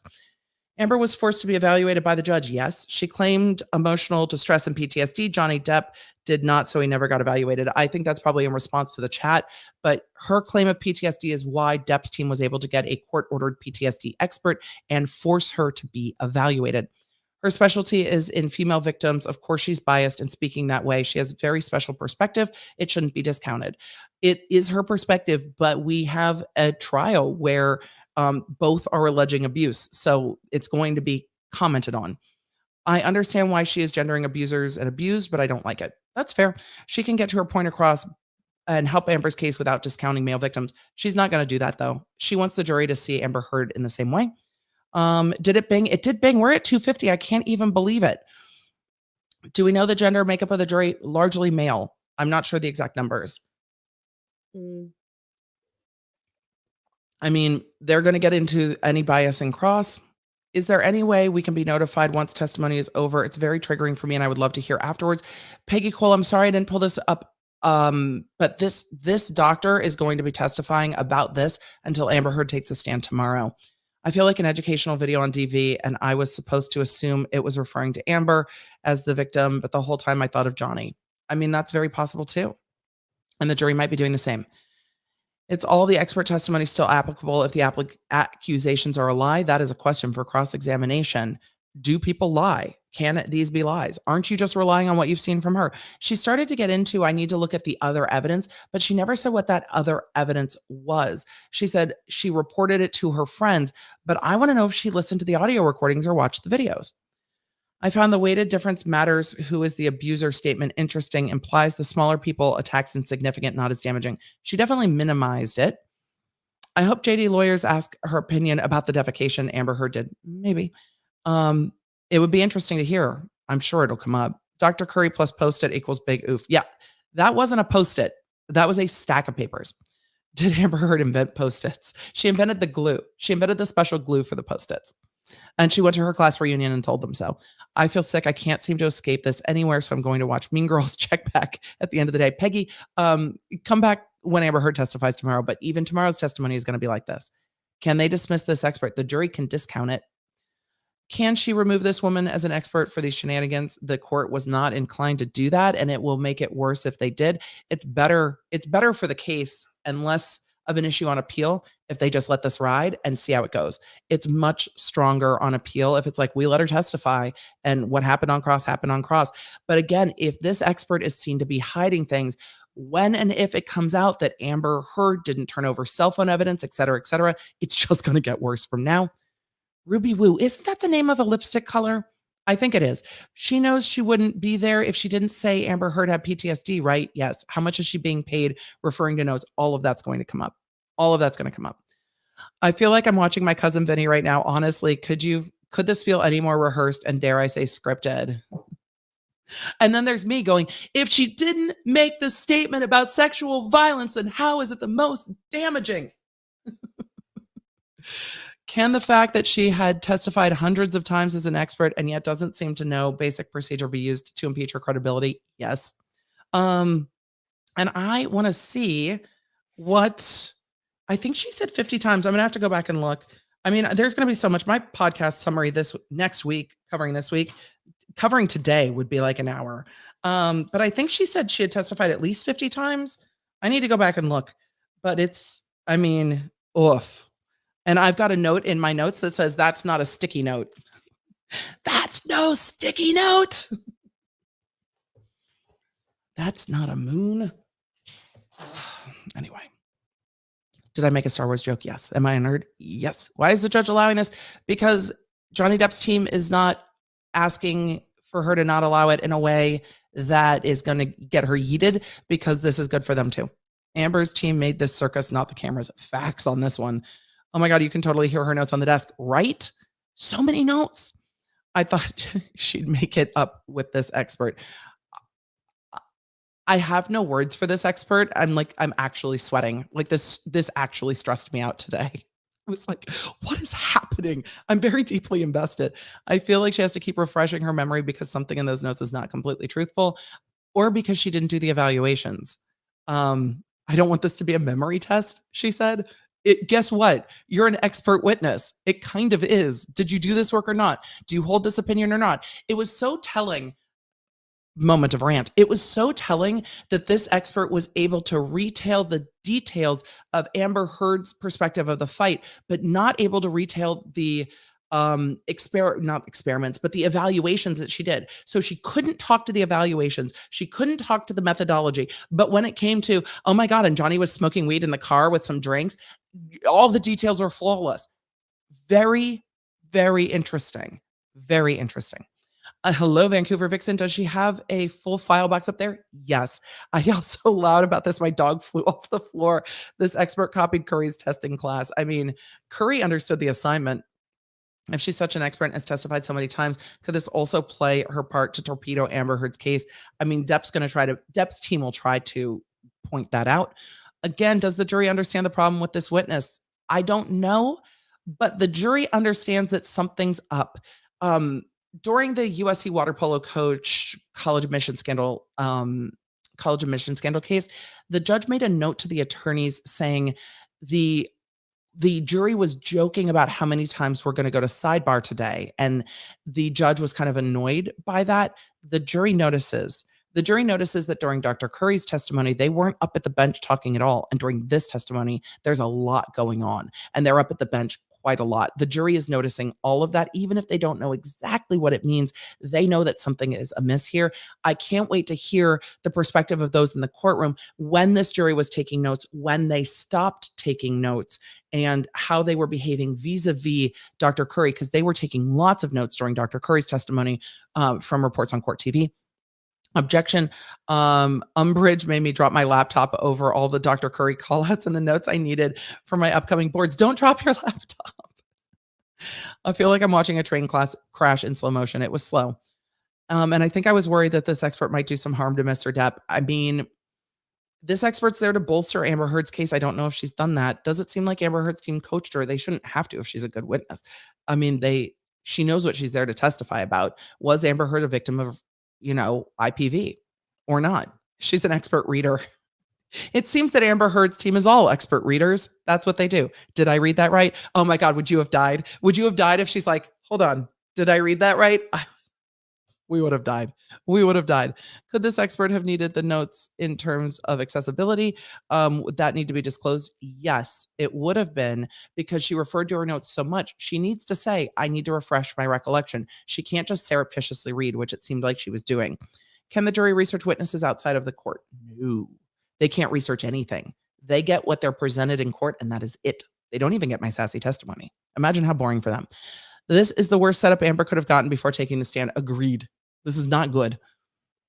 Question: the jury might not know that this is unusual and will just look at it as though she is professional, as thorough and professional, maybe, but they're going to juxtapose it to Dr. Curry because she kept getting called Dr. Curry, not even a wish version of Dr. Curry. Oof.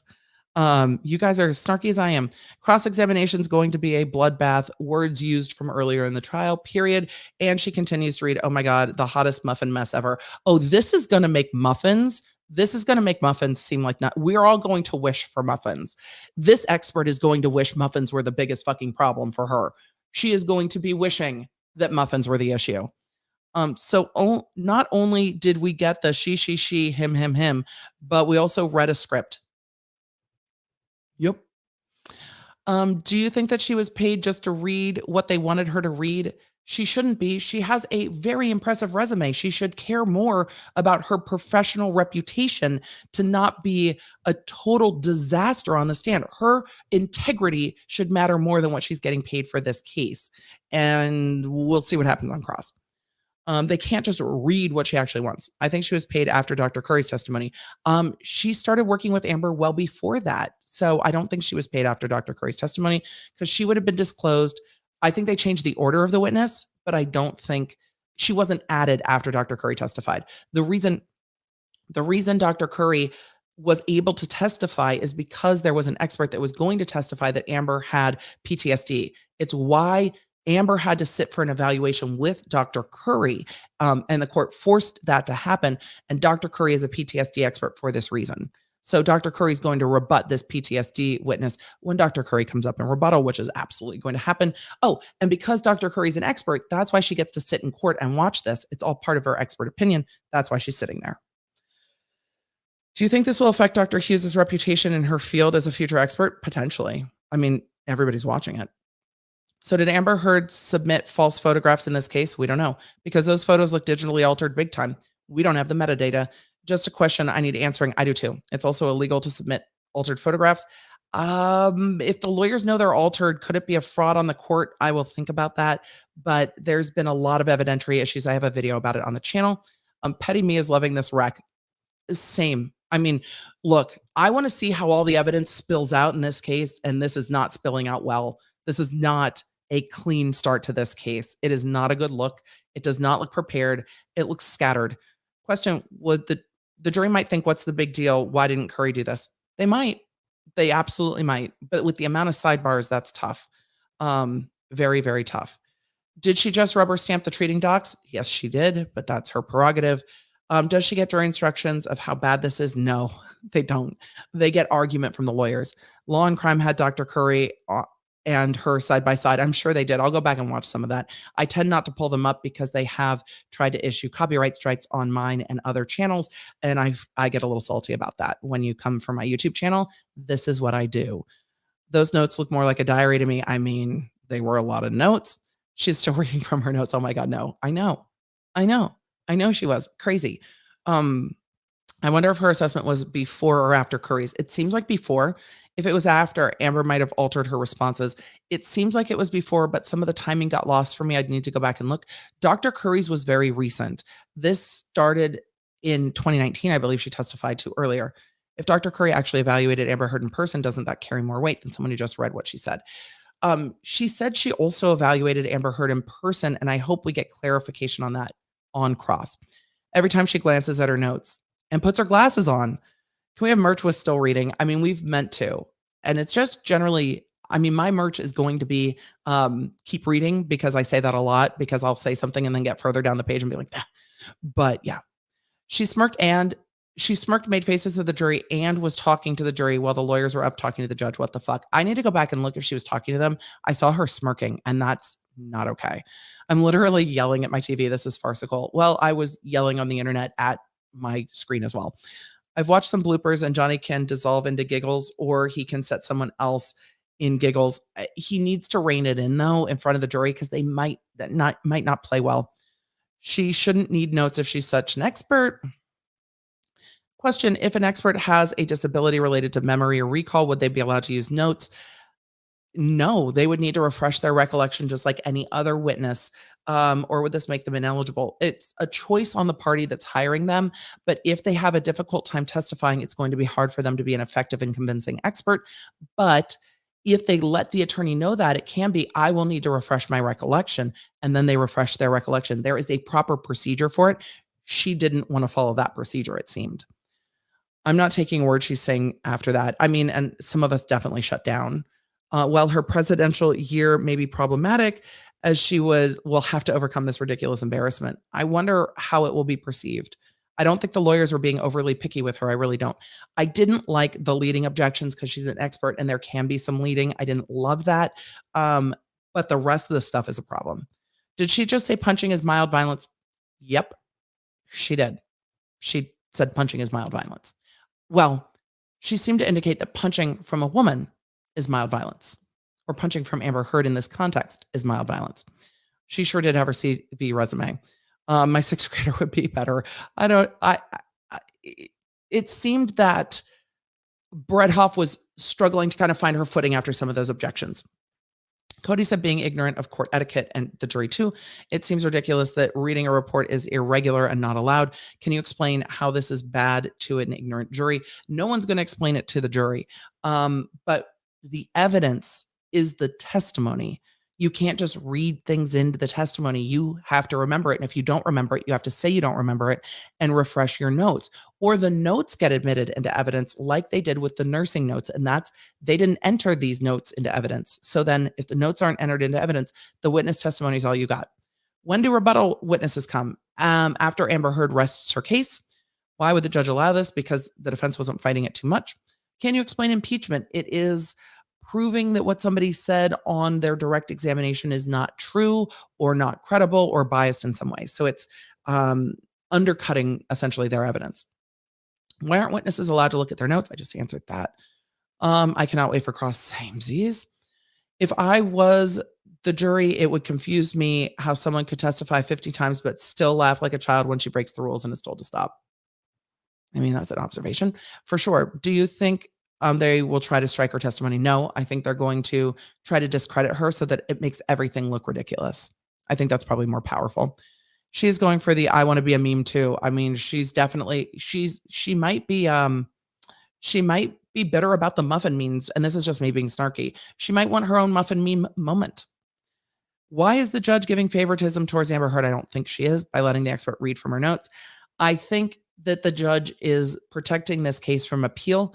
Amber Heard's team has brought it up. The judge has let them approach every time. The witness was admonished by the attorney in open court in front of the jury. JD's tie looks like bacon. Can't unsee that. Play the Benny Hill theme song over this. I can't do that well, but I can hear it in my head. I'm a mod for Natalie Lawyer Chick if you need it. Oh, thank you, Miss Mandy. We do have a great mod squad. Oof, to be their first witness, big yikes. She just intimated that she scored Depp, which she didn't. I hope Depp's team does a spike through this or a strike through this. I'm an expert and none of this is used in scoring. It's wild. Like, this was wild testimony. The judge seems biased. I don't think the judge is biased. I think the judge is protecting the case. If Dr. Curry is subject to recall, shouldn't she not? No, she's an expert. She can sit in the courtroom and she can evaluate the testimony because she'll be recalled to address the testimony. So it is outrageous. The clown memes are going to be something after this. I don't know if she typed out her testimony. I think that was her report. This is a witness for Amber Heard. The lawyer isn't abrasive. Correct. They're on their case now. Were her academic tests in college all open book? Don't know. Maybe they were memory tests. Memory tests and hearsay papers.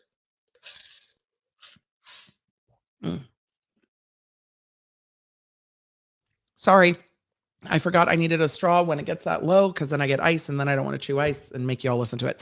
How did she even walk up there with those notes? She had her like briefcase, I think.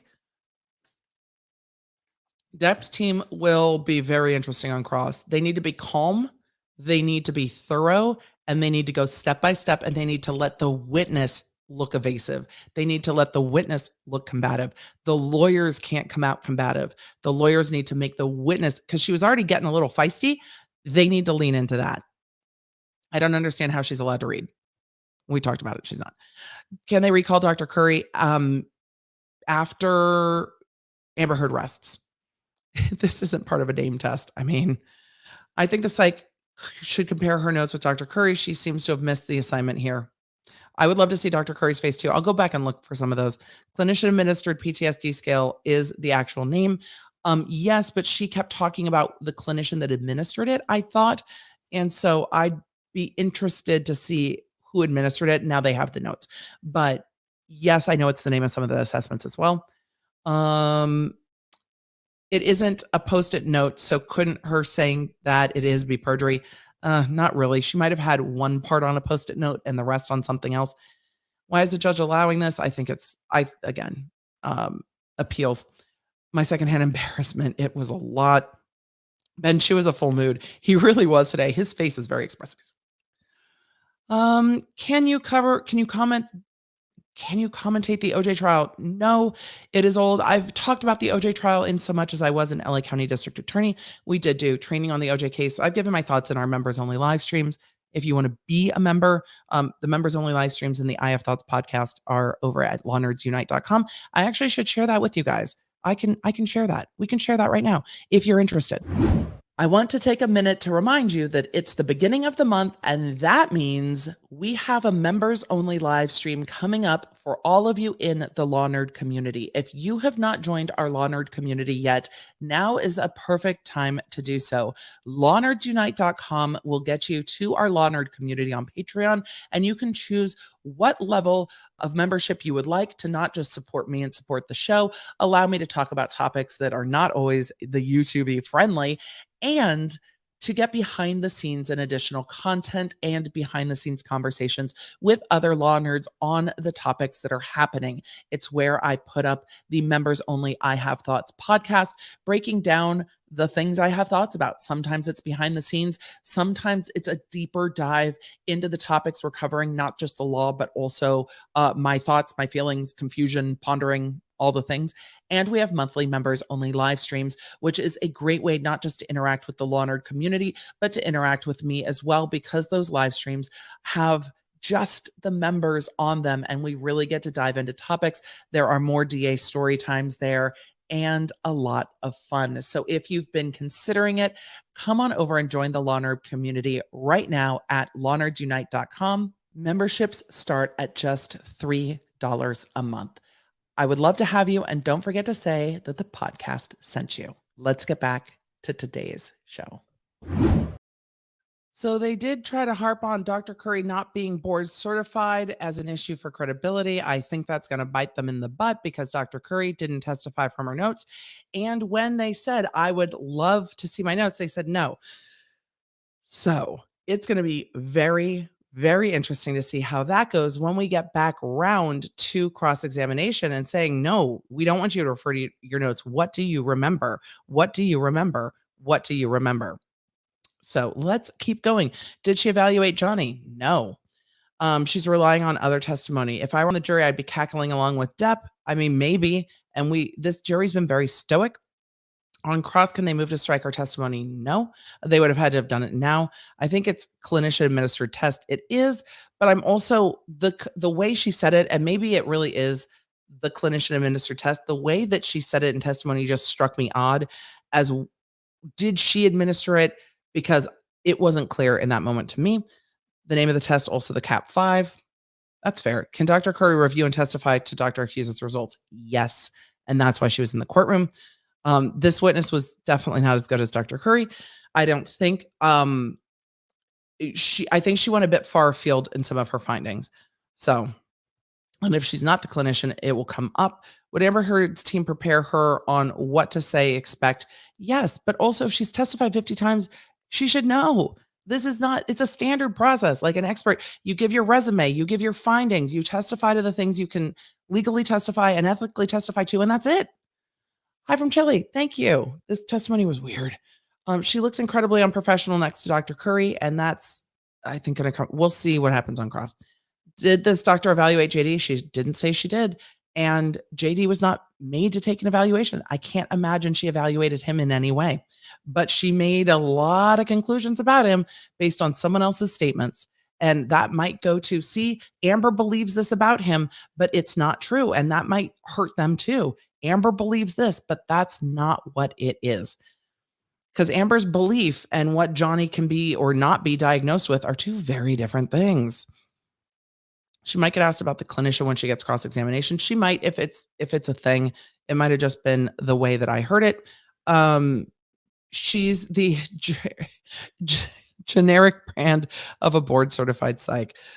Oh, my theory, she needs notes because she did not administer the test. They'll see that in the notes that they'll have tonight because they're getting those notes now. I hope the jury knows this should not have happened. We'll see. They're going to know something's up. Holy crap balls. I'm riveted too. Oh my God, I don't believe her. I think she listened to everything Heard said, and I don't think there was a healthy dose of skepticism in anything that she did. What's the difference between lawyers objecting and them going up to the judge? That's a great question. So when they object, if they have more to say, it's appropriate to approach the bench so you're not doing speaking objections in front of the jury.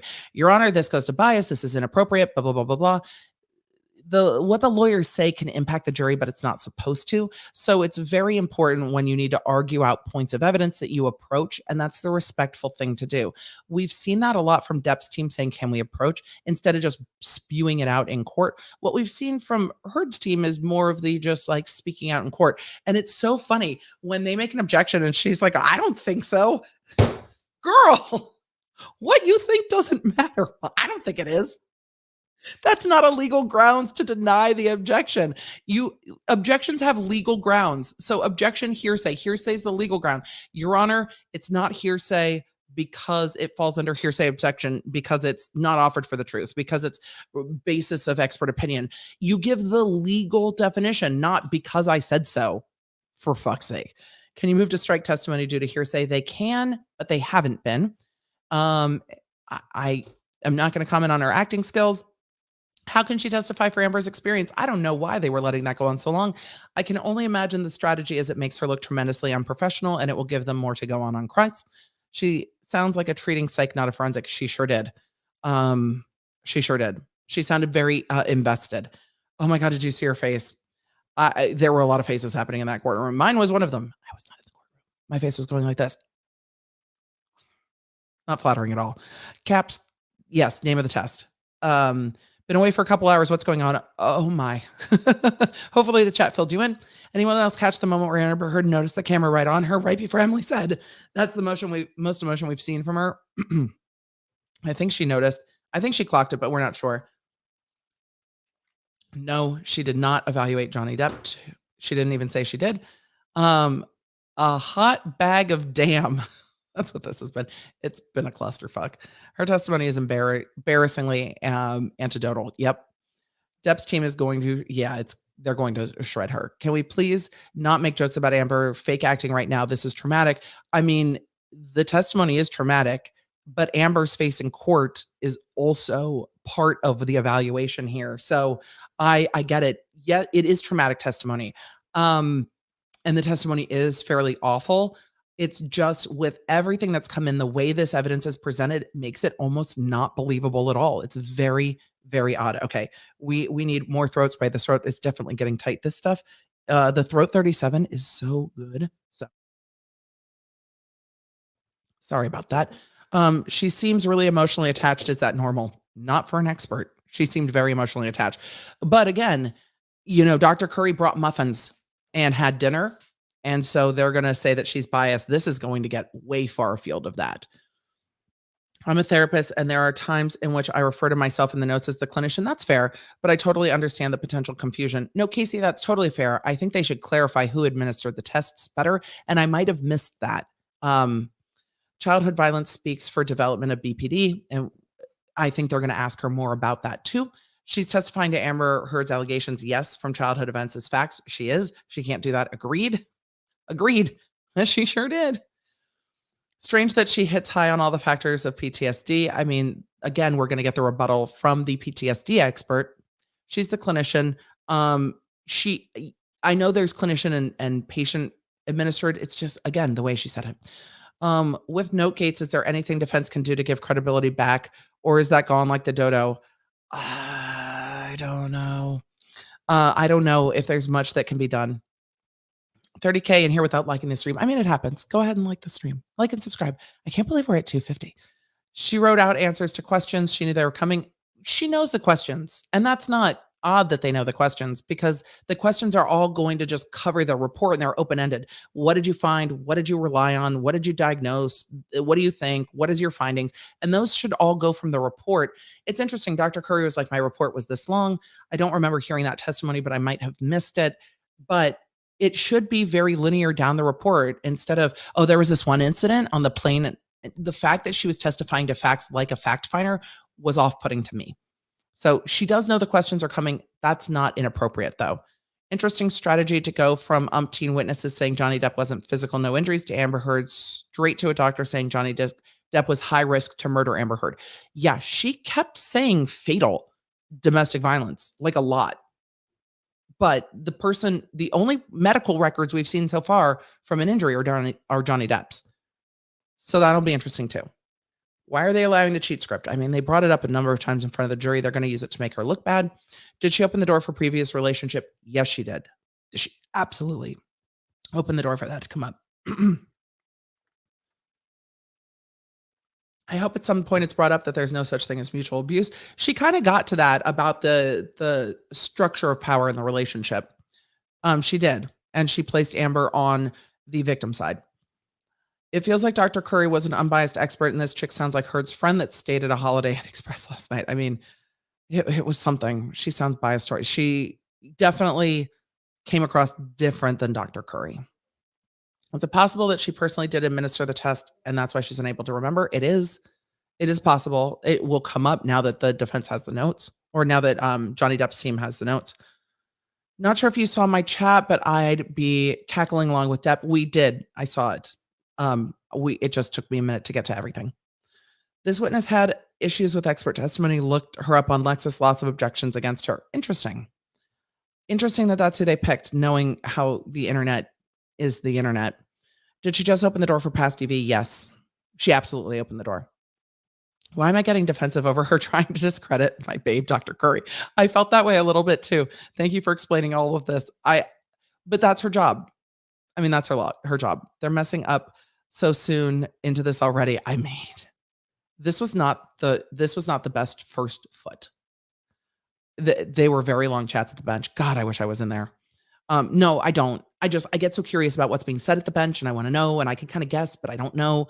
And I want to know, I want to know what's happening at the bench. I used to get the inside scoop. I miss having the inside scoop sometimes because I want to know what the judge said to Umbridge. Wouldn't it also be beneficial to JD to hear her try to answer without notes? Yes. Yes, it would. And it would be good for the jury too. We'll see what happens on cross. Did she evaluate Johnny? We already addressed that. Thank you for asking, but no. Will Cross ask timing of when Dr. Curry did the test? Yeah. We have that in evidence. They will ask when this doc did the tests. Yes, they will. They'll ask about that. Who is the clinician? They will probably ask or just clarify. I might have missed it. She had an entire freaking binder. Yep. Team Amber is going to make Chicago musical. It's going to be interesting. I mean, we definitely got this. If you're a sports commentator, I think I'm a new fan of this new sport called court. I mean, it really is court. It really is. Court has become a sport. Look, you play various sports on a court. There's a basketball court and a tennis court. We're just court of law sport court, or courts, court sport. Hold on. Weren't there testimonies that she has been abusive to staff and DV charges prior?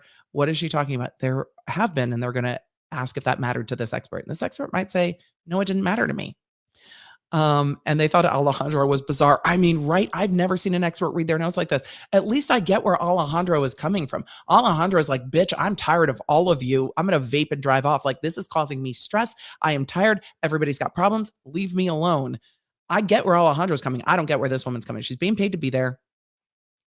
Dr. Hughes wrote a book, Songs of the Gorilla Nation, My Journey Through Autism. Huh. Okay. She didn't talk about a book. She just talked about chapters. That's interesting to me. Curious if you've seen that Amber Heard's new PR guy allegedly intimidated the court photographer and is using a phone and passing notes to Amber. I didn't see any of that. I'll look for all the tea. I've been streaming all day since court started. I'll look for the tea later. I can't do this and do that, but thank you for bringing it to my attention. If you guys see stuff, and I tell you this all the time, if you see stuff that's interesting or you want me to see, just tag me on social. I got tagged a bunch in the trial song yesterday on TikTok. It was delightful. I enjoy looking at that. It doesn't always come into my commentary here because we're running down what the jury's going to see. But I also love seeing what's going on social media about this case. So if you see something and you want me to see it, tag me. You can DM me on Instagram or Twitter, and I'll see it there at some point. Barking in the dark. Should Umbridge and Dr. Hughes lose their license? No, considering how neither of them can follow the rules. No, it's not that bad. It's bad, but it's not that. It's not lose your license bad. It's maybe don't be called again bad. My notes, AKA script that they gave me. I need to rewrite my notes. It's so interesting because Dr. Curry, Dr. Curry's like, well, I could tell you the exact score if I could refer to my notes. And then, Umbridge is like, no, what do you remember? No, what do you remember? Well, Umbridge, if memory is such a big deal, what are we to make of your expert who needs her notes for everything? It goes both ways. It goes both ways. Will they ask on cross if the expert has seen evidence to substantiate? They should go through the things. Did you review audio? Did you review video? Like, what did you review? And it should be very direct, not what did you review? It should be, did you watch this video? Did you listen to this audio? And what did you decide? How can she testify for the doctor? Shouldn't the doctor be on the stand? Yep.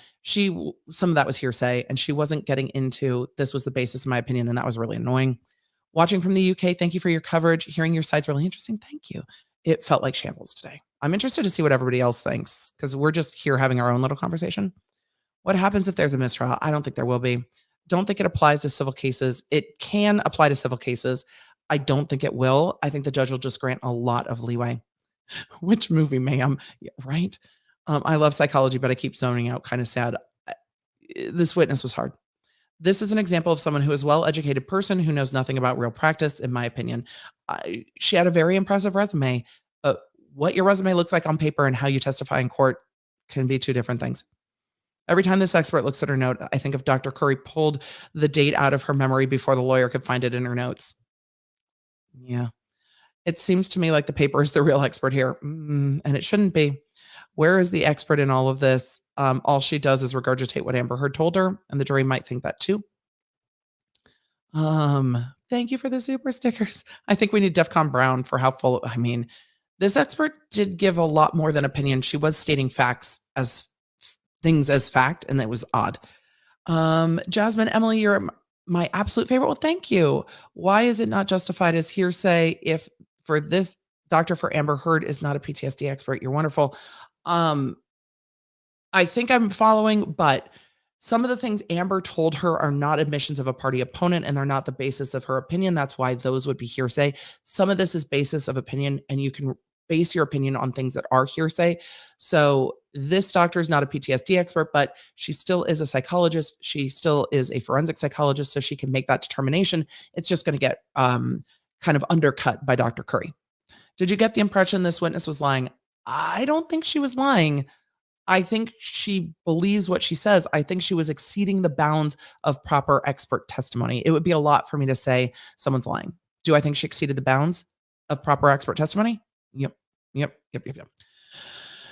No professional talks like this. You say it was reported to me, quote, this person is just narrating a story. It felt that way. And then y'all, when she got to the tits and ass, I was like, we've seen so many text messages from Johnny Depp. That languaging seemed odd to me because it really felt like, is it chorus line? Tits and ass. I think it's chorus line. It felt like a moment from chorus line, but I feel like some of Amber Heard's defense is from Goodbye Earl. So I don't know. I feel like a lot of this is being pulled from other places. It's very odd to me. How the heck can she remember this without the notes, but then remember crap before? That'll all come up on cross. If Amber Heard went to the ER, where are the medical records? Agreed. We haven't seen any, but we're now in Amber Heard's case where she can present them.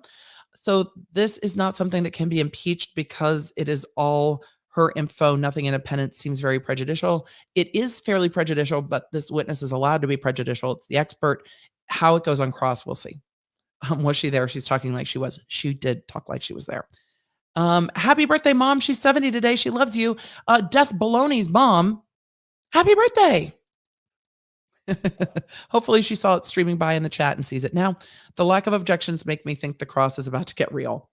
Sometimes when the lawyers are quiet, you need to be worried.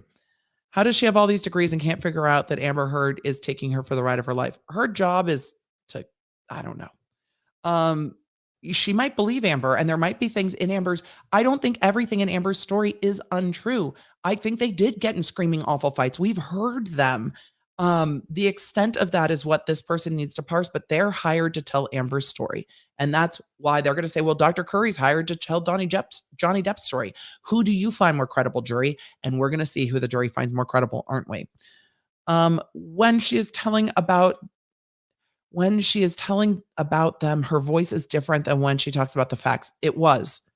She felt like she was storytelling because she was there. I pray there's an expert on the photos. Same. We'll see what happens. I feel attacked. I look great in my mom jeans. I mean, we all feel attacked. Leave our mom jeans alone. She said it with derision too. She was like, Johnny Depp made her wear mom jeans. And it's like, were you there? Amber Heard recorded everything to random audio of Johnny Depp retching and vomiting, but she couldn't record any of this insane, jealous, controlling behavior. We'll have to see what the expert listened to. Seems like opinion stated as fact is not expert testimony. She never recorded when he came back. That's a fair point. I can't wait for cross. For real, tomorrow morning is going to be interesting. I'm interested in knowing when this lady's evaluation was conducted in comparison to Dr. Curry's. Same. If this was after, then she already knew what to say to sway this lady her way. This is very biased and detailed. It's very detailed. I think some of the evaluations were done before. Hopefully we'll get a date breakdown. I would like one. I'm sure at some point the jury is like, when did any of this happen anyway? The dates in this case are very fuzzy. Can they ask if she's, no, it would be inappropriate to ask the expert that. How does this relate to her expertise? Sounds like her girlfriend retelling the story. I think that's why the defense let it go on. Again, or I keep calling Depp's side the defense because now we've switched into Amber Heard's case in chief, the cross defendant, Depp's side. I think Depp's side let it go because they can point out the stark differences in the way Dr. Curry testified versus the way this witness testified. And those statements are coming in from Amber. So we know this is coming in. So there's no harm in letting this expert look unprofessional or look like she is exceeding the scope of her testimony, because I'm sure Dr. Curry has a lot to say about what this person said on direct.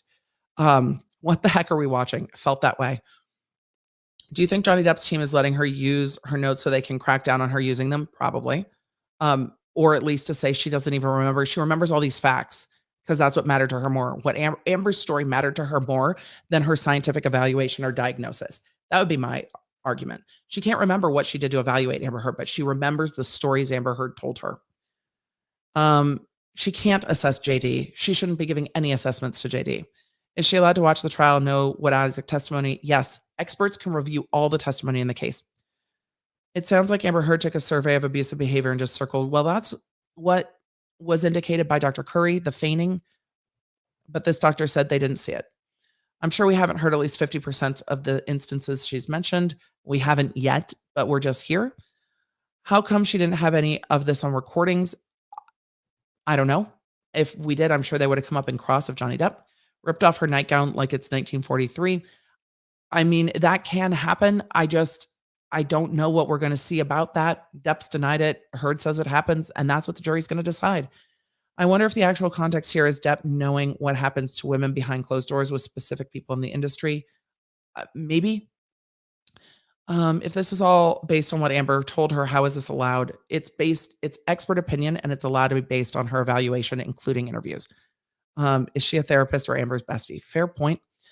Every description she gave of an abuser all apply to Amber. We've seen it in evidence. Hughes will watch this case after and not feel so smart. Well, she should have been. It pinged. She should have been watching now. Wait a second. Did that just bing to 253? Y'all, thank you. I guess do the likey, subscribe. I think that binged by 3,000. We've got to celebrate. We've got to take a minute to celebrate. Today's been a day. I'm sweaty. Like today's been a day. We're just going to take a minute to celebrate that it binged. Let's just bing for a second. Shall we? We're going. Oh, it binged. Move your head. Ah!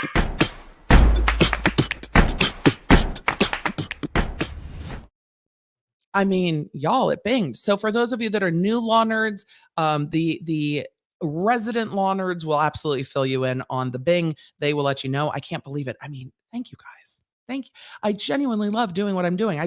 I still can't believe the shit that we saw today. I can't at all. Is the current doctor someone who worked with Amber Heard long enough and in a way that she can say that this is what happened?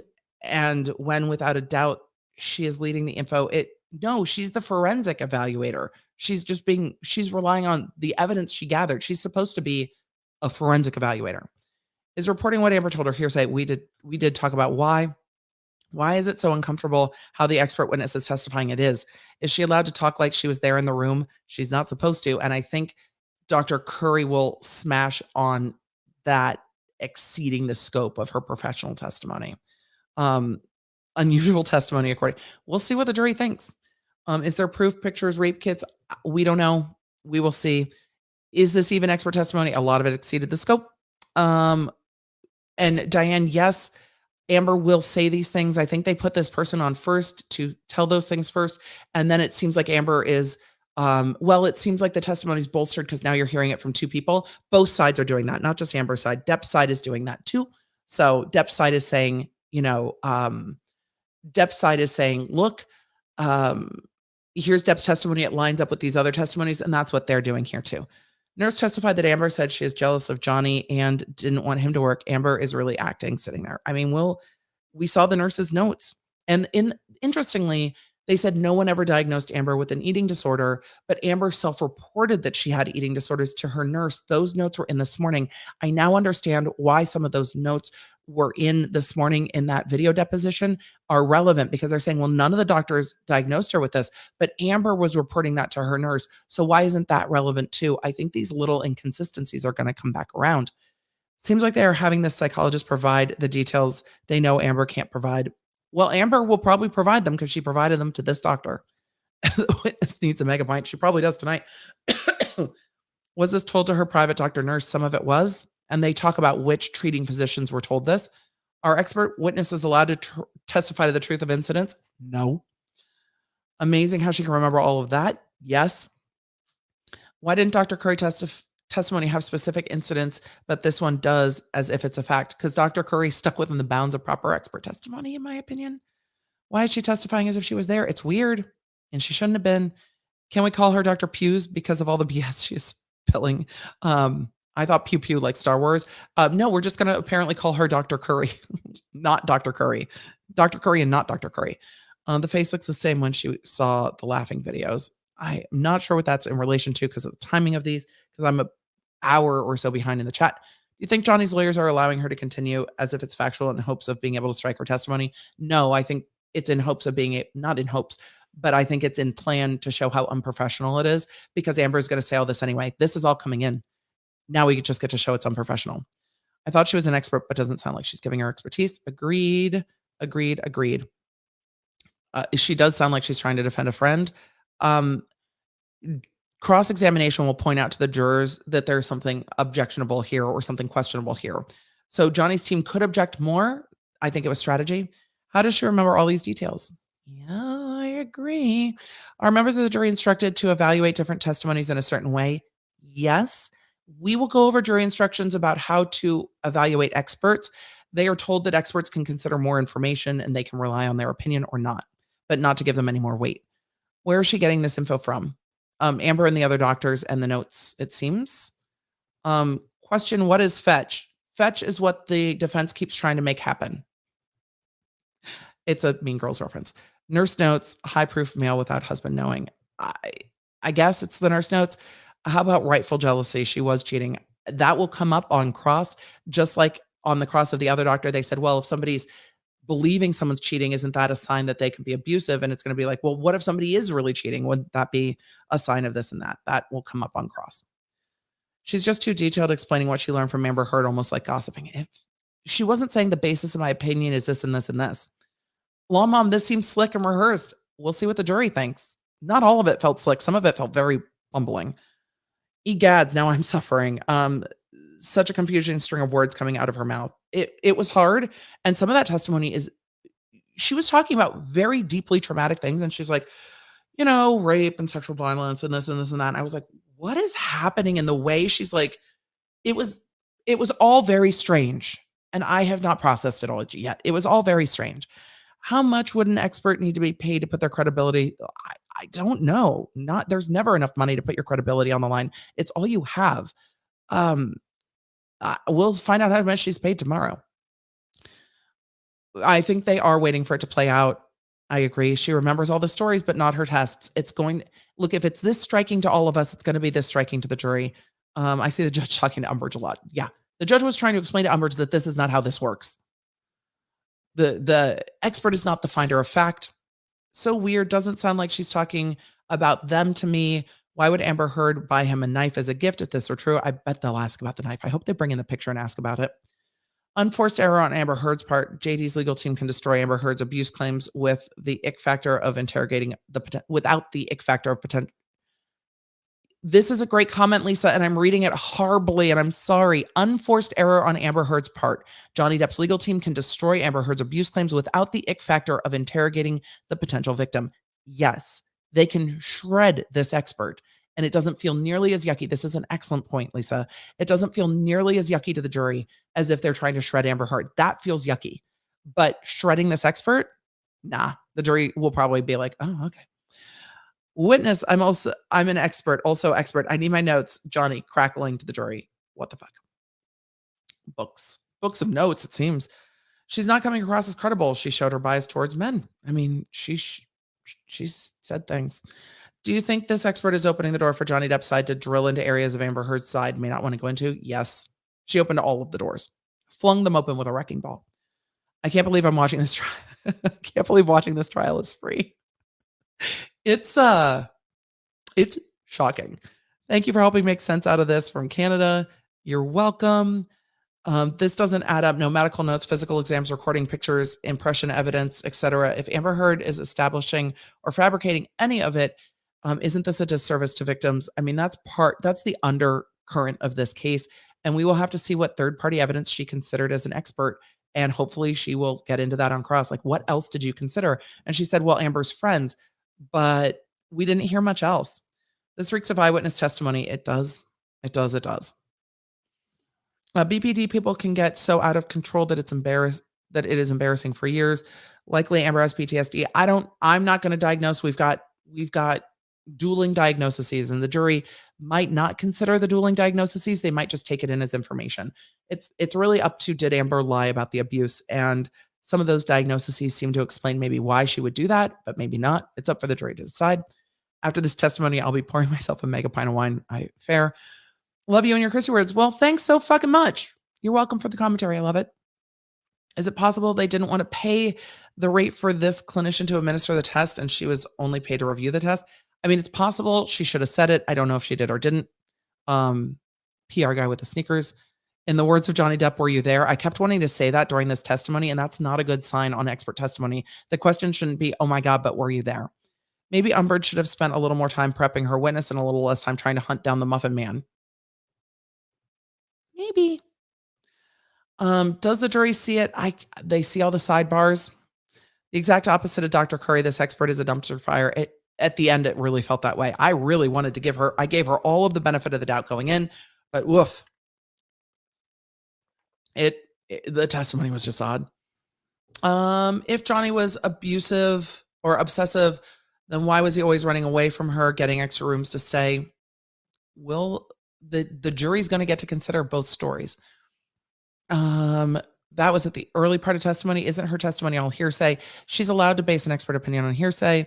I'm a clinical psych for the Army. She is only doing clinical notes. She is not talking about assessments. BS. Very fair statement. Appreciate your expertise and thank you for your service. She should go back and watch Dr. Curry. I mean, she's already watched Dr. Curry. I assume she might not have been in the courtroom. She might have watched it streaming. Can this expert watch the trial beforehand? Yes. Experts can base their expertise on everything. They're allowed to be in the courtroom and watch other witnesses because they're an expert. Is she testifying on behalf of Amber? Yes, that was Amber's first witness. JD can't stop laughing. That might not help him either. Did you see H3 won their second lawsuit against Ryan? That wasn't their second. They won the website thing, but we knew that was going to go that way. They just officially won. But yeah, we knew that was going that way. Do expert witnesses usually use such emotive language? No, it doesn't look very objective or neutral. This is infuriating, but I love your commentary. It was a ride today. Love and appreciate your take on the trial. Why did they have their psychologist testify first so Amber Heard could get coaching? No, I think it's because then it makes Amber look more credible. If you stack this testimony and give like, hey, the jury's already heard this story before. So now it looks like Amber's testimony is consistent. And that makes sense to me. You put up that witness to explain or give context to the testimony so that they're not being like, oh my God, Amber, why'd you do this? They're like, oh, I understand why you did this. We've had that testimony. So it makes sense to me. Because then it makes it look like Amber's testimony is consistent with the expert. But what's really happening is the expert's testimony is based off of Amber's story, so it should be consistent. But in the eyes of the jury, it can build credibility if it's done well. Oh my God, she's an elected president of a professional association when she's minimizing violent behavior just because she's a woman. Seems to be. Concerns about substance abuse related to DV. How? She didn't expand too much. Alano has sign-in sheets. Okay. What is her expert opinion? We got to some of them. Her expert opinion was that Amber Heard has PTSD. Help me understand how they can win with this type of testimony. I don't know. Those bruises came from Botox. We don't have any testimony of that yet. It is possible, but we don't have testimony of that yet. You just so much intelligence. Amazing. Well, thank you. I've just done this for a while. Come on, nearly 40K law nerds. Congrats on such a big stream. You deserve it. Thank you so much. It was a lot of fun to be here with all of you today. Tomorrow's going to be more. Dr. Honda, also on YouTube, also said that the notes from the treating doctors would be biased and shouldn't be relied on. Right, because the treating doctors are just, the point of the treating doctor is to believe what your patient says and treat them. It's to believe their perception. It's to embrace their perception, advocate for them, and help them. They're not a forensic examiner. I've watched a bunch of videos and noticed that I wasn't a sub. Well, thank you for subbing. To date, I've been an occasional visitor of your channel and watching this stream all day while working and finally committed. Well, thank you. It's free to sub. This is why then why isn't Dr. Jacobs testifying? We might see those doctors. They're on the witness list. Sounds like a friend of Amber Heard. All I hear now every time she speaks is all abusers are men. And the jury might hear that too. And that might be part of the point. Frightening how she has so many credentials and is an expert in her field. She has a particular view. So this expert needs notes to speak of any science to which she's an expert, but can speak for hours and hours on hearsay as if it's facts. Sure felt that way. This expert is biased, and her basis of Amber Heard's claim, that'll all be pointed out on cross. And really, thank you, Jen Gerard. The point about the unforced error that Amy made earlier is a really excellent point, that the cross of this is going to be probably methodical. With this witness, where are the more objective measures? Those are the scales of clinical and forensic psych. We didn't see a lot of them. They were early on, but we didn't get a lot of info from them. I expect more from her because of her credentials. I think we all did. I just can't with this witness. If all of those things that happened prior to them getting married, why did she marry him? This witness didn't really answer that testimony. Reformed litigator here. Glad this nonsense isn't my problem. Thanks for yelling at the feed with me, Megan. Right? Lawyers everywhere. Oh my God, I'm so glad. Not my circus, not my circus, not my circus. Are you sure this isn't an actress's friend playing a doctor? I mean, wow. It sounds like she's just giving Amber's testimony. It sure did. It sounds like she's talking to a girlfriend about a toxic relationship. Yep, sure did. The difference between experts is glaring. Curry was all data and science, and this doctor is all Amber Heard told me. And that will probably stand out to the jury too. I want to know about their note taking. I'll be watching those that were in court today talk about this later to see, because it definitely had a different tone. Frank said, as someone who had bipolar, I lied to several therapists when I wanted to get away with things and also blamed everyone else. I mean, that's something that a forensic has to evaluate for or control for. And Dr. Curry told how she did that. This witness didn't tell how she did that. What's going on with Amber's hairstyles? I don't know. Is it an act like she should appear? I don't know. I liked the braids though. This doesn't sound out of her head, but rehearsed. Might have been. Didn't Amber Heard's lawyers try to lawyer? I've been talking all day. It was not a Freudian slip. I swear. Didn't Amber Heard's lawyers try to argue earlier that Amber Heard didn't write the sexual violence headline? Why would that be an issue if she really was a victim of that? That doesn't make any sense to me at all. Renee, you and I were screaming on the same page. I just didn't get there yet. Definitely downplaying her views to make Depp look bad or making Depp look bad. Why do you think of how much money the expert was paid? The way she speaks is as chaotic as Amber Heard's team. We'll see how much she was paid tomorrow. It was low level. I severed a finger, not the hand. Right? The downplayings, it's kind of rough to listen to, isn't it? I need to hear a scientific definition of minor violence. Fingertip getting severed? She was speaking as if she was there. I've heard more about Johnny Depp in her expert testimony than Amber Heard, which is a problem because she didn't evaluate Johnny Depp. How much to shoot her ashes from a cannon? No. This expert is giving the impression that JD victimized her personally. I mean, maybe she's really not a fan of the Pirates movies. Talk about being on a struggle bus all day. Aren't therapists mandated reporters? Yes. And I don't know if they'll ask this witness about it. Why is SA being brought up if it's why is SA just being brought up if it's part of the op-ed title? Because Johnny Depp denies that it happened, so it's coming up in Amber Heard's case. I hope the board is shaking their collective heads at this certified expert. I don't know if they'll even watch it. Maybe if she drank less and took less drugs, she might have. I don't know. I'm not going to speculate on Amber Heard's behavior. We're going to see what happens in testimony. Why would the judge not take away the notes? I don't know. But it didn't make her look good even when they were still there. They were closed into a green binder at the end, but it still didn't look good. She did seem emotionally involved. It's well known that Dr. D. Hughes' work is slanted in favor of women. Could it be that Amber Heard is projecting her own traumas for profit and notoriety? That should be the question on cross. Love how she defends all of Amber's abusive behavior. She was remorseful for that.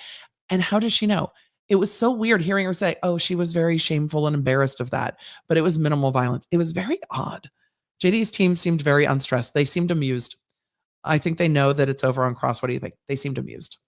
They did. They were like, is this really happening right now? This expert's a whole mess. Agreed. She's testifying as if she's the witness on her trial. Yes. She did sound emotional. Thank you, Octo. I can't believe we have a quarter of a million lost nerds. And that was, and now we're started from the bottom. Now we're here. I am hearing this while my twins take a nap and I'm literally internally screaming, same. How can she testify like this? Yep. And I'm going to try to get to all of these, you guys, but I do have to get scooting because I do have a meeting for school for my kiddo tonight. She could remember the gossip. And so I'm going to try to pull these up, but tomorrow we will be streaming all day, just like we were today. I will try to get to all the super chats. I don't know if I can get to all of them. Sometimes if you want to just chat for the stream and let them know for sure, and they will see them and I will pull them up. If you're super chatting a question, put a question or a Q and I will do that and get to those the best that I can. But this does feel like a PR stunt and maybe that's what it is. But I don't know if that went the way they wanted it to go. Is it possible they didn't practice? Anything's possible. Now, which expert witness do you prefer? Like, I found Dr. Curry to be more professional in her testimony. Her source was saying Us Weekly at Kroger. I'm here for all of the funny comments. Her Provigil that she was illegally prescribed, I don't know about that, is an upper that causes weight loss. It's possible. I mean, they would have to ask her doctors about that. I don't know if she's a friend of Amber's. I don't think there's grounds for appeal on the notes, but this was a whole thing. So tomorrow we will be streaming all day. There will be a new episode of the podcast out that rounds it up. The Emily Show is my podcast. Today was just so weird. Today was so weird. This is not the turn I expected this trial to take. I did not expect first, I thought their first expert was going to be by depo. I'm so glad it wasn't a deposition. I'm so glad this all played out live in court, but it was wild. It was wild.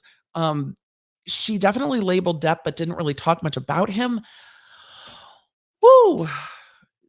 Her opinion definitely didn't seem impartial towards the end. It's bugging me to my core that the forensic analysis of Amber Heard is bashing Depp. She has talked more about Depp than Amber without evaluating him. That's going to come up on rebuttal.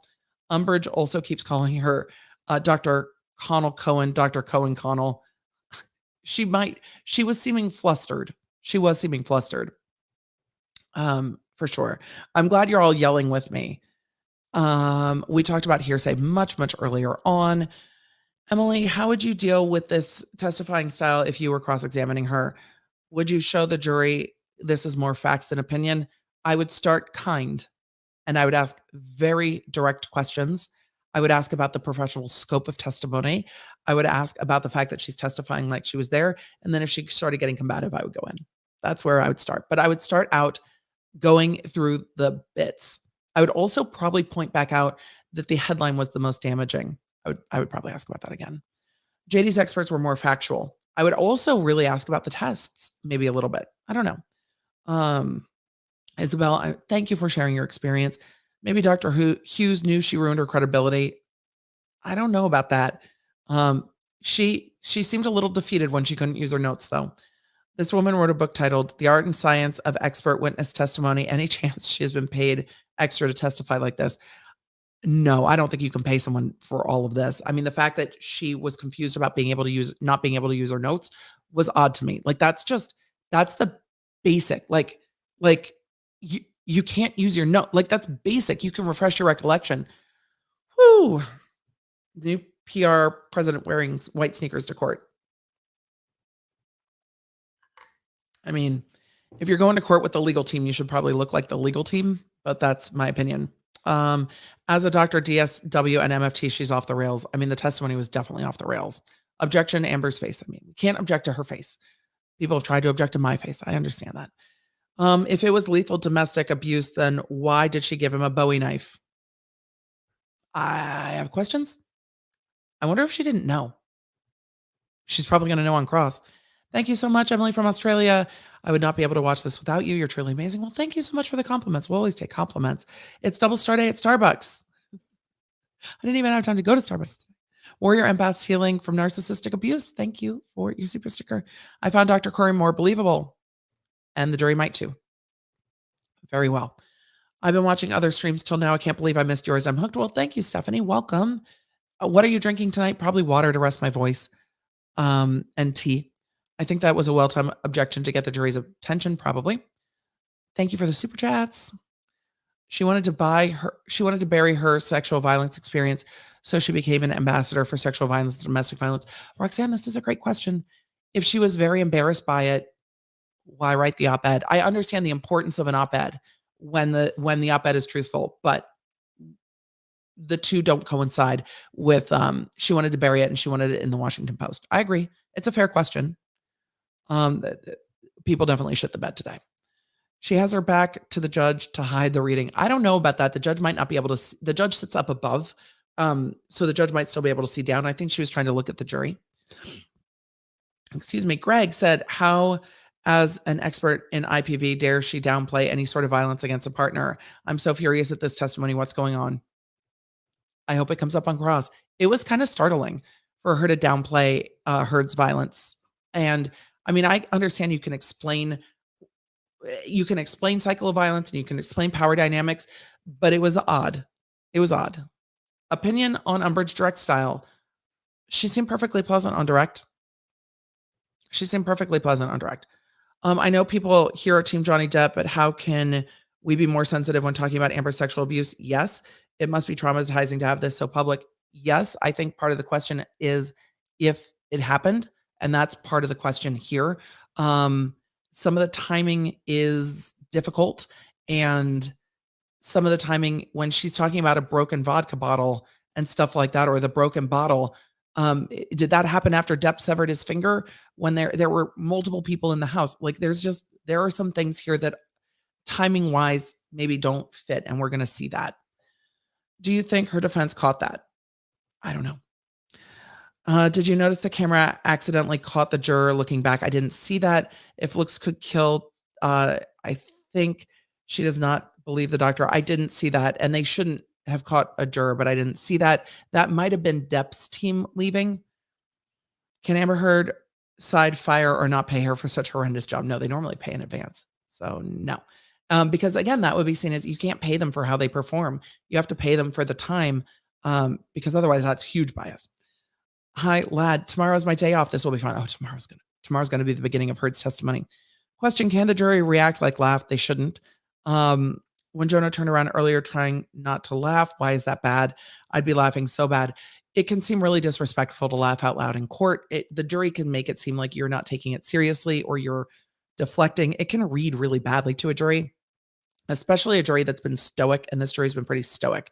Why didn't the doctor report abuse? It's a very good question. Thank you guys for the congratulations. It's going to be an interesting birthday week for sure.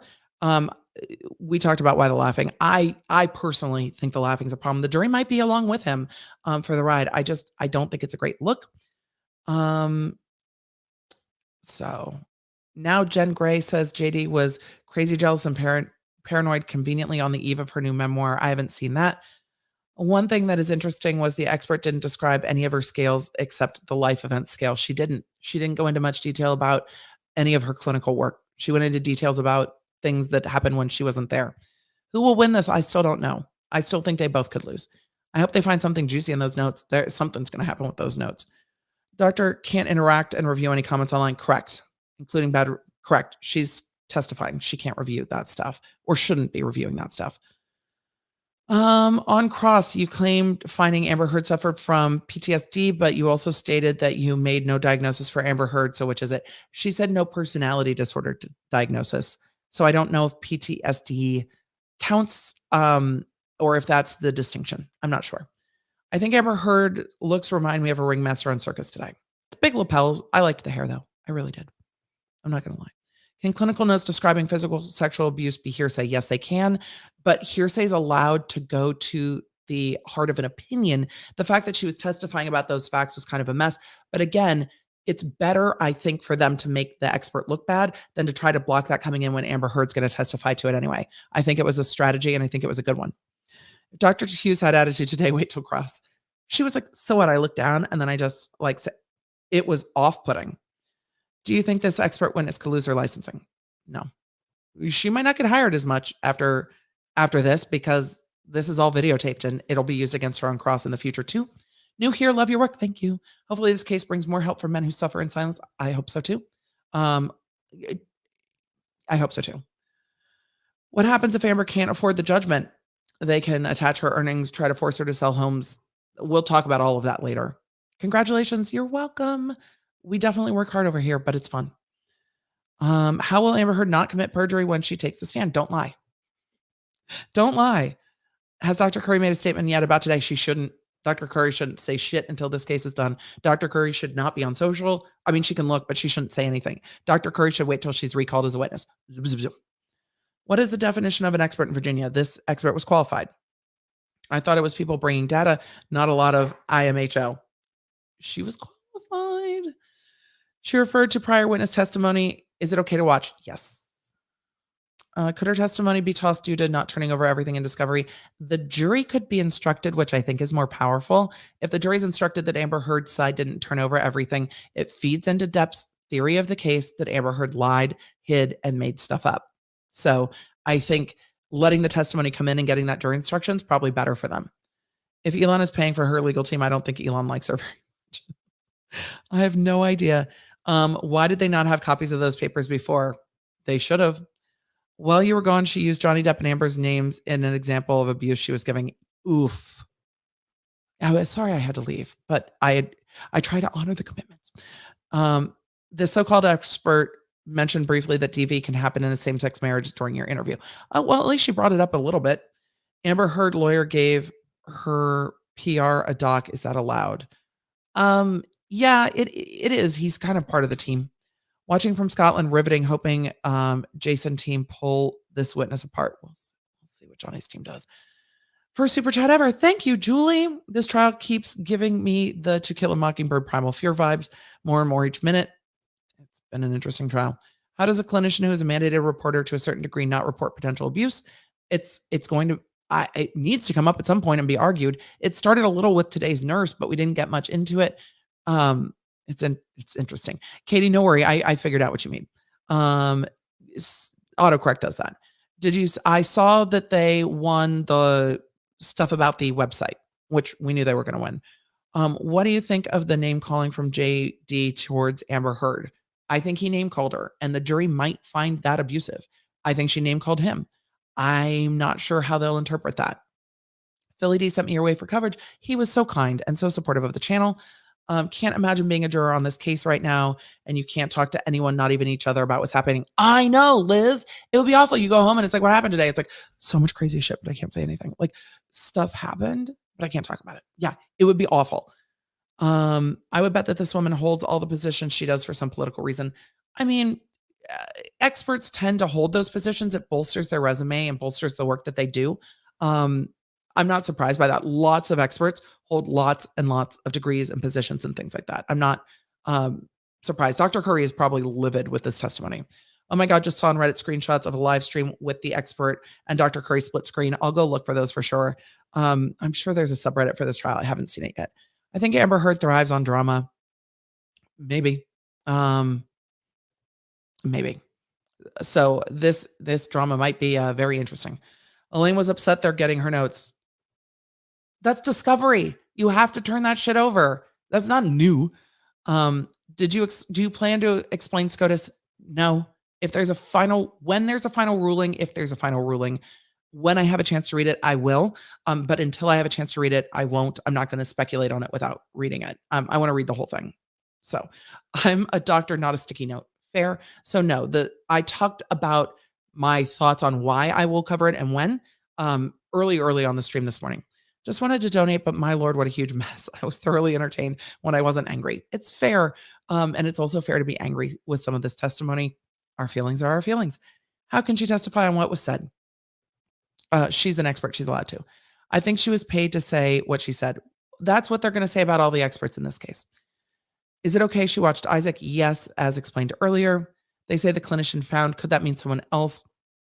I don't know. That's how it sounded to me, but she could be referring to herself as the clinician. Nobody clarified it. Can she be held responsible for lying about the type of note posted versus no? And I talked about that in an earlier super chat. I think the dates were on like a smaller piece of paper. So experts are allowed to rely on what others told them to make their opinions, but she wasn't testifying to that properly, I don't think. Can't wait for them to ask what her doctorate degree is in. It's in philosophy. That's interesting. It should be in psychology. Amber's team got on Johnny's expert about dinner and drinks, but this lady sounds like she hung out drinking with Amber like her girlfriend. We'll see. Dr. Hughes quoted part of Isaac's testimony, and we addressed why she's allowed to watch it. Where do you watch about courtroom if the jury is taking notes? Normally the reports on court TV at the end of the day. I hope they ask in cross if she had dinner and drinks because she sounded like a person relying on their bestie. I hope she has too. I'm a psychologist for the Army. She only testified on others' notes /MFAST and only food for psychotic symptoms plus PTSD scale has no validity scales. That's very interesting, and we will see what comes up about that. I have LB on TV and you on the iPad. Are you joining? I not until I'm done, and then I've got to go to my kids' school, so I don't know if I will be able to join today. Love your videos and live streams about the case. Thank you. I appreciate it. Way to end the day with a bang. I think I represent all of us when I say I cannot wait for tomorrow's cross. Same. Do you think they'll have Curry up again to address Amber's experts' opinions? Yes, during their rebuttal. Is it a coincidence that Amber's new PR guy was sitting quite close to the court TV reporter? I don't know. And was he kicked out of the courtroom for using his phone? I don't know. Objection. Were you there? Hi from India. Do you think Johnny Depp's lawyer is letting her talk? I talked about that earlier. I think it's so they can use it. Big mistake, Hughes, Pretty Woman, or Amber's team. Big, huge. If lawyers know pics edited, suborning forgery, it would be hard to prove. Hey, El Jefe, but I'm super happy for all your success. Congratulates on the 250K milestone. Keep crushing the screams. Good to see you, friend. Does anyone remember the actual testimony or just the reading? The reading in the wrong names. That was hectic. Yep. Very hectic. Does anyone actually prevent or check the non-sequestered jurors? No, but it generally comes up in the jury room if they've seen something. She was reading her notes through the entire sidebar. The jury's sitting right there. They're going to see it all. She seemed like she was worried when they asked for her notes. She has to give them. Question, the Dawn Hughes performance was almost verbatim narrative to what she installed in the R. Kelly case. I didn't know she testified in the R. Kelly case. I'll go look. Lenora Walker, DV expert, said Jodi Arias was abused, sexual, physical by Travis based on false evidence. Okay. Thank you for that. What would it mean that she didn't share her notes to Depp's team? That she was using things to rely on that hadn't been turned over in discovery, and that's a big problem. She also said Amber admitted to a broken bottle. She definitely did. I hope it's not the broken one that was thrown. How bad do you think Cross will be for her? Bad. I think it's going to be bad. Is it worse for Amber Heard now that they have more time? Yes. They have overnight to prepare with new information. It's going to be very interesting. Can her lawyer give notes to the PR team under the table? I mean, they shouldn't be passing notes to the non-legal team. That's why they're not sitting in the front row. I don't know if the jury sees it, they might have thoughts about it. I think every male in the jury will remember the witness's sexism. They might. With the judge making them get copies of the notes, can JD? Yeah, they can use her notes to impeach her with. Absolutely. I'm an expert in BS. That's all for Cross. This expert used UK evidence to look at probably, and they're allowed to. Hello from Sweden. Hello. The legal team did look a little desperate today. Why is Amber Heard's previous DV conviction not being brought in by? It can be. We're just not there yet. Would different states have different rules or procedures about experts referencing their notes? I've never seen it. I mean, the rules of evidence are pretty finite. So I've never seen somebody just be allowed to read off their notes unless the notes are admitted into evidence, because the testimony is the evidence, not the note. So if you're admitting all of the notes into evidence, then you can just say, per my notes, like the nurses did, but all the notes aren't in evidence. Did you see her daughter commented this morning that she follows your channel and referred her mom to your channel? I saw that happen. I think I read it up. Whose daughter and what? I don't know. Hi from Dubai. Hi. Hopefully not Dawn Hughes' daughter, because Dawn Hughes is not going to like what I had to say today. How can the notes of the expert help? It depends what's in them. And if they haven't seen them yet, it gives them more to go on and cross. Do we think the case will have an impact for future DV cases? I don't think so. I think it helps in showing that there's two sides to every story. And even when the media makes a big deal out of stories, that there are still two sides and they can be very different than what we see in the media. What happens if a witness has a medical emergency and can't testify when scheduled? It becomes a nightmare for the lawyers to try to reschedule. Doctor did not want to hand her notes to Johnny Depp's counsel. What happens if the witness had strange notes in their notes? We'll see. Does anyone believe the rape accusations and the no tears? I mean, I'm not going to judge her faces. We'll see what else comes out. Can't wait to see Dr. Honda review this testimony. We'll see. Dr. Hughes' daughter in the comments earlier. Oh, okay. Well, she's not going to like what we had to say today. Headlines online already saying Amber Heard suffered from OTSD and IVV after expert testimony. I mean, that's what the expert said. That's what her testimony was. Chew, objection, umbrage. No, I don't see it that way. Fair. It was a very odd day in court today. Wonder what's in her notes. We'll see tomorrow. Do you think Heard's lawyers focused a lot on the dinner muffins with Dr. Curry to implicate she was biased? Yes. I think they would do that anyway, no matter what expert they had. That's part of impeaching an expert. Seemed like the jury hear the approaches. I don't know. Looked like her notes weren't part of the testimony. They aren't unless they're admitted, and they're not. Girl, I was driving, yelling at the phone, making faces. Don't watch the stream while you're driving. The meme of this one where Dr. Hughes is being referred to as Dr. Curry. I felt bad for Dr. Hughes in that moment. It sucks. What do you mean when you say the judge is not allowed this testimony because she's protecting the case? I mean, the judge is protecting the case from appeal, so she's not going to go above and beyond what the lawyers are asking for and do something like strike all this testimony because it would create appealable issues forever. So she is allowing maybe a little bit more than she would and letting the lawyers deal with it because it will protect the case from appeal down the road. So that's why I said that. I'm not going to speculate on this own witness's experience. So, question, my daughter is thinking of going to law school. She has an MBA, takes her LSATs to apply to law school. You've given her confidence. She can do it. Just do it. Go for it. If I can do it, you can do it. Literally. The constant dropping of keywords smells like trial science to me. They definitely said obsessive, and they definitely said like what was it? It was the lethal. They said it a lot. It was odd. Could she read her notes if they were part of her testimony or presented to JD's lawyers before the case? They would have had to have been presented. All of her reports would have had to be presented. She's an expert. Does the violence used against Amber Heard with the op-ed title? Yes. There's no getting around it now, but it's harder to prove. And it's going to be harder to prove. And they might find the sexual violence is defamation per se. You don't need to prove damages. So it really might be that that's the strongest case for Depp, is that particular claim. And they're going to try to say that Amber Heard didn't write it. I don't think they can argue that now in good faith. They might. I don't think they can. I think they'll get called out so badly by Depp's team if they tried to argue that now.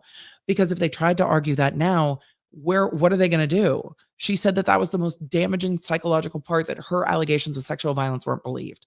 How do you say she didn't make those allegations then? You make this a lot less boring than it is. I don't think this is boring at all. Me and my friends here in Dubai love you. Thank you. I don't think this is boring. This is fascinating. Her testimony is correct about DV, and Amber's accounts are consistent with DV. Unfortunately, her accounts aren't consistent with the evidence, and that's a very fair point. There's a lot of trial to go, so we will see. Sport of law. Do you remember what happened the first day of the trial? Stuff does get forgotten in trials this long. There are allowed to be leading notes in her paperwork, so it'll be interesting to see what's in her notes. So we'll see.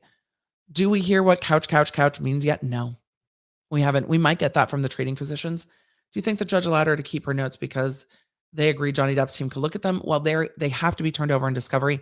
I think the court said you have to say if you're referring to them, and that's why we saw the papers be in the binder afterwards. Notes are hearsay papers. It's going to come up. Can you shout out my Aunt Phyllis? Hi, Aunt Phyllis. I'm trying to get through all the super chats, Aunt Phyllis. Your thoughts on the case? Who is in the lead? I'm not quantifying it. I'm trying to listen to all the evidence and then come up with an opinion. But I think when it comes to the experts, this one did not do as well as Depp's experts so far. So, during cross with Dr. Hughes, will the defense bring up note checking? They might. What if she denies it? I don't see if they can. Would they use court footage? I don't think they would. It got called out multiple times by the court and she got admonished. I don't think she can deny it. I thought they couldn't watch anything about the trial. We talked about that. With experts, the rule's different. She did seem derailed. She did seem to get flustered. She carried the same vibe as Umbridge. It was a vibe. What do you think the lawyers do after court ends? Do they go to their hotel, change in their companies, and get back together and review notes? I don't even know if they changed. They hopefully eat and decompress today. I'm sure they each have different tasks. Somebody's going to be reviewing the live transcripts. I'm sure somebody looks at some of the video, and then they start preparing for tomorrow. Whether they get into comfies or not, I don't know. And giving me vibes of Dr. Tubin versus crappy defense doctor in George Floyd case, but she was worse. I don't remember the medical testimony in that case very well. Could PR team just be asking for a story for the maybe. Just saying thank you. You're welcome.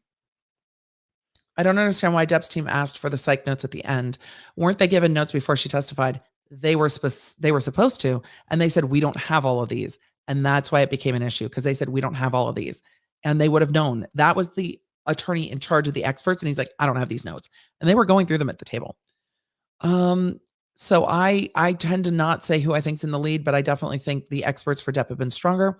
Just heard that the FBI is investigating Amber for lying in court and making her. Is this true? I can't imagine that I don't know. I can't imagine that it is, but I haven't seen any of the news today. Dr. Dawn has a dialect is making me I mean, her New York, she kind of has a New York drawl, and some people, I guess, don't love it. Sure. The expert talked to Amber. The expert talked Amber being violated with a bottle in Australia, fight with Amber, saying she hoped it wasn't the broken one. Does it make sense that his finger was cut or injured by that point? I mean, I've got some questions about how that all went down, but Amber's going to testify about it. And the testimony, from what we've seen so far, the testimony is going to be rough. I don't, she can't help by being a sacrificial lamb. I think that would be almost unethical for her to do so. She needs to give her accurate and clear testimony. So we'll see. She brought up reading the redacted parts in a way that hinted it was very egregious. I mean, is it shady? Yes. Is it egregious? No. But she gets to read everything.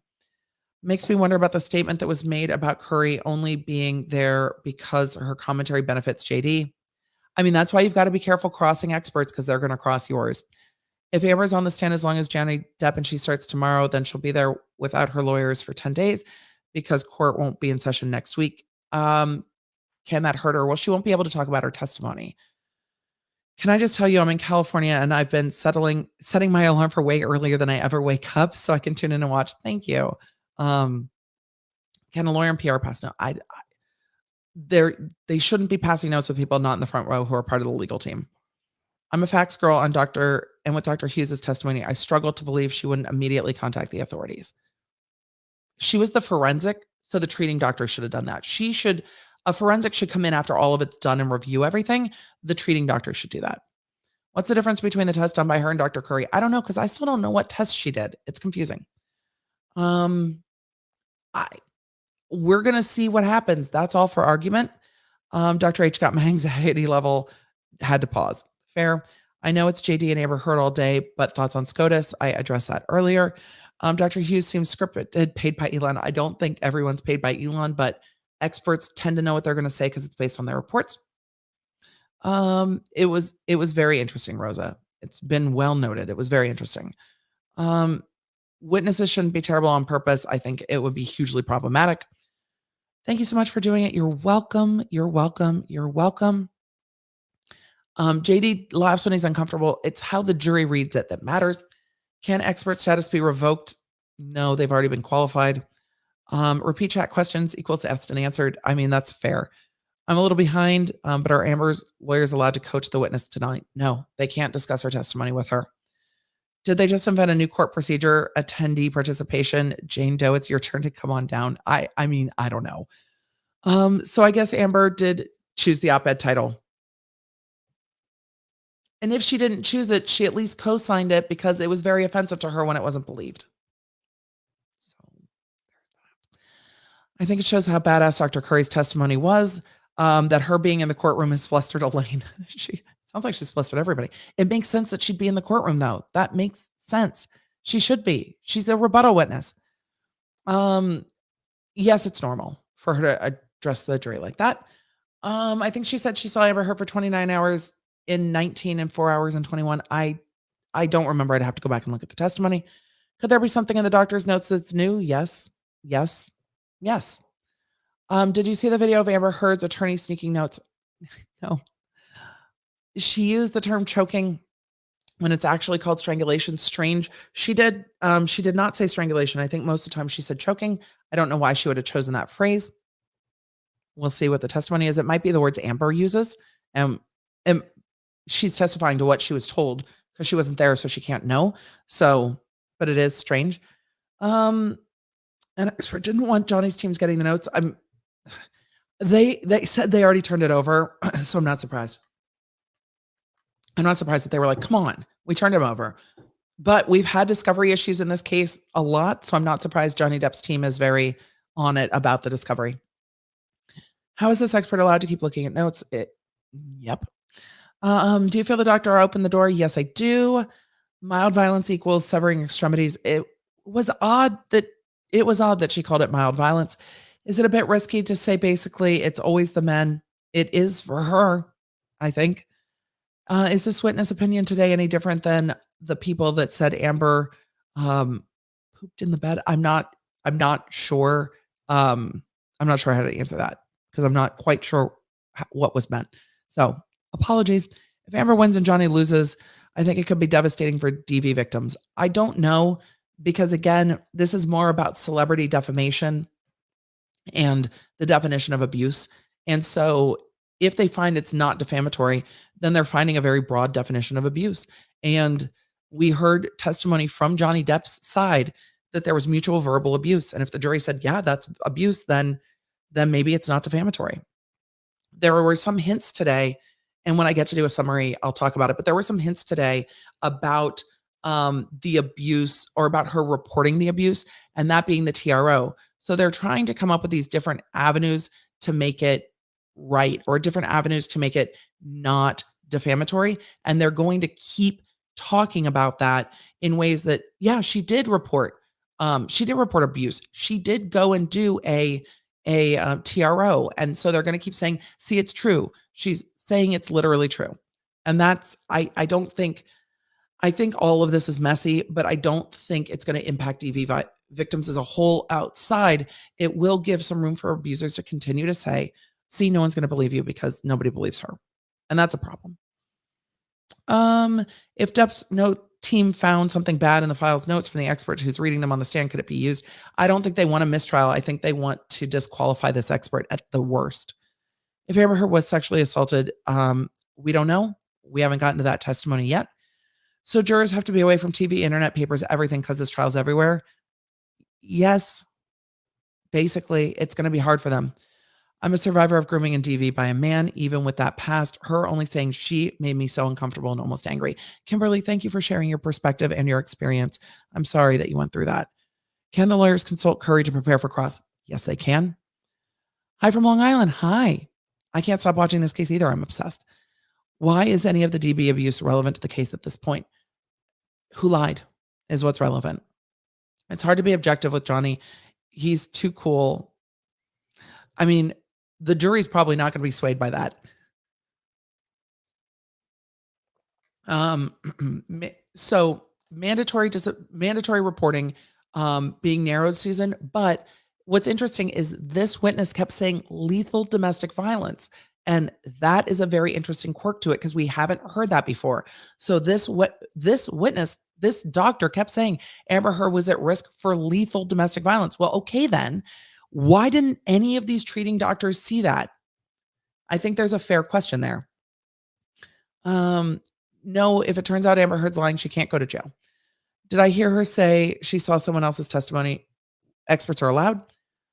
Question, would you be willing to do a collab with Legal Eagle over the case? I'd love to hear his thoughts. He's a trial lawyer. I don't know if Legal Eagle does collabs.